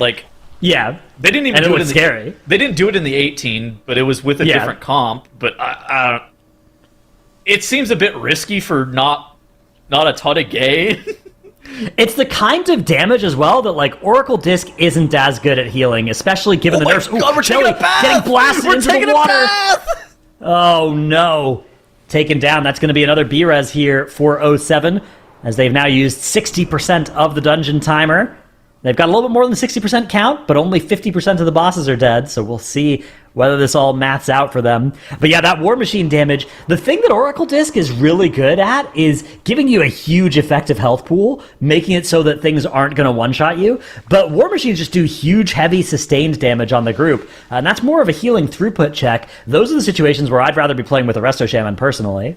Yeah, you guys want to know some interesting tech and chat about this fight? So if the Ventureco War Machine's casting his charged shot on you, for some reason, that dot is shadow meldable. So you can just rip a meld on it, and immediately it removes the dot off of you. And so if your healer is a little bit light on healing, say you for some reason have taken the War Machine into the boss, and your healer is a little bit light on healing, you could press Invis, or you could press Shadow Meld and avoid taking damage, or you could just die. Yep, all great options. We've seen multiple of those chosen by 07, as we have had another death coming out. and they are going to be using their last battle res that just came back up. So no B-res now for 10 whole minutes here, as 07 are entering the most dangerous section of the dungeon that they choose to fight, at least. The first part of the dungeon would probably win if they actually fought it at all. Dude, this fight is... I mean, you see how much damage the War Machine is doing with the charge shot to the group. This fight is so scary for the tank, though, right? Yeah, it is a very, very dangerous tank fight. Just heavy magic damage comes out on the tank all the time. Yeah. And if you're trying to fight this trash with it, it can be super difficult because you really need to be using almost all of your globals on this fight to sustain yourself, especially on a tank like a Vengeance Demon Hunter. You need to be keeping those souls rolling, keeping the healing going from them. So yeah. If you are doing any work to try and get aggro on these mobs, tag them, pull them in, you are in tremendous danger. So... Bloodlust has been pressed on this. So this War Machine, this was the other War Machine that was on the right-hand side. You can actually tag this over the wall. There basically is no wall section that's blocking this off. The downside is that there's a specialist that's attached to the pack, but if we angle the camera a little bit to the left, you'll see there's a mob and a polymorph. That's that specialist. Now, the specialist does only cast an artillery barrage on range targets, so you could, in theory, play it into the boss, but it's just another added variable where your priest healer is like, okay, I'm already doing enough here, dealing this charge shot with the propellant blast at the same time. I'm not dodging out of the way of the artillery barrage. I've had enough, so just leave that guy to polymorph. Yeah, you can see Dr. J running out and re-polying that specialist right now, coming back in, and that specialist is a problem for them to deal with in the future. But right now, the War Machine and Rixa herself are giving them more than enough trouble as they stack in the AMZ to deal with another charge shot. Power Infusion's going to come out now on this Arcane Surge. Hopefully this will send Rixa home. Anytime the boss is low as well, the Arcane Mage is doing bonus damage, quite a bit of extra damage. Your barrages do like double damage or something to low health mobs. I mean, Resonance and the Execute are just both very powerful parts of the Arcane Mage kit. It's not always the greatest meter specialization in the sense of, it might not top the damage meter in every single dungeon, but if you look at like effective damage to the most important mobs in each and every single pull and to bosses, they are almost always at the very top, which means that they're going to increase the speed of which you complete the dungeon by the fastest, which is why that Arcane Mage is just so valuable.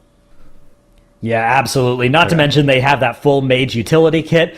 They don't have Cauterize, which is a really nice thing that fire mages do have. But they do have a better barrier, right? The barrier shield that they put on themselves and the group through mass barrier also reduces magic damage taken and like the duration of magic dots on you as well. So both of those are nice little bonuses that the fire one doesn't have. Their mass barrier is so good. It is ridiculous. And Firmawand, it looks like they're back from the 15-minute break, and as you see on screen right here, they're already getting started into that 20 Motherload, kind of like you and I were predicting a little bit earlier, is to be their next option here.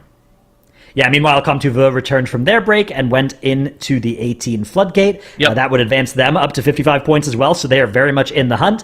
And down in the very bottom right, we can see Velocity also working on an 18 Floodgate. However, for them, this would only be their 54th point, so that is not enough to overtake and get into second place unless other teams fail to improve their scorecards, which, if you're a Velocity fan, if you're an NA fan here, you're preying on the downfall of Firmawand and 07 and Comtuva in their runs to give Velocity a chance to make it through to Sunday.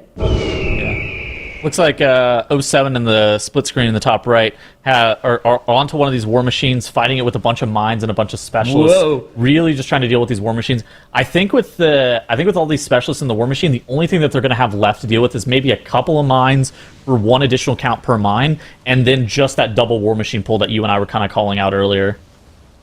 Yeah, the mines are always a way that you can kind of fix your count in this place, as long as you run over them. It's the mines that are in the ground that you run over that give you a count each. The ones that are spawned by the War Machines do not, so you need to make sure that you... I don't think they do. Maybe, do they do that? The ones from the War Machines don't get... The ones from the War Machines don't get count. The ones from the ground do, yeah. Exactly, yeah. So you got to run over these. They used to be really OP. The was about like they're really low on count, but maybe it is just the mines. There's a lot of mines coming in here. They did just grab a lot of mines because I think these War Machines are around 10% ish together. So I was like, wow, we were a little bit off of that, but it's. I like this as well. Like 10 mines here. They ran over the mines in a nice order and then kind of all stacked so that the mines all stacked because they all fixate random players. And they got them all within range of a beautiful Sigil of Chains. And then they had an Ursul's Vortex for them as well. And they were able to just AoE them down. Because the problem with these mines is if you don't play them carefully and your group is spread out, they're all just going to be in different directions and they're not going to be getting AoE'd. But getting them grouped like that, really nice for minimizing the danger. We never have to take these mobs into the boss. By the way, our timer is so chill here. Like we don't have to worry about taking these mobs into the boss. Apparently, by the way, if a mine hits you on a plus 20, it is 35 million damage as well. So DK could live that. It is ice coldable. That's good to know. Not much else. IBF could live that. IBF, it would be sketchy. I don't think IBF could live that. IBF and a shield. Yeah, IBF and an Oracle Disc Shield, and you're making it through. IBF and AMS maybe also, but let's not test it. On this run at least. Yeah, so I mean they're going to down this last War Machine. This should give them the remainder of their count ideally, and then they will be just onto Mogul Razdunk with a little bit over 6 minutes remaining. And so for 07, anything less than a catastrophic wipe, and they should be able to put up this 20 in pretty quick succession. They did have to reset it after like 30 seconds into the first run, but being able to two-shot it after a 30-second reset, that's phenomenal for them. And that puts them in great position to be looking to make it to Sunday. It doesn't lock up anything. I don't think that any team is locked to making it to Sunday, but it does put them in a great spot. Yeah, Firmawand are currently in the lead, but they will lose that lead if 07 put up their run. But if Firmawand then time this key, they will reclaim that lead. This would be their 57th point, whereas 07 potentially about to earn their 56th here against Mogul Razdunk. So both teams collecting a lot of points, and they're still going to have an hour at the end of the day to further improve those scorecards. And if you look at it, right, 56 and 57, Firmawand actually wiping. Yeah. So not going to 57 just on this run. But it's early in the run. It's only 5 minutes in, so it's not that costly. But if you think about it, if 07 can get to 56, then that means that Comtuva and Velocity need to get to 55 to equalize things out. Now, Comtuva have a very clear path to doing that. They have a bunch of 2 chests on their scorecard, so they could actually get even to 57 realistically here with just 2 runs.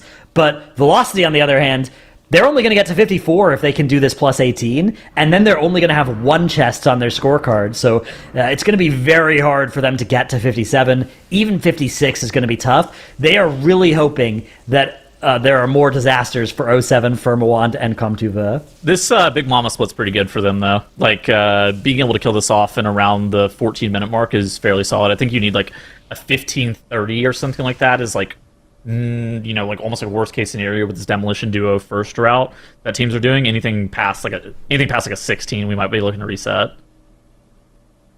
Yeah, timer is fine for Velocity in the dungeon.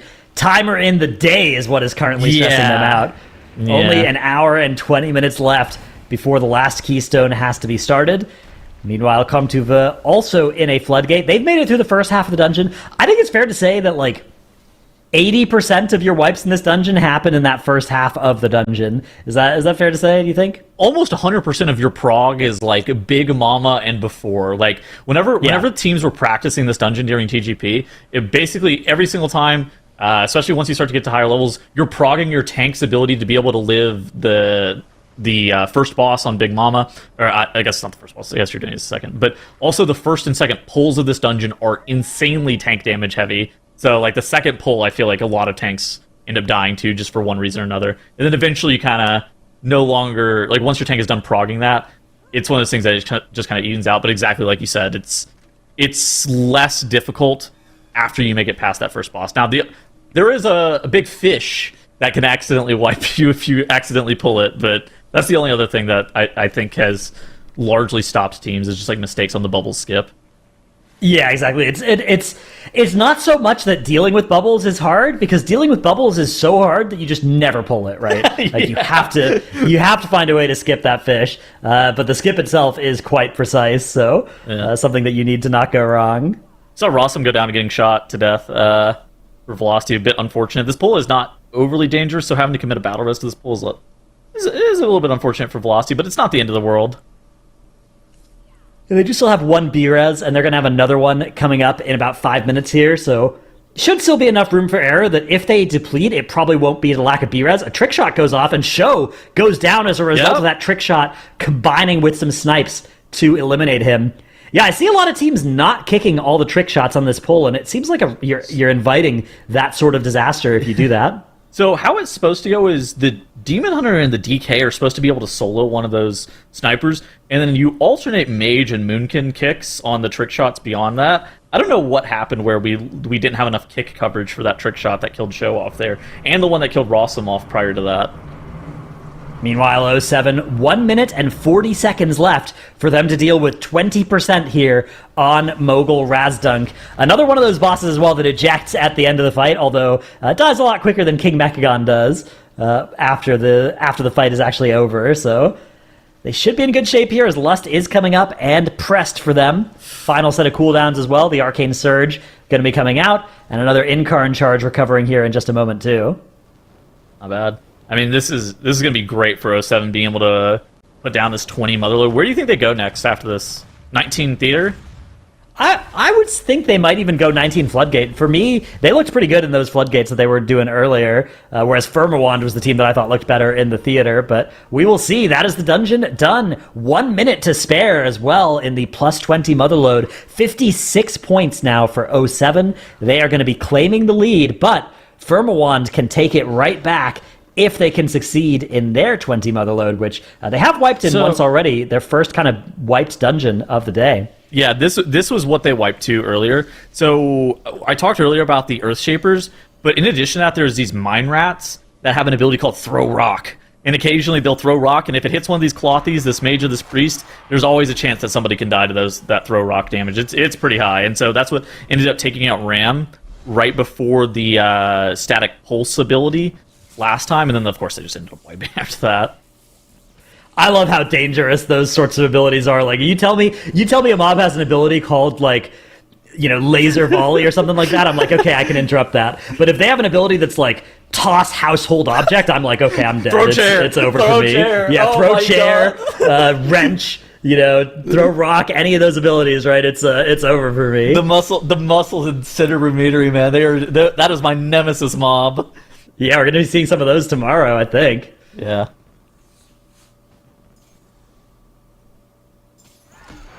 You can see the strategy for coin-operated crowd pummeler. There's sort of two levels to this spot. For actually 3 levels. You can move the boss high enough up that all the coin piles sort of spawn on top of each other, and you can move it high enough up that all of the bombs spawn on the top of each other as well. Yeah. Or you can just kind of keep it in that hill and keep the coin piles close, and then drag it out a little bit farther during each of these. It's always nice to fight this not in the middle of the room, so that at least you are spawning the bombs in an 180-degree arc instead of a 360-degree circle, and then you can much more easily kick them all in quickly. The biggest thing is by far like making sure that you have the bombs delayed long enough to where your mage can get their big burn or their mini burn off on the boss every single time. Like if you don't delay the 6th kick of the bomb each and every single time long enough, the mage's damage is very drastically different, right? So right now you're seeing for Adu on Firmawand, he's kind of just like full sending this boss. He's doing 7 million DPS. But if the bombs aren't kicked like precisely, see the millisecond that 6th bomb got kicked in, that's when he pressed his Arcane Surge. And if you don't have it like perfectly lined up like that, then he can actually miss a lot of damage on this boss, like millions of DPS. It's a huge deal. So while that's been going on, there has been a disaster for Come to the in their plus 18 Floodgate. That's a great question, Tettles, and I'm glad you asked, because I will momentarily show you a replay of the bubble skip attempt here. Oh no! Around the side, the fish, the big fish in the small pond. Okay, so wait, our priest melted it off. So he was in combat with the mob. Then he melted it off, but he didn't. Oh, their tank didn't melt it off in time, and then wait, what was the tank's meld on cooldown? The tank's meld did look a little on cooldown there. So it's hard to say exactly why that one went wrong, okay, but wait, I think that might be the issue here. Can we run it again? Hold on. Yeah, I think it'll replay again from the top after the clip here finishes. So, Meld is on CD. Who's... Yeah, the mage is trying to do it. Yeah. But our tank did get combat, maybe? Or maybe our mage invis did our mage melded, but maybe they melded after the start of that cast. Would it continue? Yes, it does continue. So maybe it's just too slow? Yeah, I think he was a little bit too slow. So basically what you have to do is you have to wait for the Splish Splash cast to happen. So he spawns the bubbles, and then he casts Splish Splash, which is the frontal. In the millisecond he starts casting the frontal, you have to like Infernal Strike ahead and then meld it off. But maybe he's a little bit slow. Sounds like we had guests, though.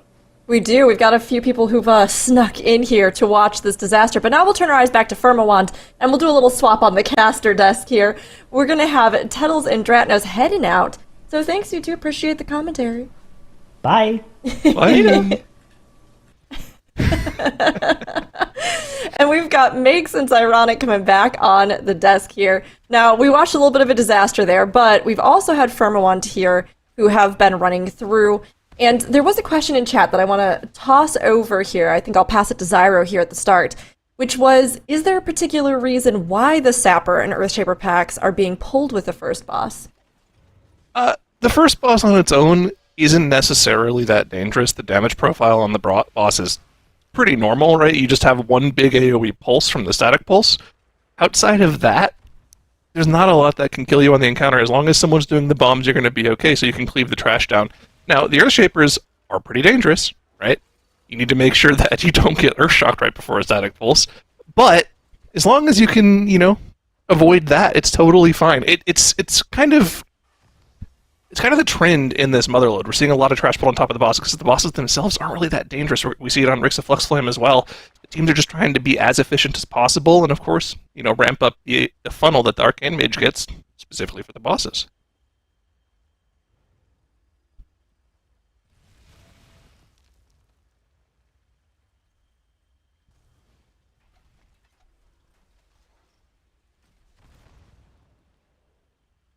Now, of course, they are nearing what is probably the hardest part of this dungeon, so they're definitely going to need to deal with that.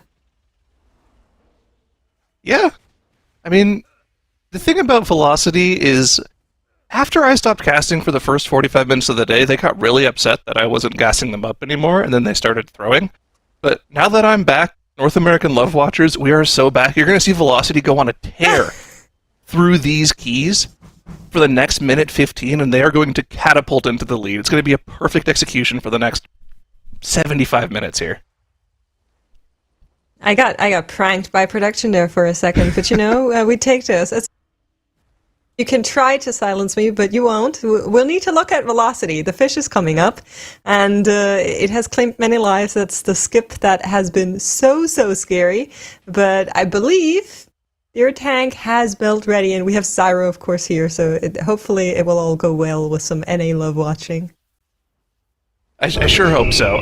They've had a rough middle of the day, and Firmawant has really stepped up. I mean, at the start of the day, when we were introducing the teams, the main point that I wanted to make about Firmawant, which they've shown off today, is they're really good at playing spoiler. They did it in the first TGP portion of Season 1 of MDI of The War Within, and, I mean, they're doing it again today. They're playing so much better than their qualifying seed would have led you to believe, and right now, I think they're clearly one of our two favorites to make it through. Now, still over an hour left in the day, still time for both Kamtuva and Velocity to somehow find their way back into it, but if they're able to get this 20 Motherload down, I think they've pretty much all but slammed the door shut in those other two teams' faces.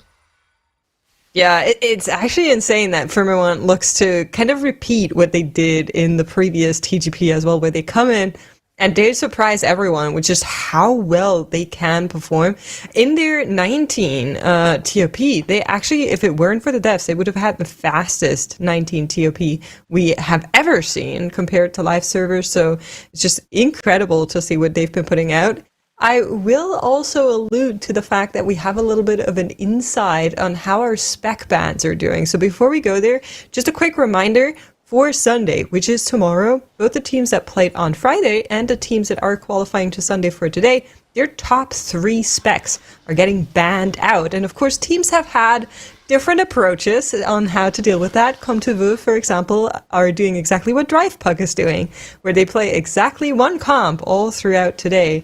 And then the tank, the healer, and one of the DPS is getting to be banned out for tomorrow. They won't be able to play that Disc Priest. They won't be able to play that Vengeance Demon Hunter. And then on the DPS, they get the choice.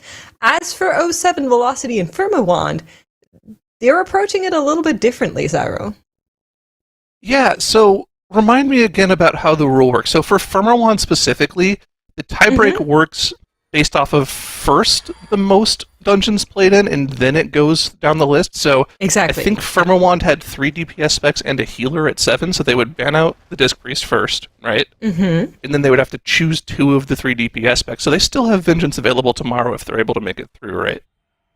That's correct. And then for 07, they actually opted to play quote-unquote suboptimal classes for their majority dungeons. So you can see here, we have that Resto Shaman that Royben was on for the majority of the day. That is definitely going to go out. Then we have the Rogue that is going to go out, and I believe the Warlock will be the last one that will follow here for them. Unless, of course, the Mage racks up a couple more tries. Depends on how Firma wants to deal with that. And then for Velocity, the story is quite similar. They're going to be losing out their tank, and they're going to be losing out, I think, 2 DPS players, depending on how the rest of the day goes. Okay, so I mean that's just to look forward to what will happen if they're able to make it through to tomorrow. For the time being, these teams still have tons of time left in the day to try to make progress. Unfortunately for Velocity, more mistakes as they move further into this dungeon, and I think this is going to be yet another failed dungeon for Velocity here as they try to skip through to the end of the dungeon. There's just not enough time left for them to get down this final boss. Maybe without these deaths they would have been able to get it done, but healer being dead, not going to work out for them. Unfortunately for Velocity, I think this is the end for them. They're just too far behind, and they needed to get this dungeon run. They really had to have a perfect rest of the day from this point on in order to have a chance of qualifying as one of the top 2 teams for tomorrow. What happened to NA Love Watching? Zyro, next time you need to tell production you want to be on all day, no breaks. No. I think that's the only solution here. I would lose my voice. That would not be good. Well, you gotta bring sacrifices. That's how that works. That's true. Somebody that is still in the realm of potentially making it, though, is Comtuva, because we have 1 more hour until final runs are locked, and they can still finish that out. If this 18 goes right, they have the 19 TOP already on the board, they would still need to do the 20 Motherload.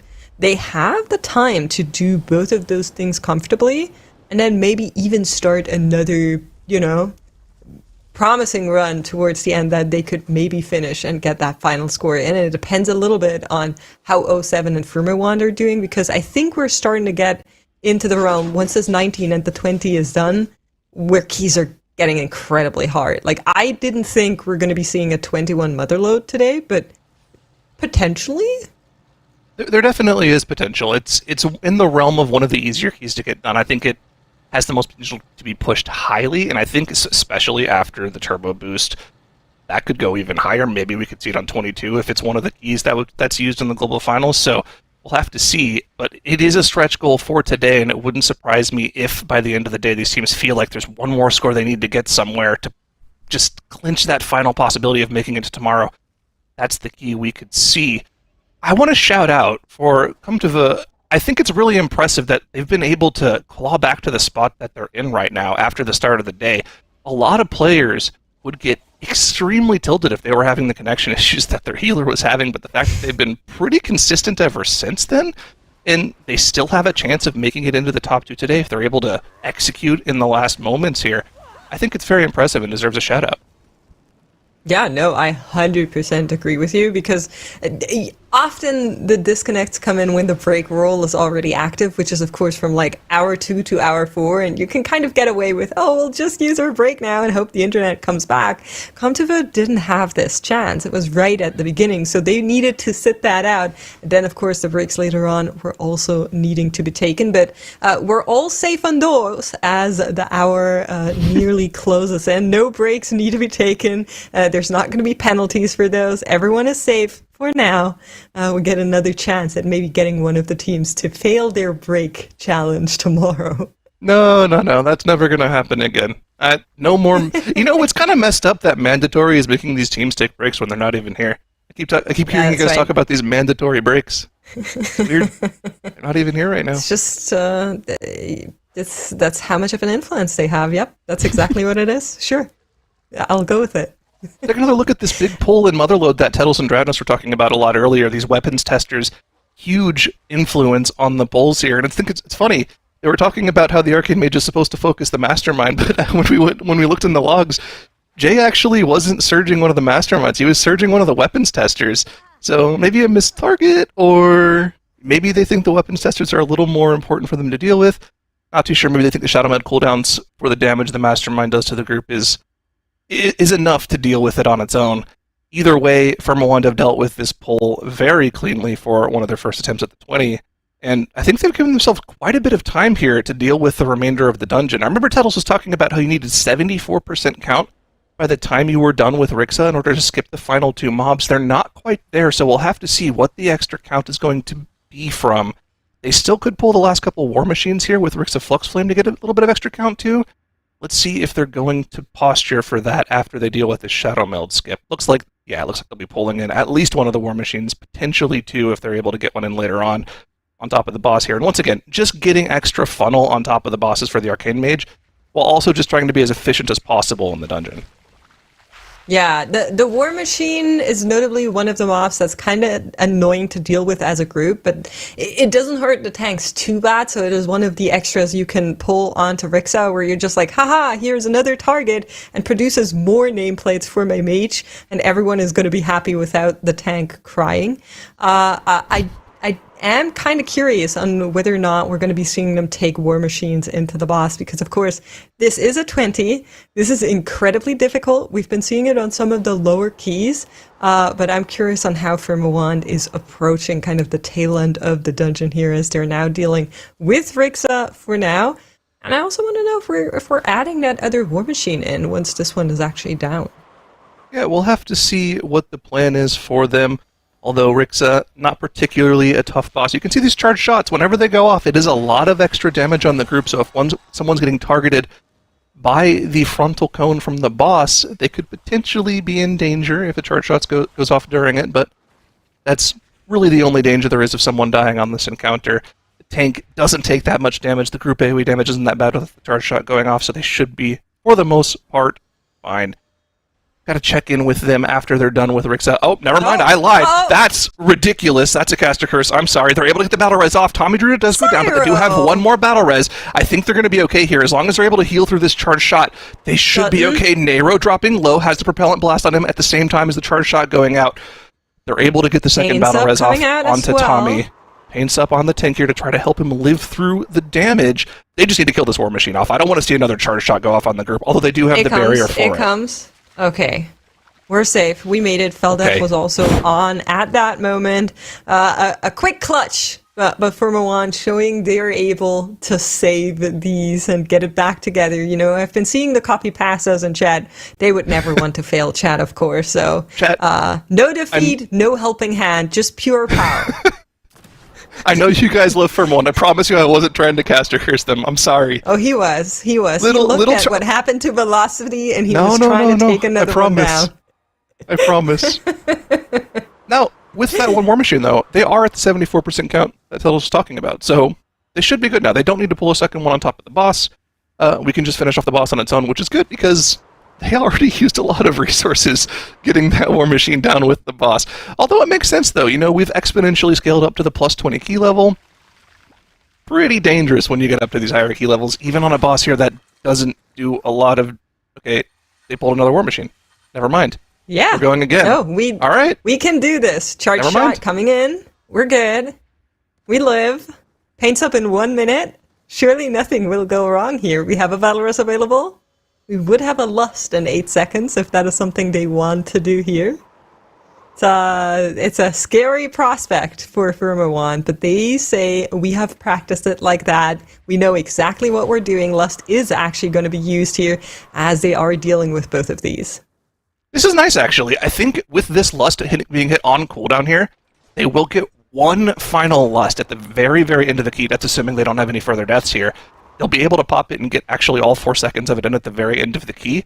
And of course, it helps them with a little bit of extra added safety here with this War Machine on top of the boss too, which you've already seen cost them a couple of deaths. So I think this is very efficient, and this is what they need in order to get this key down because, like I've seen in chat a couple times, the timer is definitely not that fine anymore after those deaths. They've lost a lot of time on this boss, and they need to get a move on if they want to have a chance of timing this key in their first go.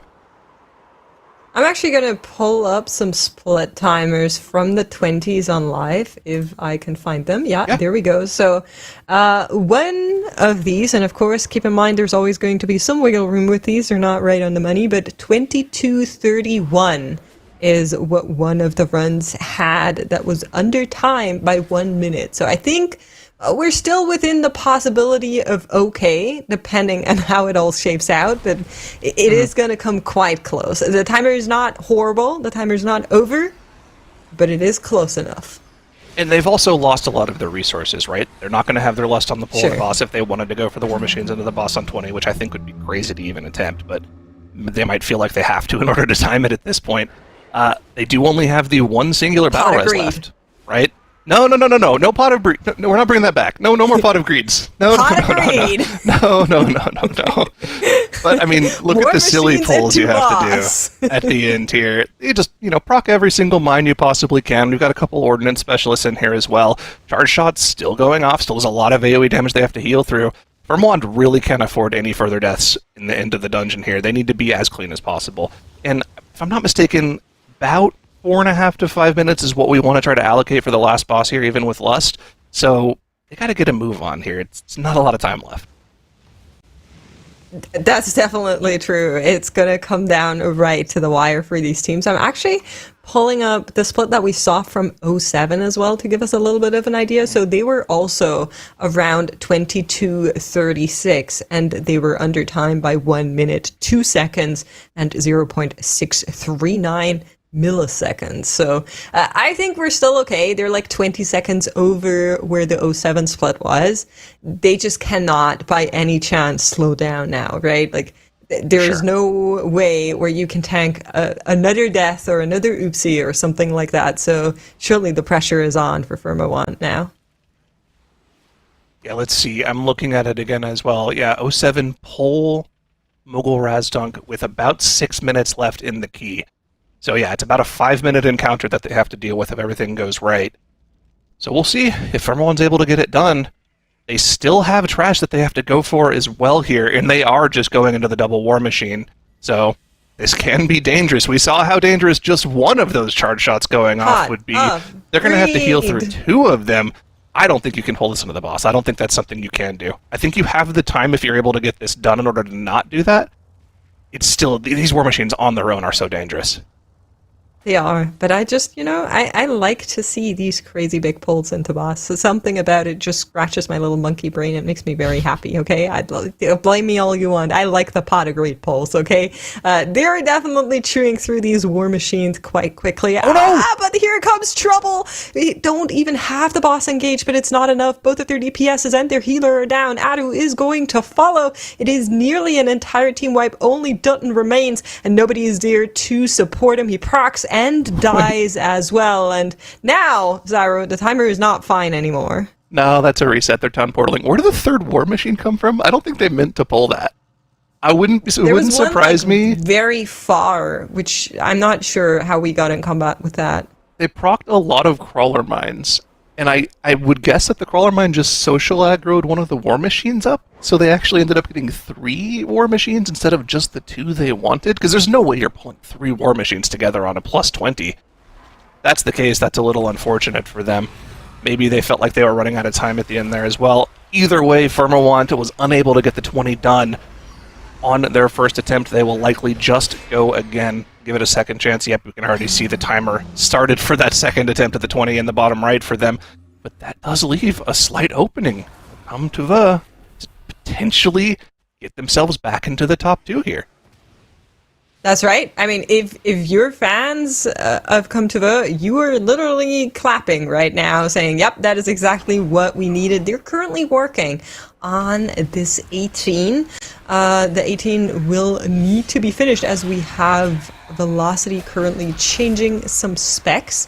And O7 is working away on that 19. They also need to time this 19 to then maybe have a chance of giving us a showing of this 21 Motherload, which is something I didn't have on my bingo card, but these teams have been playing crazy well today. Yeah, I mean, O7 came into today as the top seed, and I think they're playing like it. You know, they didn't look super impressive early on, but they've just been consistent the entire day. And I think that's impressive in its own right. As a matter of fact, we even see Drogo on the prop paladin in this Theater of Pain. I love it. In addition to the rogue and the rest of shaman still too, right? Like, they're still playing those off-meta comps, but I'm pretty sure they don't actually need to in order to make sure they have their best comp available for tomorrow. So maybe, you know, we were talking about a little bit earlier today in the Theater of Pain about how this dungeon in particular has always been a great dungeon for off-meta picks. A lot of things tend to work in this key just to how the dungeon works and the size of the pulls that are here. And I think we're going to continue to see interesting comps and picks in this particular dungeon as we move further into the competition. I love seeing the prot paladin. You know, we actually had someone earlier in chat saying like, "Oh, there's no way they're going to play prot warrior, prot paladin." And what was the third one? Something else, I forgot. But like, all three of those specs had already showed up. And it's like, no, we do. These teams are actually playing them. I think in terms of like tank and healer balance, we're actually in a really, really great spot. And it's been awesome to see them kind of play these tanks and healers based on what can kind of work out here in the utility that you need for those dungeons. Of course, on the prot paladin, you basically get infinite interrupts for like a dungeon like TOP. You're just going to be so happy. And you're also really helpful in terms of extra healing. And at the same time, this dungeon doesn't go too big in terms of pulls, so the prot pal has a good chance of surviving on many of these pulls. A little bit of an unfortunate moment there for O7 here as they get past that first trash here in the Gorechop wing, and they turn left, there's a gas bag right there. They turn right, there's also a gas bag right there, and you're like, well, I guess we just have to wait 30 seconds for the patrol to walk away. Lose a little bit of time, but I still think they have more than enough time to finish off this dungeon here. Have a couple extra trash packs that they have to deal with before they actually get to Gorechop. Gorechop himself probably 3.5 minutes, then we'll get to Mordretha. We'll have a Lust up for phase 2 of that encounter, and they'll have more than enough time to finish this off. I don't think they have enough time if there are deaths. They need to be clean. The Cymer is not, like, completely safe, but the way O7's been playing, I wouldn't be surprised if they're able to get this done. Just got to keep it clean throughout here. On board with Amtuvo, though, at the end of this 18 Floodgate, and Timer's looking great. They've got the Bloodlust available whenever they choose to want to use it here. I mean, they're looking great. They're giving themselves the opportunity to get back into this competition here, Mix. They are, and it's been great to see. They just need to make sure they have a clean end of this dungeon for now. These Dark Juice jump starters make your life quite hard if you have a couple of casters, and then on top of that, there's of course a lot of interrupts you need to take care of, so a lot of coordination required here for our teams. Come to the making great way throughout that first pull, and that should give them count looking at their percentages here. In the meantime, we did have a little go over on Velocity. They're working on that 18 Flood, and Firmawand are back in that 20 Motherload after a very, very unfortunate ending of that dungeon with these 3 war machines. So they're going to be needing to try and close the door for Come to Veu, whereas Come to Veu is trying to keep a foot in the door and maybe overtake. Yeah, I think the way that they revamped this dungeon is very interesting. Even though the bosses are essentially the same bosses for the most part as they were back to BFA, you play completely different trash mobs than you did back when this was a dungeon in BFA, right? Back in BFA, you played really the first half of the dungeon, and then you skipped almost everything after you killed the second boss. It's the complete opposite now. You skip like everything up to the first boss, and then you play everything in the middle of the dungeon instead. And it really changes the cadence of the dungeon compared to what you played back in BFA. I think this was actually a really cool revamp of this dungeon, and I like the way that it's playing out. Yeah, honestly, I agree. I like it when, even though this dungeon is like a returning dungeon, there's something new about it. Now, on these Azurite extractors, I think we went maybe a little bit crazy. I think these guys are are something. Of course, they have been brought in line a little bit, but when the dungeon came out, woo-wee, that was a mop. Yeah, they're okay. I mean, they were always dangerous, right? You kind of avoided them before. That's true. But because you don't get a free, 60% count from pulling all the mechanized peacekeepers before the first boss anymore, you gotta pull something. You can't just skip everything after the first boss anymore, so, you gotta take the L where you can, and I think just a little bit of AoE damage to heal through is an okay offset. The problem with the Azerite Extractors comes from, if somebody gets Earthshocked at the same time that the AoE is going off and they don't have a personal up, or if you let an Earthbolt go through from one of the Earth Chafers, that's really what's going to kill someone off. Or if you're crazy enough to pull 2 Extractors at the same time, that could kill you too, Yep. but I don't think we've seen that yet, and I don't think we're going to see that. Teams are typically only going to pull those Extractors, one at a time. And that's exactly how we prefer it. I do kind of want to take a look at Comtuve and 07 as well, because Comtuve is closing in on that dungeon. I just want to get a brief glimpse of the timer, but all is well here. 6 minutes and 30 seconds to finish out Giesel Gigasap. Now, I don't know if you have timers for the 19, but I do. And a good gore chop split. Well, actually, they did it the other way around. So they did Gore Chop before they did Coulter Rock. But a good Coulter Rock split here was 26 minutes and 7 seconds. So they're going to be a little bit slower than that, but of course it's always hard to tell with how the splits go out. So I would think 07 is a little bit slower here than I would personally feel very comfortable with. Oh, Rybin. Rybin getting picked up here. Of course, instantly protected. Prot Paladin coming in here clutch. That's huge. Yeah, that's great to help them out there. Like we were talking about before, they have time in this key to get through Gore Chop and still have time for Mordretha. Again, they will get that one final lust off at the end of the key, but again, not a lot of room for errors. One death here or there could really lower that window. That 15-second death timer still coming into play is definitely going to hurt them a lot if they have a couple deaths at the end here, but they've been playing to their strengths here. They've gotten through most of Gore Chop, just got to keep it clean. There is quite a lot of RP after Gore Chop, right? You have to fly up. There's a bit of time where you have to wait for the boss to spawn. So that'll take, 45 seconds or so. But I think if you get to Mordretha with about 5 minutes, 15 seconds with the lust that'll be available during Phase 2, I think they're going to be in the clear. Just cannot afford any deaths. Yeah, I'm a little bit worried, but we're going to be keeping an eye on it. At the same time, something I'm not worried about is Comtuve, who are finishing out this 18. Now, let's take a look at their leaderboard, because of course they already have done that 19 TOP. They did that before they even ventured into the other 2 dungeons. What they're going to be needing to do next is that 20 Motherload that we've been seeing Firmawant work at. So I'm really curious on how they're going to be approaching that. We've seen a little bit of variety on how those routes work out for the teams. A quick look at where Firmawant are in that dungeon right now. They're making headway towards Azeroth, and I think we should look at 07 and see how their timer is doing as they are waiting for the spawn on Mordretha. They're dealing with the extra pack there just to kind of make use of that extra RP time. They don't have 100% yet, but will have after. And Bloodlust should be ready for Phase 2, as we were calling out earlier. 5 minutes for everything that's in this dungeon.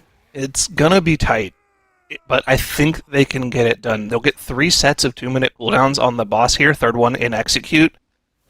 They only do have the 1 charge of Incarn available right now, so they won't really get full use of Doomkin cooldowns on the boss here. But again, I think it's just within the window for them to be able to get it done. But again, deaths will be costly, especially if they're doing during cooldowns. And we know that Phase 2 can get very, very hectic. So we'll check back in with 07 when we get to Phase 2 and see if they're on pace. In the meantime, I think the real conversation here is really the competition at the end of the day between Firmawand and Comtuve, right? Firmawand, in their first attempt on the 20 Motherload, wiping on the very last pull, really opened up the opportunity for Comtuve to get themselves back into the conversation for top 2, right? If Firmawand is able to get that 20 done, they'd have a 2-point advantage over the French team here, and they would get the opportunity to go work on the 19 Floodgate, or potentially even work on the 21 Motherload. Now, they're only ahead by the timers that we see on the screen. Look at the scores for these 2 teams. 18, 18, 19. It is a dead heat between these two teams, and whichever one of these teams can clutch up and get these keys done in the last hour is going to be the team that qualifies through. Unless both of them do their keys and 07 doesn't get any score increases. So, it could go either way. I mean, this last hour, you definitely don't want to miss it.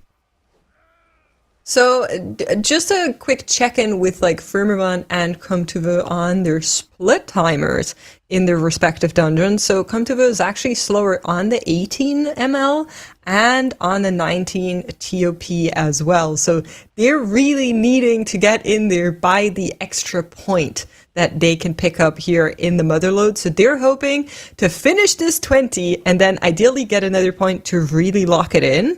And they're, of course, at the same time hoping that Firmament doesn't get any additional points anymore. But we're back at it. 07 here, entering phase 2 in just a little bit. 16 seconds until that Bloodlust comes up. 2 minutes, 40 seconds. Saro, how are we feeling about the timer? I'm feeling great. As long as we have 0 deaths, they are definitely on pace. They got through the first half of the boss with Trash to Cleave, mind you, and no real great funnel class.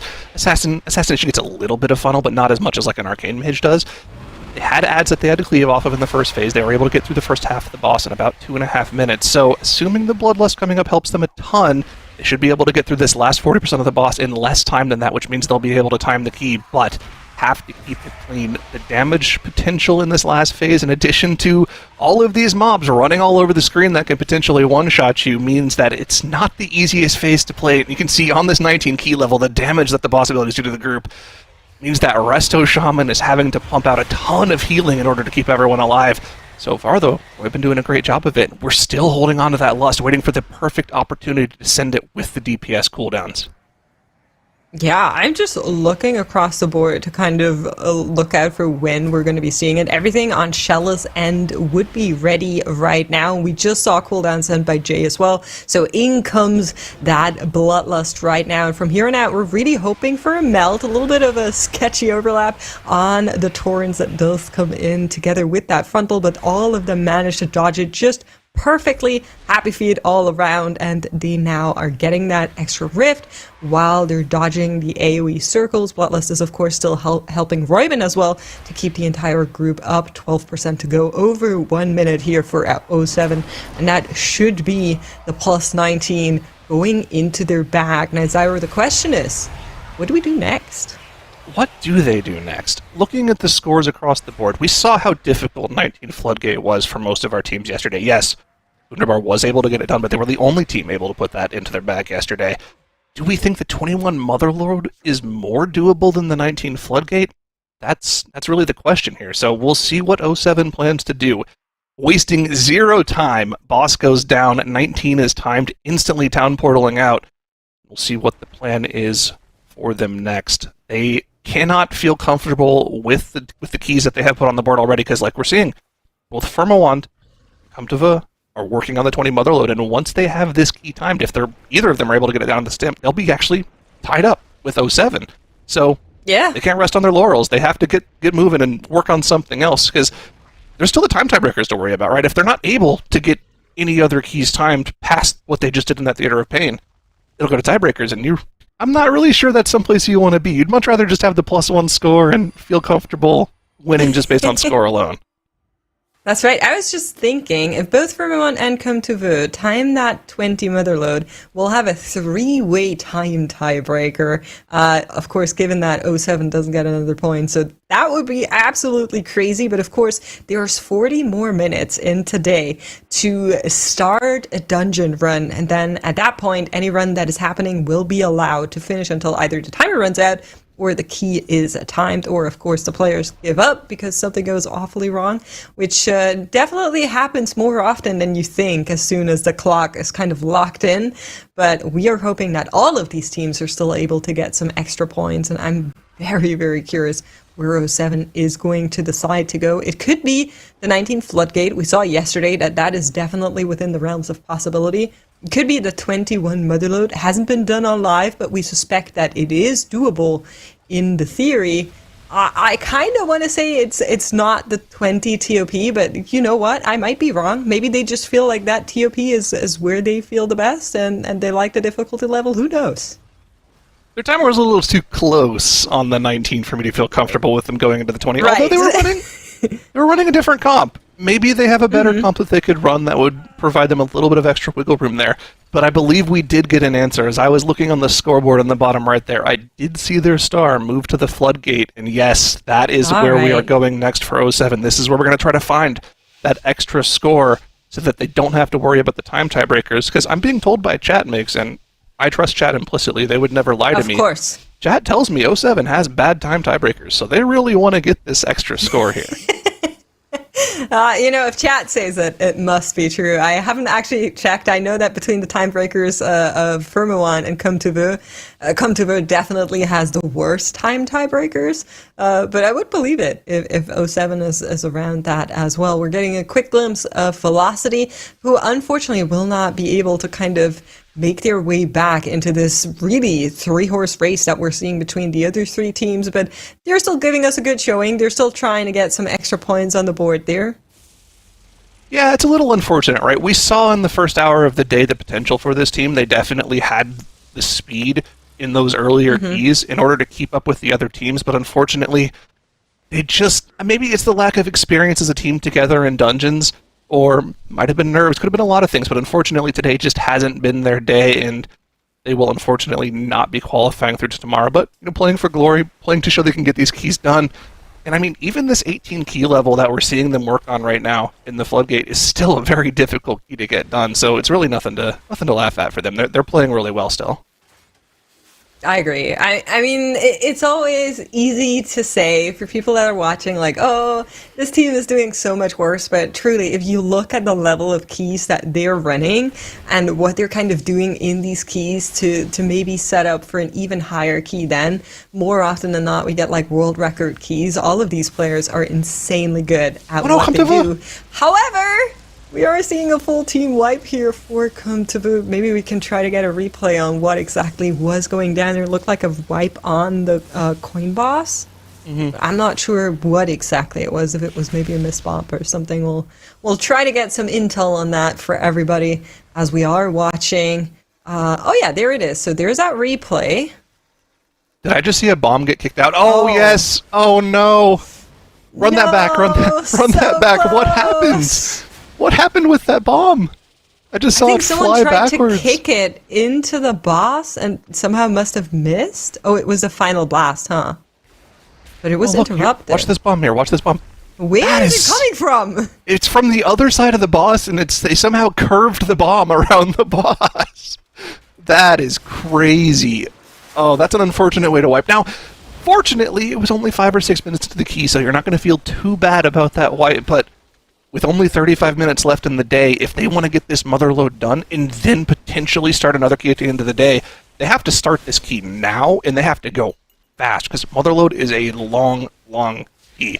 Firmawand did just now have a death, actually, on the Rixa Fluxflame skip. They were able to get the battle res back up there, so it wasn't too big of a deal. Another death, though, on the healer here, as the first charge shot goes out and takes down their healer, so before they've really even gotten into the boss, they've already expended 2 of their battle reses, and this is a big deal, Mix, because the last time around Firmawand was in combat with Rixa Fluxflame, they ended up dying to this first war machine, and they don't have those battle reses anymore. They've only got the 1.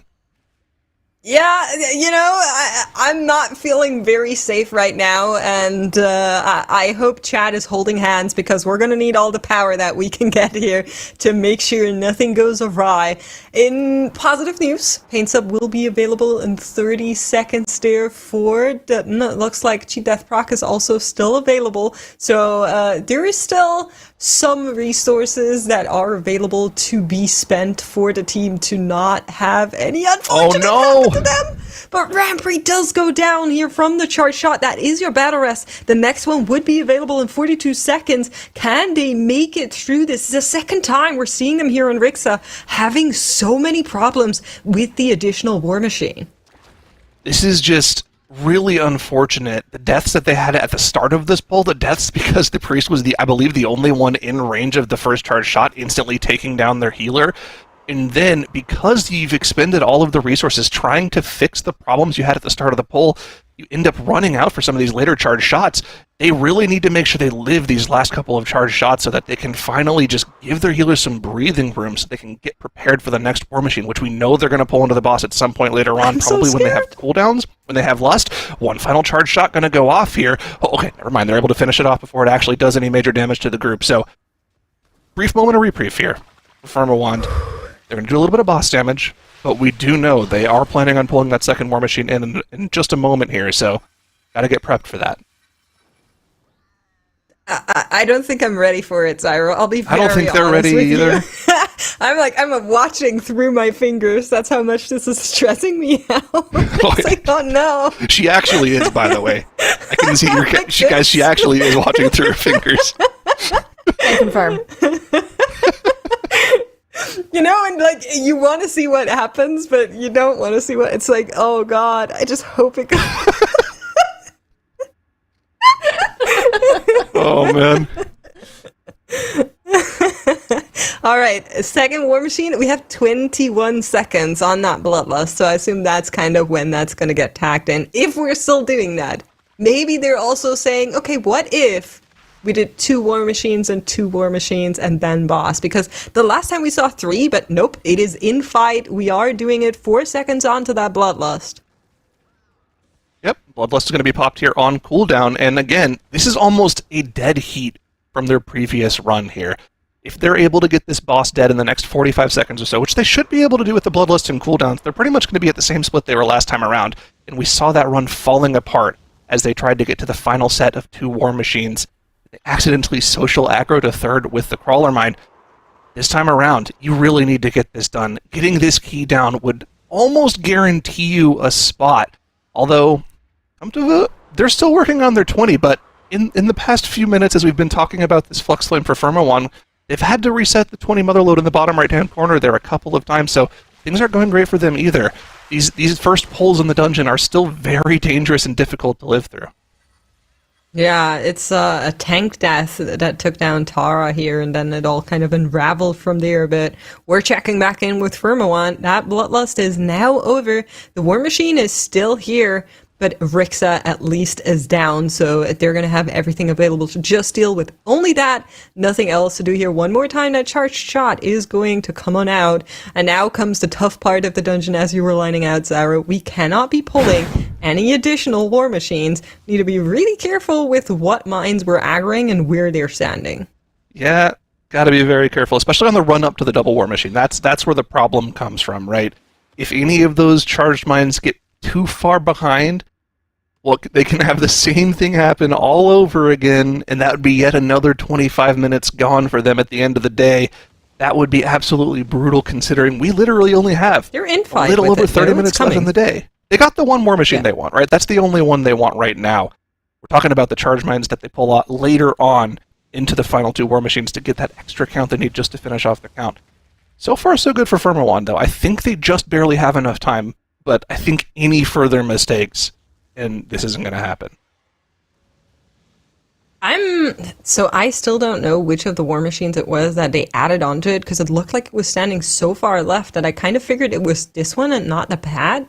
But maybe it was one of the pads instead that they had as third one, and they're definitely finishing out this one, and then we'll see them move up. Mm-hmm. We'll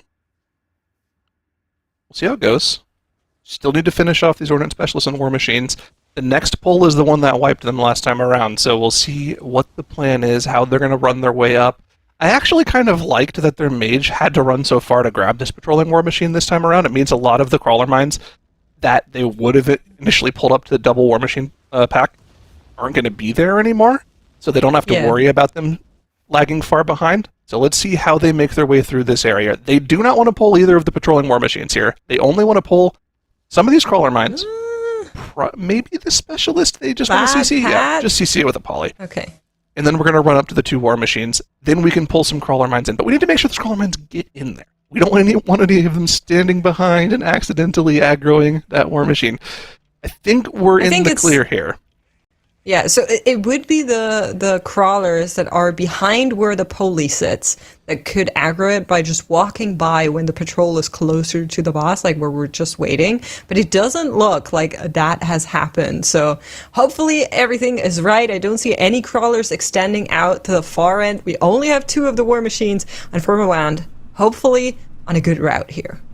Makes, as you say that, it just feels so cursed. So incredibly cursed. What do you mean?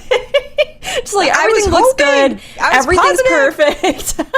No, I didn't say you're right. You said that just now. Excuse me. They're I'm so sorry. Okay, I'm adding on to the curse. No, you did great, and you're right. I think all of this is under control, and it's going just fine. But you are going to be going out, actually. Makes, you're going to be heading out right now because we'll say goodbye for today, but don't worry, everybody. Bye. Makes will be back. Bye. Makes will be back this weekend, so keep an eye out. Instead, we're going to have Tettles and Dratnos jumping on the desk here to join Zyro for our final runs. And with this, Tettles, can you give everybody a really quick touch base on where our teams are at coming into these final runs? So, yes. Okay, so this is kind of interesting. So, Velocity, I think that they're mathematically eliminated at this point. They're currently at 52 points. They're trying to time this 18 Operation Floodgate. So, yeah, I think that they're mathematically eliminated. Now, 07 is the team that is primarily in the lead. They are currently at 57 points. I haven't taken a look at their time tiebreakers. Maybe Dratnos will have a better insight as to their time tiebreakers. They are probably the team that has the highest likelihood of making it to Sunday. If they time this Operation Floodgate on 19, I think that basically guarantees them a spot in tomorrow.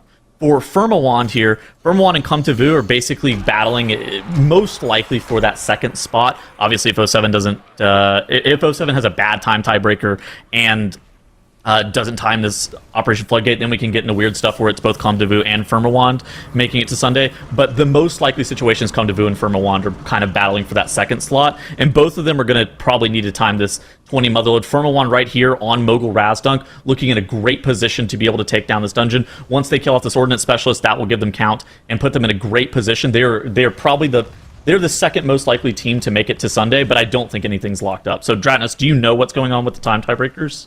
So our time tiebreaker situation is basically Firmawand have great time tiebreakers, okay. Come to Vu have okay time tiebreakers, and 07 have pretty bad time tiebreakers. So it could change, of course. Anytime we get to a tie situation, that would mean that teams are scoring more points. But as it stands right now, if Firmawand can get this on the board, they will take first place over 07 with much better time tiebreakers.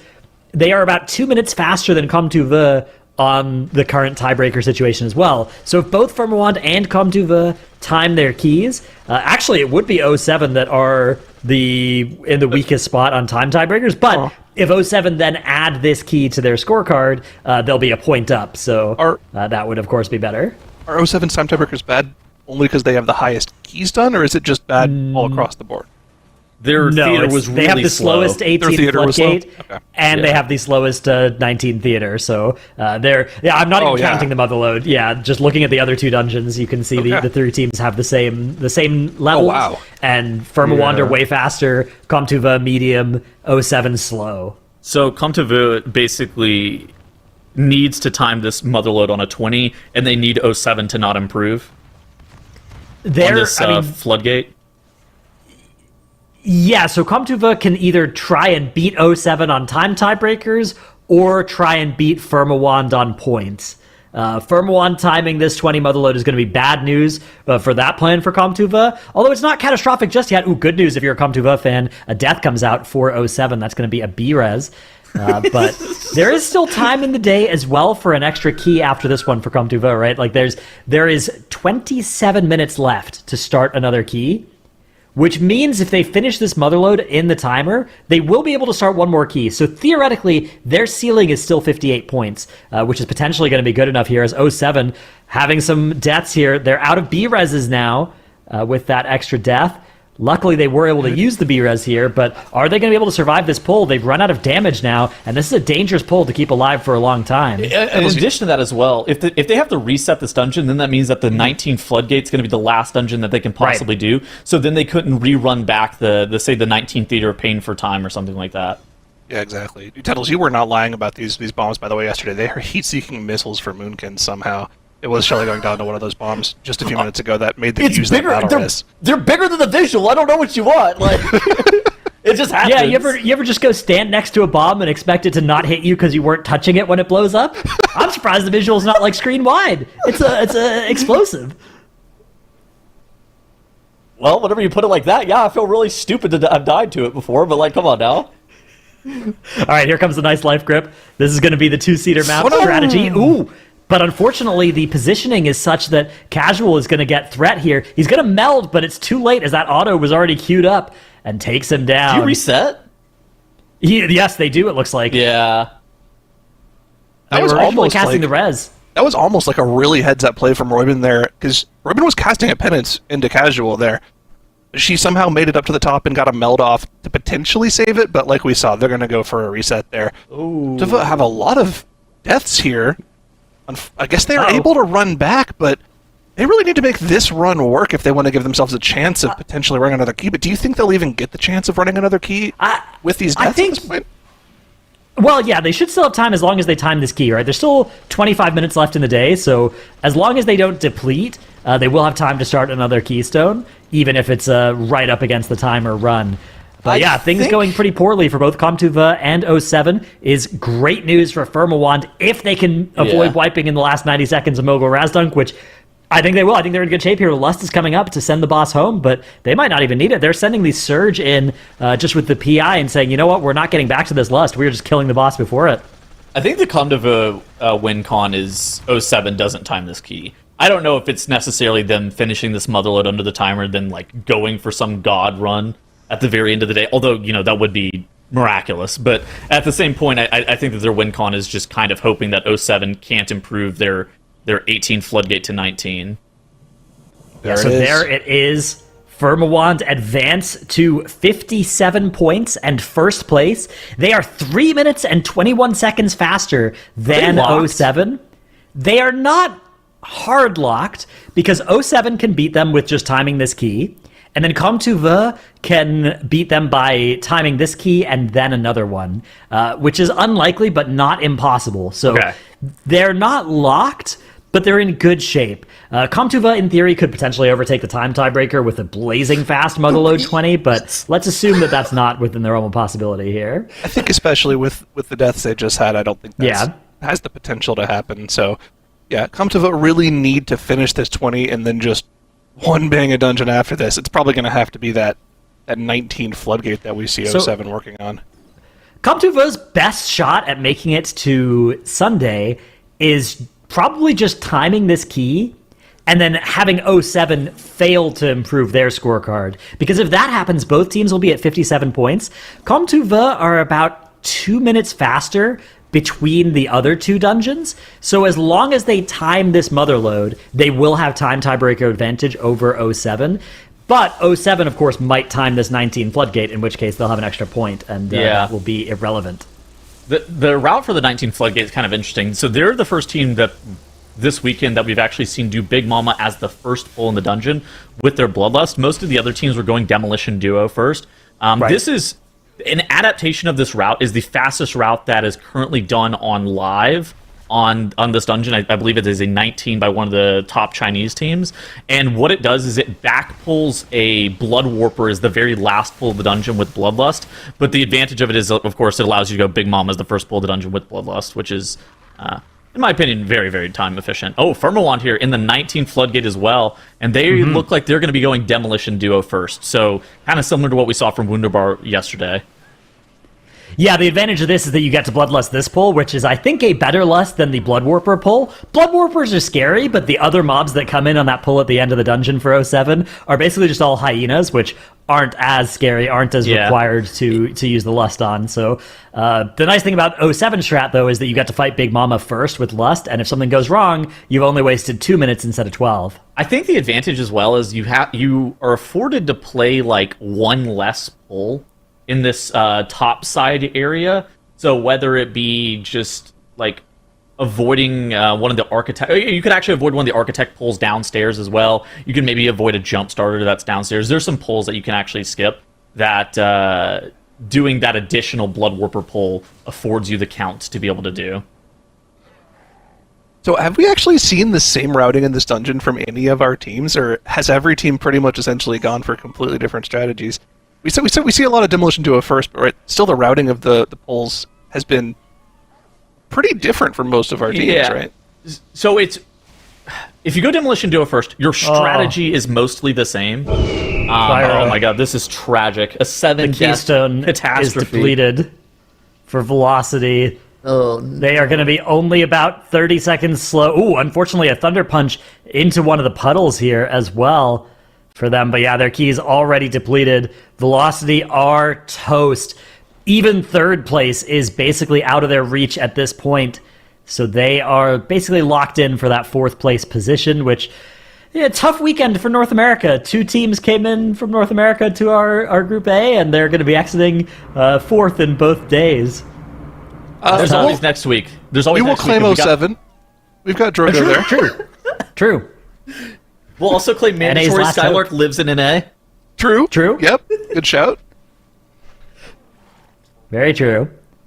As Firma wand, yeah, it was a good point though, Zyro, that I think that among our teams, I mean, there's sort of a dominant strategy for the start of this dungeon that a lot of teams are doing, which is the left pull into Demolition Duo into 12-minute Big Mama pull. Yeah. That most teams are doing some variation of that, but there is always variation in exactly what you're pulling when, as we do have a death coming out on Dr. J here for 07. They're going to use the res and keep this attempt going as they are 5 minutes in and Big Mama is almost dead. But even if they were to wipe here, it wouldn't cost them too much time. At this point, with only 19 minutes left in the day, they know that they will not be able to finish another dungeon after this one. So even if they have to reset this, it's actually not that big of a deal because either way, this will be their last key, or if they reset it, that will be their last key when they run it again. And This boss is Wunderbar- pretty high, by the way. These I think he heroes- has his kill block barrier. Oh, I mean, this barrier is going to go off at full energy there. They need to get this boss to 0, and it's still only at 3%. The surge is gone. Do they have the damage to fill Okay, it, we're chilling, to finish we're it chilling. off here? Uh-oh. No? We're Is not it 90? chilling. Okay, No, we're okay, chilling. okay. Ooh, that was close. That was It's an close. 80% DR. It's an 80% DR. Okay. You can kill it through. It's not good, but you can. It's not great. One extra percent, they would have been there for quite a while. So this is planned. Jay is Yeah. pulling it to the side with that ice cold, allowing Shelly to run in. And then he'll run to the side and meld. Invis used by Dr. J. And this is going to mean that they don't have to... Oftentimes, teams will use their tank to do that with, like, Sigil of Misery and then getting all the boxes and then melting. But this way, they've been able to gather up this pull while Shelly and Jay were doing this, which is nice anyways. If you're a tank, you're doubly happy because now your DPS aren't going to pull threat on the first few globals either. Yeah. This is nice because look at Dr. J's Arcane Surge. So you realistically only want this Blood Warper to get 2 of those blood siphons off. Otherwise, your healer kind of runs out of heal power. You basically press all of your defenses on the first one, and then use all of your group cooldowns on the second one. If you end up getting like a full third channel, that's where people really start to die. But whenever you have that Arcane Surge available, that's where you're able to just kind of power through and be able to get that Blood Warper killed off before that third cast finishes. It looks like they'll be able to do just that. It's going to die in a little bit here. Only a few percent left, and there it goes. It goes down. So only have to First really mob get to the reload die. interrupts on the demolish, and they're fine. Yeah, first mob to die. That's the power of the Arcane Mage, man. Just focusing that one dangerous mob down.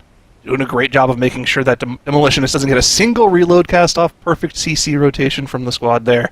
And, I mean, they're looking good in this attempt at the 19 here. Yeah, absolutely. Well played by 07 so far, but it is not over just yet. Just because they front-loaded their difficulty doesn't mean the rest of the dungeon is a cakewalk by any stretch. In fact, we saw them lose their last attempt on the section that is coming up here after this big pull. This is a deceptively not as scary pull in theory, although we have seen a lot of deaths in this pull in particular. The big thing you want to do to make there be no chance of random deaths is interrupt the snipers on their trick shot cast. You can see one of those casts going right there. If that goes off, there's a lot more danger of somebody dying at random here, but if you can keep those under control, then there's not too much danger from the rest of the mechanics. They're all just dodgeable or low enough damage that you won't randomly get killed 100-0. Can we get a check on Comte Vu? How do they do on their Azarok split? I can't exactly see. Let me pull out my magnifying glass. 15-29. Ooh, there's a trick shot that goes out. Dr. J goes down. No B-res available, but he will be able to run through. I believe I see 15, 20 Ooh, minutes? Yeah, that's what it 29. is. That's good. I mean, that's like I would describe that as like minimum time to be looking to time the key is like a 15:30. So they're making okay pace. Again, they're not going to be like we're not going to be like super fast or anything like that, but it's a pace that is acceptable to be consistently timing this key, assuming that nothing catastrophic happens from here on out. Anything below 23 on the Rixa split is acceptable as well, right? So it looks like they're going to be kind of on pace here. The 23 is pretty Monka. Monka depends on spot the- right clock. It depends on the war machines. Like if you don't have to do the double war machine at the very end, you could probably do it in like 24 minutes. If you have to do the double war machine, then yeah, it's probably like 23 something. Yeah. That Yeah, it looks Bloodlust like is they're actually gonna be- coming up super late, though, by the way. Are they going to be able to get 2 more in the remainder of the dungeon? Okay. Barely, right? But it's going to be a case of pressing it in the last minute of Mogul Razdunk. Okay. But yeah, this is going to be sketchy. Rixa lives for quite a long time, especially if you're pulling these war machines onto her. This just takes a while to chew through all this health. So, in addition to a huge amount of raid damage every time that war machine casts, and some extra management of dodging these crawler mines in a pretty tight space. So, we'll see if they're going to be able to keep this under control. This is a pivotal dungeon for Comtuva. You can see they're at 55 points. Both 07 and Firmawand are at 57. Comtuva need these 2 points to have a chance of making it to Sunday. 100%.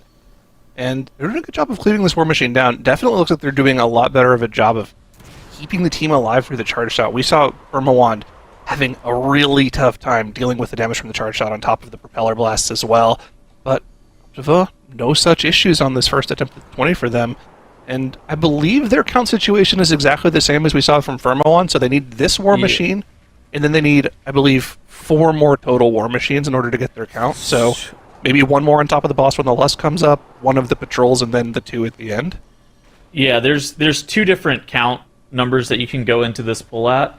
You can either go into the pull at 64% count, which means that you have to play the double war machine at the very end, or you can go into this at like 74 count or 74%, which means that you don't have to play the double war machine at the end. It looks like they're gonna have to play +1 war machine, but they're not gonna have to play the double.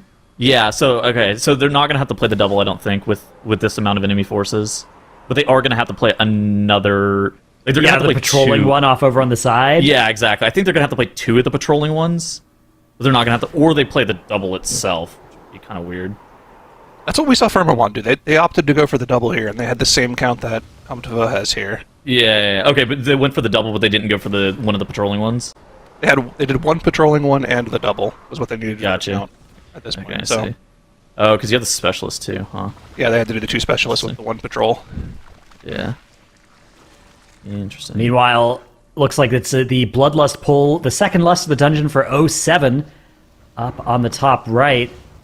They are fighting up on those boxes near the very start of their dungeon. A lot of teams do this pull first, but 07 doing it second. Firmawand also making their way through the 19 floodgate. And if you're a Comtuva fan, you are really hoping that especially 07 fail to get this floodgate done, because Yeah. Comtuva, they can beat 07's time tiebreakers. They can't beat Firmawand's. So if they can get to 57 and 07 are also at 57, then it'll be Comtuva that make it through to Sunday instead. 07 can probably stop that from happening by timing this key.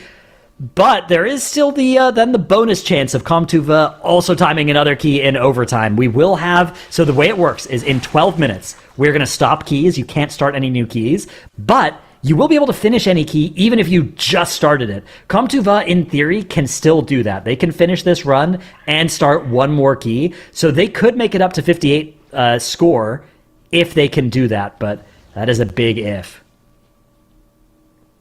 What was that grip for? Yeah, I'm not sure. I think Vibes. Just a vibes grip? Maybe they were supposed to grip Interesting. back after that barrage, but the grip came in before the barrage. Yeah, it definitely didn't look. Maybe it didn't matter. They're just waiting for the tank anyway, so they're just messing around.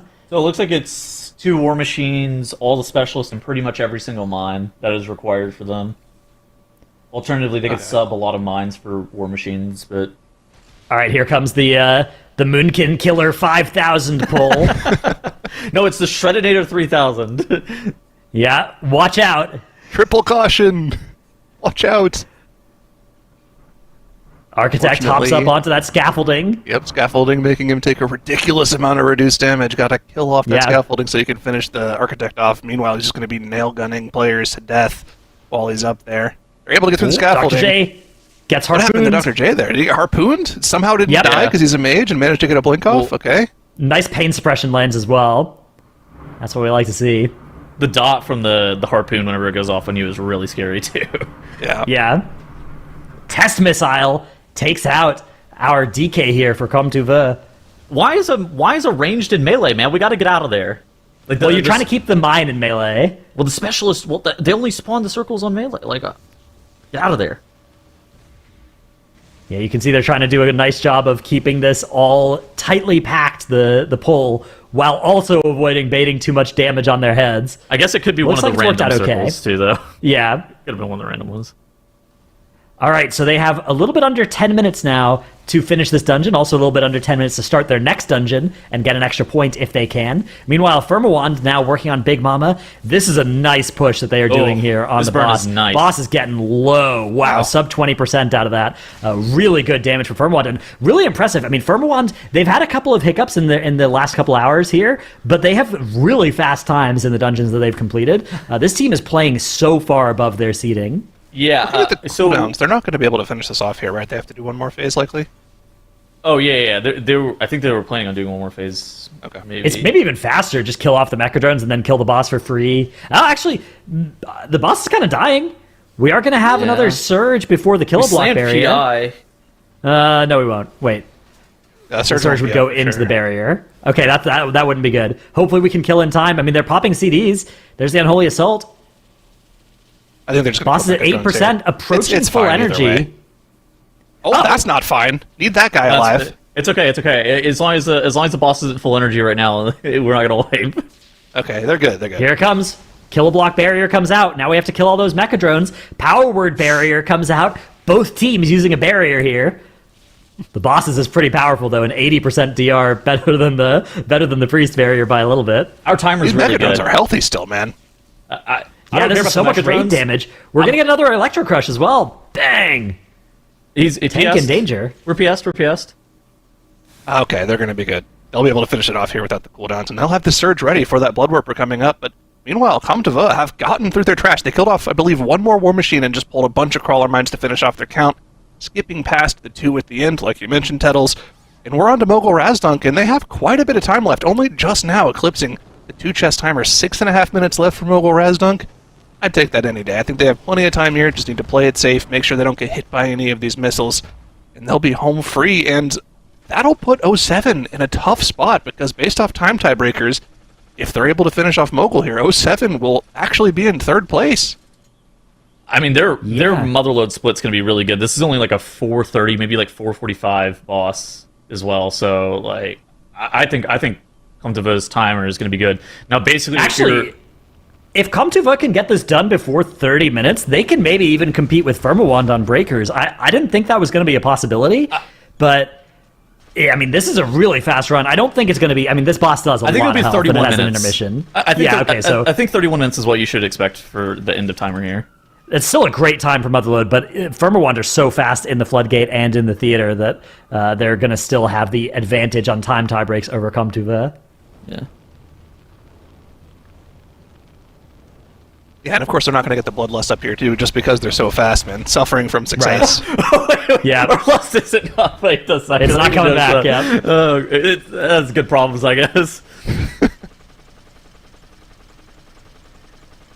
Yeah, and I wonder where Comme Tu Veux will decide to go if they complete this in time. There's 7 minutes left in the day, so they will have time to go start one more key, an opportunity that will not be afforded to Firmawand or 07. In theory, all of our teams could get to 58 points here, and we could have an exciting photo finish at the end of the day. In fact, we could have all three teams working on a 19 Floodgate during the overtime. That would be a pretty exciting timeline to live in. 07 and Firmawand are both through the hardest parts of Operation Floodgate right now. I mean, they killed through Big Mama. There are a couple of dangers on Swamp Face just in general. The last big thing that can wipe them, though, is a mistake on like a bubble skip, which is it's not it's not automatic, right? Like you would hate to see somebody mess up a bubble skip, but it does happen probably somewhere between 10 to 20% of the time where somebody's just like, something happens and somebody misses up the skip.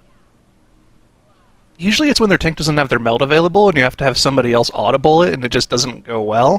That's, I think, most of the skip fails that we've seen. Hopefully they don't just accidentally not use that. Although I think we've seen tanks use it to try to skip tank busters on Swamp Face a lot, right? Right. So Yes. Very need to have the common presence of button to mind press. to not use it there at the end of the boss to make sure they have it available for the skip. Yeah, I mean, you just need to get the skip done so quickly. It's not even a case of, you know, somebody accidentally still being in combat. It's a case of if you just don't execute the skip quickly enough, the boss or the mini-boss reaches the point in its cast sequence where it does AoE damage to the whole group, even if they're out of combat, right? And that's going to kill you. And that'll wipe you. Yeah. Which is unfortunate. 07 here already have Swamp Face spawn, so they'll send their druid ahead to click the box right before combat happens on these mobs. Ooh, it looks like these bombshell crabs are going to die before the disturbed kelp go off, so they're going to really need to make sure that those jettison kelp AoE damage effects... Oh, they're refreshed again. You have to get these jettison kelp casts stopped, otherwise you can't tank like both the bursting from the crab bomb and the AoE from that. It looks like they did a great job of dealing with that. All right, Comtuva have made it through the intermission here on Mogul Razdunk. We are cresting that 30-minute mark, so they are still going to be behind on time tiebreaks relative to Firmawand, but this is a nice run in Motherload that's going to set them up to have great time tiebreakers when compared to 07. And they're going to have time to start one more key. You can see just in the bottom right there. That is the amount of time left for teams to start a new key. If you're going to wipe in your 07 or Firmawand, you got to do it right now. There's not going to be time to mess up a bubble skip and then restart this. So for Comtuva, it's basically picking between 20 Theater of Pain and 19 Operation Floodgate, whichever you think is more likely for you to be looking at time. Most teams, I would say, probably are going to tend to go towards that 19 Operation Floodgate, but I think that there's a world, if you feel like you're very well practiced in the 20 Theater of Pain, you could be looking to do that instead. Yeah, it's definitely an option. It would give you better than a time tiebreak as well. It would give you the highest key, or second highest key in this case, tiebreak. Okay. But it's a pretty edge case that you'd want to be relying on that, I think. So I suspect, yeah, you're just going to go to whichever of those dungeons you believe you have a higher % chance to one-shot. We will see that decision made very shortly here for Comtuva. It's all going to come down to this. All of our teams are now on 57 points as Comtuva time this plus 20 Motherload. They all have the exact same configuration of keys as well. This is going to be such an exciting end to our day. The town portal's coming out instantly. Comtuva need to get their next dungeon There it started. is. And 07 has been dropped down to the third place Look how slow slot. they are as well. 07, they've been in the driver's seat all day today, but at the end of the day, they've just been unable to get this floodgate down, and that might be what takes them out. This is really it. This run, it's all on the line for 07. If they can get it done, that's the best chance they have to make it through to tomorrow. Comtuva, they do have time to start a final key, too. Are they depleting this key? So what timer do you need on Swamp Face to be okay? Because, yeah, 1830 Like a 24 is like absolute worst case scenario is like a 24. We're like plus or minus 15 seconds on the timer. Like okay, well, that's where we're going to be. I mean, there are 4 deaths on the board. This has not been a clean run from 07. I wonder if you just wipe and go again right now, or if your chances are still good enough. I think they're still okay. It's going to be close. Here comes some funnel into the boss. Do you ever... No, they can't... There's no way they can make up 2 minutes of time if they go for a rerun of the other keys. I was thinking, do you ever just ditch this and try to go for a faster run in one of your other keys that you've already timed? But that's not really any easier, too. Yeah, you need to get 2.5 minutes faster in one of these keys to catch up to Comtuva. That is pretty tough to do. That would be a lot of time to shave. The boss is about to die pretty quickly here after they press this Arcane Surge because they have all the trash on the boss, and so the Arcane Mage is going to get insane. No! Never mind. No, but okay. So now they're depleted. This is a deplete for sure. We got a town portal. We have to leave. We have to leave. Yeah. Okay. We got to start another keystone imminently if we can within the timer. Are they going to get Of course, locked the admins out? have the clock, so. Oh man, they can't. wait. They gotta die. Yeah, okay. Here we You go. have to declare that they're starting another dungeon. I actually, it's We'll going to be see. an Yeah, admin well, call. the admins will let us know if they can start another key. I think they maybe just have barely enough time, but that is going to be a really exciting thing to see if it is possible for Why them. did you just call it exciting? It is. I mean, it's exciting to see. You're hate the watching pressure. so hard right now. And that team, hey, if they can't start another key as well, it would just be straight up over. But it looks like they are zoning back in to a floodgate here. You know what's crazy? I think if you're a Comtevu or a Firmawan fan, obviously you're praying for 07's downfall here. But in addition to that, Firmawan and Comtevu are going to have to play some crazy comps tomorrow. Yeah. Yeah. But see, the interesting thing about that is, if that is the case, there's only going to be one team that's really not going to have to play any crazy comps tomorrow, and that's Wunderbar. So that means that second slot is going to be completely wide open for any of the teams. Yeah, this is a crazy situation. This is wild. Turtles! I don't think... Okay, wait, no, 07, they did reset their key. It looked like for a second, but it was just our observer that wasn't in the reset key. All right, we're all good. This is now the final run. We've just crossed over the timer, so it is official. 07 wiped just barely in time to start another attempt, and it all comes down to this. If 07 can time this key, they have a good shot at making it not just to Sunday, but also to the global finals, because they will be able to play this comp tomorrow, which neither Firmawand nor Comtuva would be able to do. But they have to clutch out and win this time in the floodgate that has proved so difficult for them over the past hour. Okay, explain the win con for all the teams here. What is the qualification to Sunday win con for Firmawand, 07, and Comtevu? So if nobody times their key, then 07 is out because they have the worst time tiebreakers. Okay. If everybody times their key, then 07 will probably be out unless they can get a really good time in here and Comtuva and or Firmawand get really slow times. But 07 have minutes to make up compared to Comtuva and Firmawand, although, you know, some of those minutes are in Floodgate, so it could happen. But yeah, the biggest win con would basically be if some teams make this key and other teams don't, then of course whichever teams do make it will get through to Sunday, and we will go to time tiebreakers if there are ties for third. Bubbles is reset for Firmawand. That was a huge potential loss condition for them. That now the rest of the dungeon is all easy. No way they could wipe from here. The last boss is by far the only hard part that remains is the last boss. So those couple of seconds where Bubbles is walking towards you and you're not sure if you're out of combat with him or if he's walking at you or walking just back to where his spawn point is are just so scary. Everybody presses meld. They actually don't care. They have their mage. Their mages in most every single other group are dwarf for every single situation because you don't need shadow meld, you have invis. But they go meld for here because they don't want a situation where Bubbles accidentally gets pulled. They're like, I'm going safety meld. I'm safety meld this.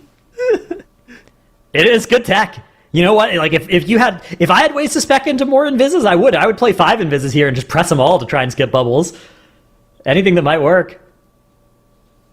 It's also nice because G-Invis is a defensive as well, so sometimes you get in the spot where if you're playing Dwarf, you just get here and you realize, oh man, I invised for the damage reduction earlier, and now I'm toast. They're going to time this key. This is crazy. This is crazy. Firmawand, like you were talking about, they're already in the best position, right? If everything stays the same, Firmawand are in. If everyone times, Firmawand are very likely in just because of how fast they've been. They don't want to wait for that, though. They have the best opportunity of making it through just based on score alone here. They've got plenty of time. Just one final trash pack and the final boss.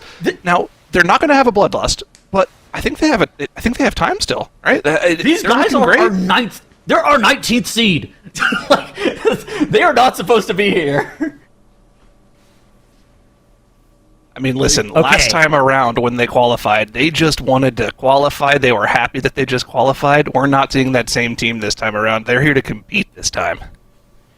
So I have some more math for you between Comtuva and 07.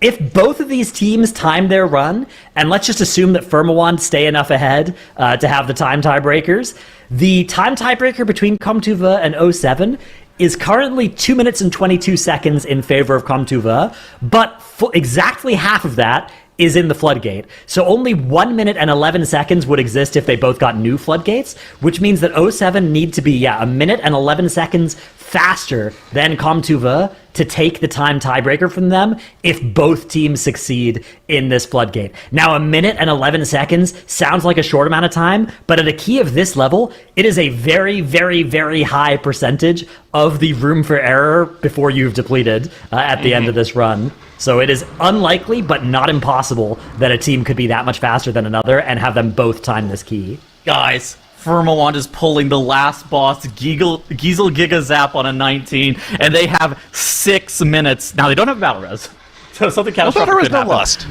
Yeah. But they got sketchy. 6 minutes, man. This is looking likely for them to be able to clutch up. Yeah, of course, Firmawand's not technically safe just yet.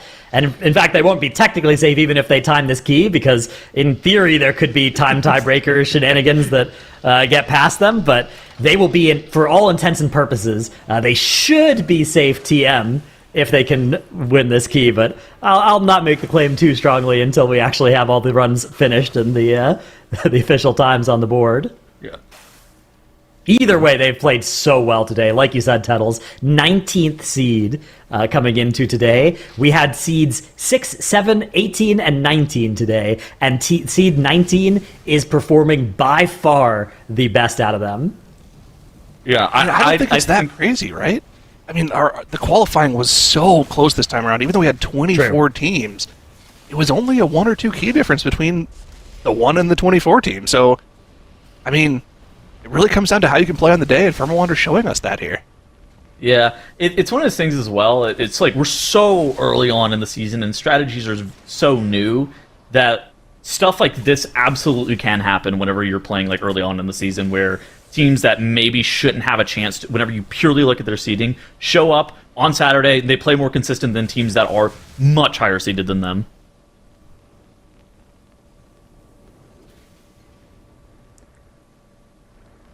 Yeah, very exciting end to our day. Let's take a quick survey of what's going on across the field as well, with 07 getting to that barrier, I think, just at the end of Big Mama, but killing it off from 1 to 0%.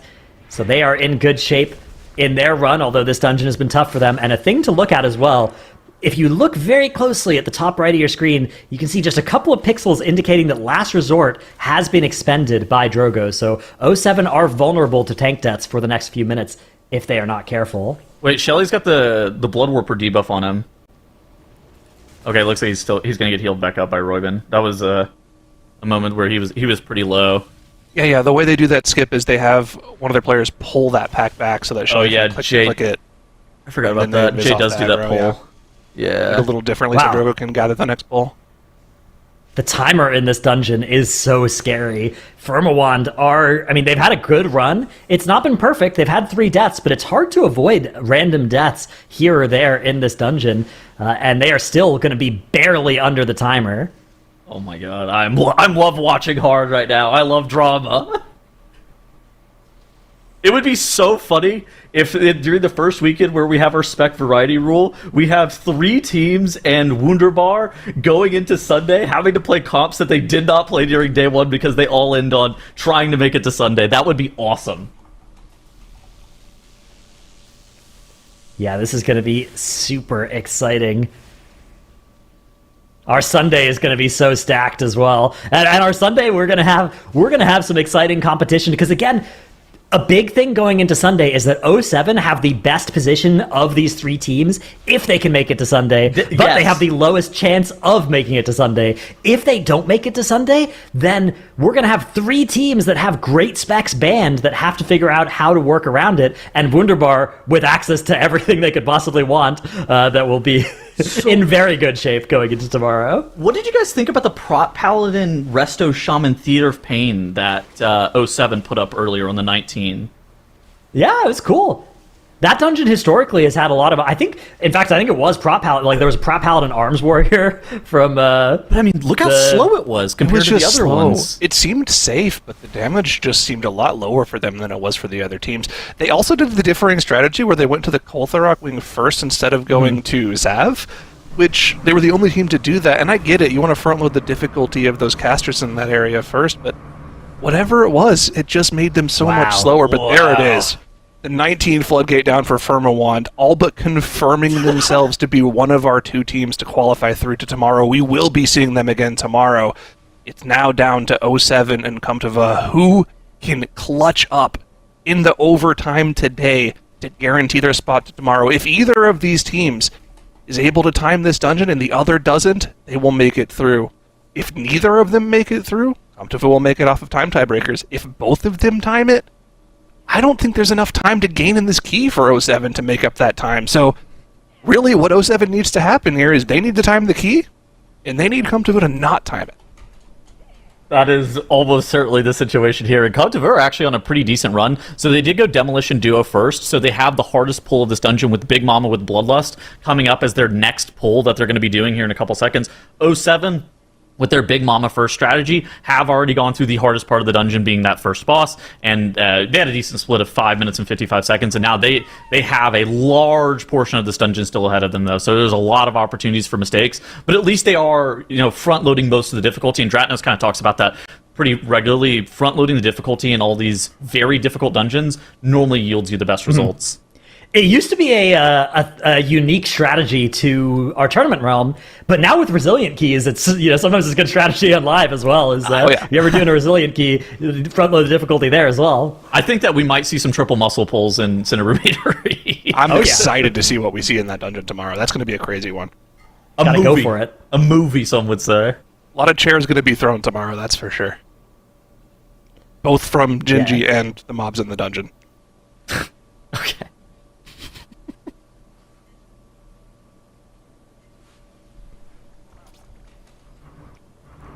All right, so Firmawand are exiting the day here in currently first place, likely to hold first place. If you're just joining us, 07 and Comtava fighting for second place right now.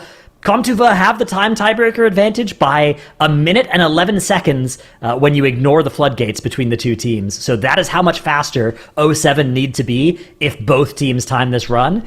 If only one team times it, they're making it through to Sunday, and if neither team times it, it will be Comtava who take the lead over 07.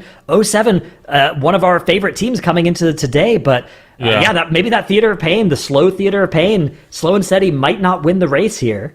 Comtava here is pulled Big Mama with Bloodlust. They need to really make sure that they're 3-phasing this boss, getting only 3 of those jump start big AoE phases. On pull, it's pretty easy to just kind of cleave off the boss and get a decent amount of boss damage whenever you are affected with that Bloodlust. But then it's going to be phases 2 and 3 whenever you no longer have a bunch of those offensive CDs and you don't have that Bloodlust rolling. That's going to be really difficult for you to be able to kill off those Mechadrons in time to where you don't have that block barrier up for an extended period of time. In addition to that as well, the tank is going to be trying to grab soldiers and these contractors in during those Jumpstarter AoEs to allow the mage to have a more efficient boss damage where he's able to cleave off some of these additional adds to just continue to pop off on this boss. Yeah, it's so nice to have those extra targets, especially with the Spellslinger Arcane Mage build, which is the one you usually see in keys. Every extra target, you just are spamming all these free orbs all the time, and they go from generating you 1 or 2 arcane charges to 4 if you've got these extra targets around here, and that means you can just be spamming barrage missiles. Barrage missiles is so fun if it goes off. And then you press barrage a couple times and don't get an orb barrage proc, and you just want to tear your hair out, unfortunately. Yeah, try not to do that. You want to try really hard to proc exactly 1 orb per barrage if you can. Try not to use too many without all at once. This phase, it looks like we had Dark Transformation, 1 Incarn charge, and then we had PI into Arcane Surge. And these Mecha Drones are going to be, it looks like about 20-ish% HP as the Kiloblock barrier goes up. Now, the Kiloblock barrier isn't deadly by itself, but it's more the barrier at the exact same and then going into that Jumpstart AoE, your healer can sometimes run out of HPS cooldowns if they're not super careful. So you have to be really careful. Crush as well. This might take their cheat from their tank here if they're not careful.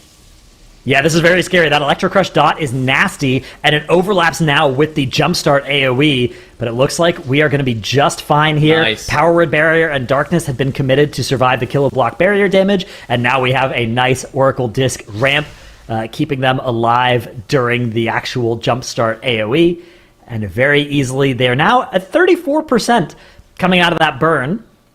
Yep, So we're we gonna should do be in one more good shape full to take phase. this down. Yeah. It should be able to die during the next jump start, or be very low after the jump start. So Yeah, so we got to just send this surge in on the boss right now Yeah. and use it to kill off these mecha drones as well, I believe. Unholy it would, Assault it would be criminal to keep it for too long here, yeah. Yeah, I'm pretty sure we're killing it regardless, so I think we're going to send the Surge and the Unholy Assault Dark Transformation combo. Yeah, immediately everything's getting pressed. I think that you just have to kill these Mecha Drones off in time because you're low on the Incarn. The Moonkin is normally the person who's doing a lot of the Mecha Drone damage during this phase as well. And without that Incarn, it's just like, okay, we have to rely on our offensive CDs here. Always tough whenever those drones dash into the puddle as well. Oh, no, we bipod snipers! Uh-oh. oh, That's going to be a snipe on our healer now. B-Res is available, but a trick shot in the back along with a snipe, and that's going to take out our mage. One more B-Res is available. over. but It's our over. healer is down It's again. over. It It's is over. all over for Com2V, and that is the tragedy of fighting this boss here. You can either body pull those snipers, or arcane orbs love to travel down those stairs and pull for you if you are not careful with how you are aiming as an arcane mage. That's happened to, I won't say who, but it's happened to me before. we won't say who, but it was you. Well, what that I does lied, do yeah. for us is it makes the calculus a lot easier here. One final team remains in the keys for day 2. It's all on 07. Time the Yep. key, you're into tomorrow. Fail the key, Tavu takes that second spot. Can you clutch up in this moment 07? We've got some of the most veteran players in MDI history in this squad. If anyone can get it done, it's these guys. Yeah, if you are any of the other teams qualified to Sunday as well, you are rooting hard against 07 here, because if they do make it to Sunday, they have played the Spec variety rule such that they will get access to this comp tomorrow, which Com2V have not. So if Com2V instead qualify because 07 deplete this key, that'll be great news for all the competition against them tomorrow.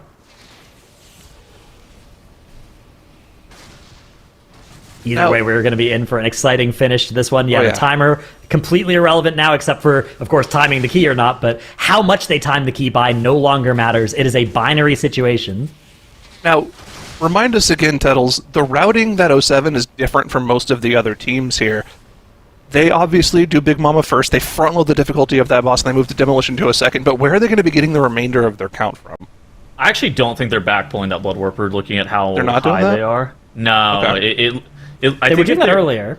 I think they were doing it earlier, but it looks like they're high enough on count to where they're not going to have to do that anymore. Yeah, they were doing it with their other comp as well. Yeah, if you give me a second, I can work out the math as to what they need going downstairs before. Okay. I mean, they have quite a bit of count, but they don't have a lot more trash to pull here. There's just a big kelp pull, and then, boss, skip. The 2 trash pulls, boss. So I think they may still be planning, because you got like 9% from going back to the start and doing that Blood Warper pull, which is nice. We'll see, though, if that is still their plan or not. Otherwise, they're going to get that last Bloodlust just at the end of Giesel Gigazap, which is a good lust. I like finding a way to get a big trash pull with lust, though. That's always fun. I think it's always more efficient to get the lust on trash as well, right? Also, This could good be a news for sketchy them here. charge. Yeah, they're Okay, going to have it to go works. back across, unfortunately, and then they'll have to use the last kinetic explosive gel to deal with the one bomb they have at the start of the room, but that's totally Nice. fine as long as they are aware. It does go on Roybin. She'll be able to position herself and get that dispel off to deal with it. Good news, this is a lot better split than it was in their previous run. We were talking about how were they even going to time their run last time around before their mage ended up dying at the end with that Arcane Surge and they had to go for a reset. I believe their Demolition Duo split in the previous run was at least longer than 18. I want to say 1830. This time around, it's going to be in the realm of 1745. Still 0 deaths on the board. This is about as clean a run as you can hope for at this point for this team.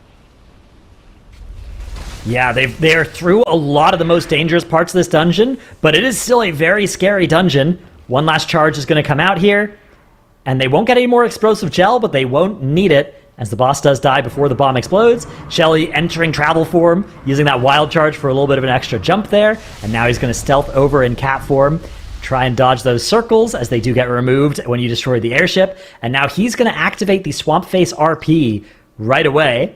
Drogo picking up a bunch of crabs. You're going to be taking these into the kelp pull here. Now, this is a dangerous pull because the kelp do AoE. The crabs don't do too much, except when they die, they explode with a dot that's very similar to the old bursting dot, where it will stack up on you. So if you're used to playing the old affix system, you'll know how to deal with the crabs, either stagger their deaths or kill them all at once, but try not to just extend that debuff over and over again. I think the great part about being able to see this dungeon both yesterday and today is you get to see how different teams are dealing with the difficult pulls in this dungeon. Obviously, this Disturb pull is one of the more difficult pulls. You have to use a lot of AoE CC to make sure you're not taking too much AoE damage, but of course also making sure you're interrupting as many of the restorative algae casts as possible so they don't heal themselves and extend the pull out to the point where you just are completely running out of CC. But I feel like every single time we've casted this dungeon together, Tettles, we've seen the same thing happen to arcane mages on Swamp Face, where talking about how we want to get this funnel in on the boss for that execute arcane surge, and then whether it's a wave taking out the mage or them ripping aggro on one of the bombshell crabs, the mage just somehow dies, and it ruins the pull for them. So we need to keep an eye on Dr. J here. One of the best mages in the world. Can he make this Arcane Surge and Execute work for them? Can they finish off Swamp Face on a good timer? But we're seeing a little bit of a differing pull here from 07. They're grabbing some of these Crocolisks for a little bit of funnel. So you grab the Crocs on pull and you grab the Bombshell Crabs during the Execute phase, because you can't have the Bombshell Crabs explode and give you that bursting style effect whenever the boss is active. Otherwise, you're just going to end up like running out of healing. You're just going to die. So that's why you grab the Crocs on pull with the first Arcane Surge, and with the third Arcane Surge, the boss should be like 25%, and yeah, you grab those Bombshell Crabs. So I went and checked count. They needed around 75-ish% enemy forces, but that's going to require them to pull, I think, all of the jump starters. So it's going to require them to actually pull those two that block the doorway going into the Giesel Gigazap room, which not every team elects to actually pull those. Some teams are looking to skip those, but I think that they're going to have count without having to backtrack at all. Okay. So given that, then we're looking at what kind of timer on Swamp Face do we need to be okay here? I think they're doing all right. Probably 24 something. Yeah. I think anything above like 24:30 is probably a deplete, but like anything that's below 24 minutes, I think we're It's so hard to okay. say with the different, lust timings and pull strategies that all these teams have, what the timer they need here is. So this lust is about to get pressed on CD here, and then it will be back up on Giesel Gigazap in a little bit. What do you guys think about Mudslide? Always run left? That strategy sort of become a universal strategy on the Mudslide? Yep, 100% always always run left. Dude, Well, you can see China... Rogan's trying to run on the other side and bait it sometimes, which is always kind of nice when it happens, but, either way. Sometimes you can get a little bit confused if it spawns in a weird spot, so always left, definitely pretty safe. China has some teams that always run right. Well, yeah, if you're and Australians as well, right? Because isn't it true that like toilets flush the other direction there as well? So that is true. It makes Yeah, sense, you're right? Their seasons are inverted as well. Yeah, exactly. So it makes sense for Australia. I'm not sure it makes because China's still mostly northern hemisphere, right? But these are interesting things. These interesting regional variations we see. That's a good point, actually. Yeah. Yeah, this is such a scary boss. Even these Sludge Claw abilities do so much damage to the tank. You can see Drogo making sure to line up to always have the Feldev on every single one of them if he can. Otherwise, he is in grave, grave danger. Our surge isn't up yet. Normally, I like the early pull. No, this is good because so many times we've seen this happen. They'll pull these like right as the surge comes off cooldown. The mage will insta-send the surge, and they'll just rip aggro on them because their tank doesn't actually have a whole lot of AoE threat on them yet. The surge is not going to be up for 20 seconds, which means Drogo should have way more than well enough established threat. And we shouldn't see Jay go down to just ripping threat on the crabs here. So I like this, actually.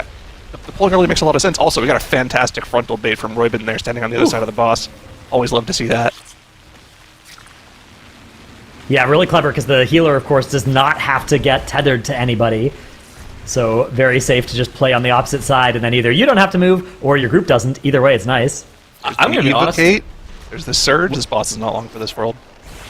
Whenever I'm doing this on my Moonkin, I'd much prefer it to be on our stack because I am fighting for my life the entire time, and I don't want my healer to have to move at all. I'd rather them sit there and heal me.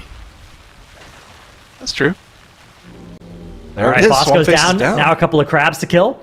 On the Shadow Meld watch as well, Drogo did not click Shadow Meld in the past 2 minutes, so that's going to be available for the bubbles skip, which is always nice to have your tank able to do that instead of relying on somebody else to execute it. Here's a look at our timers in this dungeon. You can see these Swamp Phase splits a lot faster than 07 have here, but most of these are on the lower key levels. Firmawand had that 22-30-ish split, so 07 a little bit slower, but Firmawand had some time to give at the end of the dungeon. 07's totally fine here to be able to time this key. It's they just need to make sure that they don't end up having something catastrophic happen, right? Like a miss on the bubble skip right here. If anything bad happens with this skip, that is run losing. So this is the biggest point of failure. From here on out, though, it's going to be like a tank death, maybe to the last boss. All right, skip successful. They're already starting combat here. They're not going to just wait to watch Bubbles run back, and Bubbles is indeed out of combat. So 07 are safe from that, but there are still some scary pulls between them and the end of this dungeon. It's important to mention the Firmawand split there, that was their real-time split. They actually also had 3 deaths, so their Swamp Phase split on their timed run was actually a 23-24. So 07, if they can keep it clean here, especially after getting that Bubbles split skip done, I think they're in the clear. They're going +1 pull in this area compared to what Firmawand did, but it's not. Okay. It's not relevant. Like, they're still going to be able to time the key. Again, it's all on the line here for 07. There is just a little bit of trash and one boss in between them and qualifying through to tomorrow, and they need to get this dungeon timed in order to qualify. If they fail in the final moments of the day here, it is instead going to become Tava who will be taking that second spot into Sunday. So it is all on the line here for 07. Can they get this dungeon done? Mere minutes separate them from qualifying or not to tomorrow. Yeah, one more big pull plus the 2 jump starters before the boss should be... Is this enough count? Let's see what they're up to here. It's supposed to be. So the jump starters,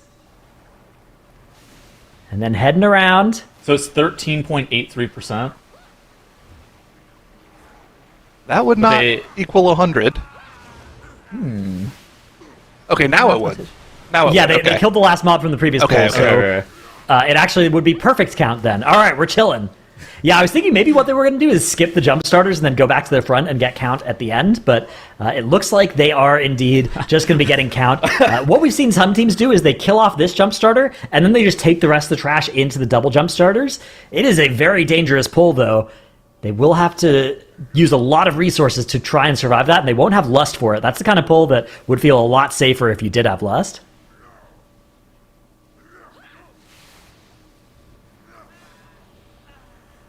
Here we are approaching that 2-chest timer as well. So 20% of the dungeon's timer is left for us to deal with this last boss and the last bit of trash. Few soldiers left over and some inspectors, but yeah, they are going to take this into the next jump starters. This is dangerous. These mobs do so much AoE damage.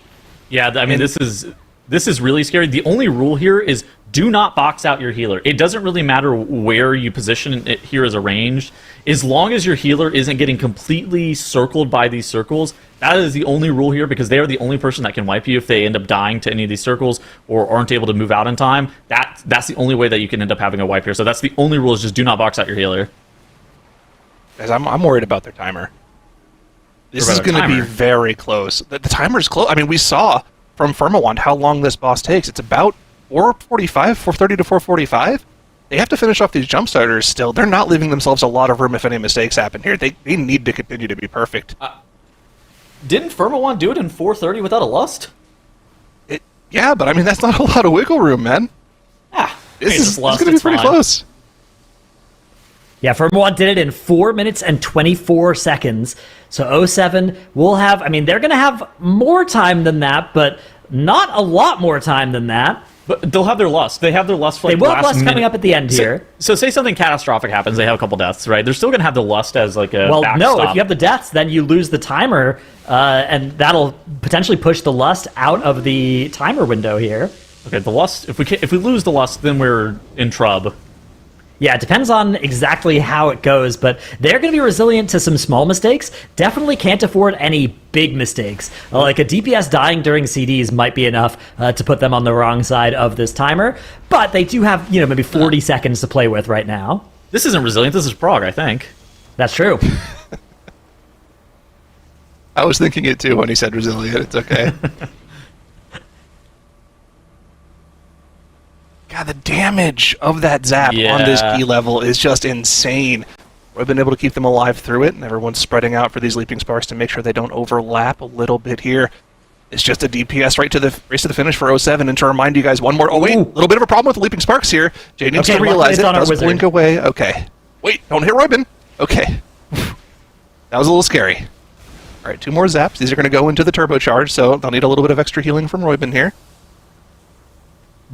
Yeah, dangerous times. Barkskin committed here as well. It is going to overlap into the turbocharge, though, so that's nice value. The AMZ comes down as well, or I guess the AMZ, as it's not hitting Drogo currently. Yeah, exactly. On top of that as well, it makes sense that he's going to be bark skinning every single time here, so that AoE happens on a 1-minute cadence, so you can kind of do 2 different things with Defensive Zmoonkin. You can either have your healer heal you through that big AoE every single time, or alternatively you can, which would allow you the opportunity to bark skin any Giga Zaps that go on you, or alternatively you can just bark skin that big AoE and then have your healer heal you through the Giga Zap dot. And it's just kind of how your group really wants to tackle that. There's not like one strategy that's much better than the others. Both of them are pretty viable, I think, for the Balanced Druid. But yeah, just making sure that you have a DR at least for one of them is the important part, for sure. Yeah, the penultimate power infusion lands there on the Unholy DK. So we're going to be getting 1 more power infusion, 1 more surge. Actually, I guess maybe 2 more surges right at the end here. But one of them will be in Lust. And we've got an Incarn charge actually coming out right now. So we're only going to have 1 in the Lust here in a moment. But here's that darkness against this turbocharge. The boss is halfway dead. We've been in combat for a little over 2 minutes. So we do have, maybe 50 seconds of wiggle room now. How's our tank you cannot be playing that close. Ugh. Nah, that's fine. We gotta get in the darkness. Gotta get in the dark, yeah. How's our tank survivability looking on this fight right now? Because Thunder Punch is really deadly, yeah?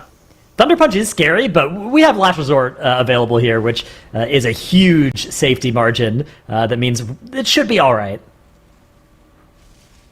If we didn't have Last Resort here, I'd be a little worried. And there's also still Shadow Meld as well, so yeah, a lot of answers still in the tank for Thunder Punch. Lust will be up here in 35 seconds. The next punch comes out. Bang! All good. And here comes the Giga Zap.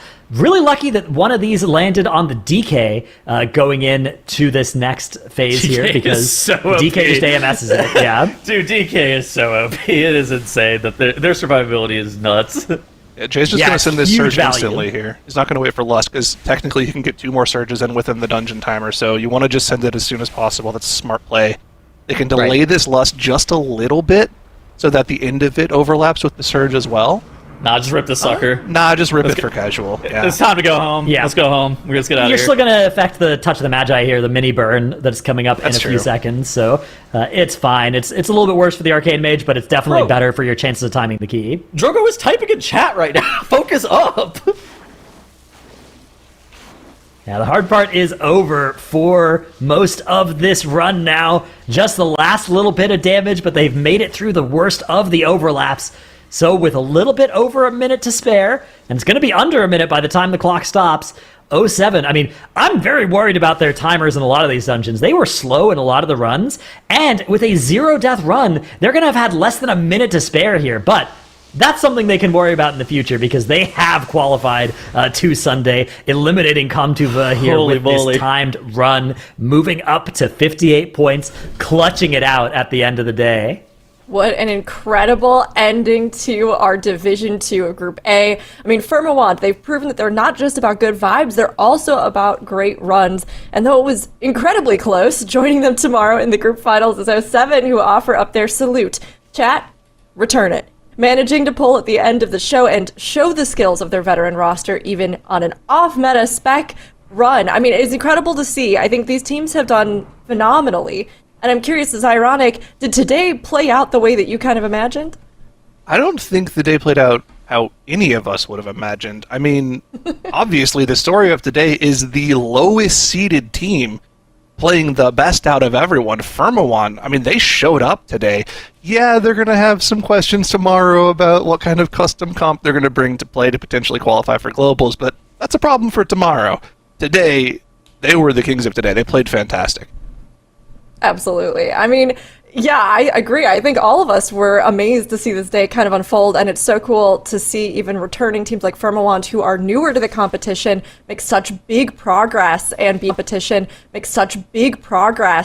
able to even secure and leap ahead in these kinds of ways, even up against these veteran teams. But of course, there's a lot that still can shake out tomorrow, because one of the big talking points and one of the big things with this MDI has been our new spec variety rule, and the way that that is going to have some big consequences when it comes to our group finals day. So Dratnos, with our specs today, what are we seeing? So we have 07 and Firmawand qualifying through to tomorrow, but the big news is that 07, I talked a little bit about them having some slow runs in some of these dungeons, but they juggled the spec variety rule such that they are going to be able to ban Resto Shaman, Assassination Rogue, and I'm going to guess Demonology Warlock, although they could choose between that and Unholy DK as their third ban going into tomorrow. Yeah, bro. Whereas Firmawand are going to lose Disc Priest, which is fine. You can play Resto Shaman, and it's fine. But then they're going to have to lose 2 of the big 3 meta DPS specs going into tomorrow to compete for a slot out of this group. So even though 07 barely made it to tomorrow, I think they are actually the second most likely team to make it out of this group, behind only Wunderbar, who also are coming in with every spec going into tomorrow. Yeah, it's so true. I mean, today, sure, maybe some of these runs, when you're looking at all of those off-meta picks that they decided to do, you're going, okay, that might have affected their time. This probably affected this or that. But they were playing the long game, which, once you secure that spot, right, means that tomorrow you are in such an incredible place to really pull this off. But, I mean, seeing how these teams have had to kind of balance that, whether or not they've decided to go over to the meta and just be like, okay, whatever, we'll deal with it Sunday. Or if they have been kind of structuring things and going, no, we stick to this, we just have to execute. And then it's going to pay off. And I mean, I think for 07, that's definitely possible. Whereas some of our other teams, like Firmawand and even Drive Pug, may have a little bit they're going to be navigating. And of course, Wunderbar also in the mix. I mean, Tettles, teams for tomorrow, specs elimination, anything else? What are we looking at for the group tomorrow? Yeah, like Dratnos mentioned, I think that Wunderbar and 07 are probably they're supposed to be the favorites. I mean, they were supposed to be the favorites anyways, right? They have the higher seeded play, but I think that this spec ban rule has actually just worked insane for day one play for all of the groups, because it makes you, as like a higher seeded team, have to balance out the risk of playing a really good composition or getting eliminated on day one versus being able to save that to day two. Now for Wunderbar though, I mean, they're probably in the best position out of all of the teams, right? They have the best composition, they're the first seed, and they did the highest keys yesterday. So I think that they are in an absolutely excellent position to be able to look to take first place from Group A. For sure. I mean, Wunderbar, they came in so strong, and you honestly wouldn't have even really thought that they were, playing so many off-specs because of just how strong their performance was. But we kind of expected that coming in, given that they have a lot of those former Echo members. And of course, Drive Pug, they went for the meta, and they were able to secure it. 07 coming in, though, deciding, hey, we've got the veteran players, we'll pull this off. And even though today had its ups and downs, I think tomorrow they can pull it together just like they did at the end of the day and really show us something amazing. And Firmawand, fan favorites, I love them too. Good vibes, right? They talk about the fact that they never tilt, but it has to feel so good to be able to come in and also be like, hey, we've got the play to back this up, and we were able to make this progress. So seeing how these teams all face off tomorrow, I think is going to be an amazing day. But we have had a wonderful time with all of you. A huge thank you to anybody who's been watching here at the start of the MDI, as well as our production and co-casters and all the teams, of course, that participated today and over the course of this weekend. Even those eliminated, we were genuinely so excited to see you here, and you put on a really good show. It's been really close this season. So feel proud of yourselves, and we'll see how things shake out. But tomorrow, will decide who's going to be our Group A champion. The runs will kick off at 10 a.m. PT, 7 p.m. CET, but hop in early to catch our pre-show so that you can be set up to know everything that's happening about the day. Money, glory, and a ticket to the global finals are on the line, but spec bans will be hitting our teams tomorrow like we were talking about. So if there's anywhere you want to be, it's here on Sunday. We'll see you then.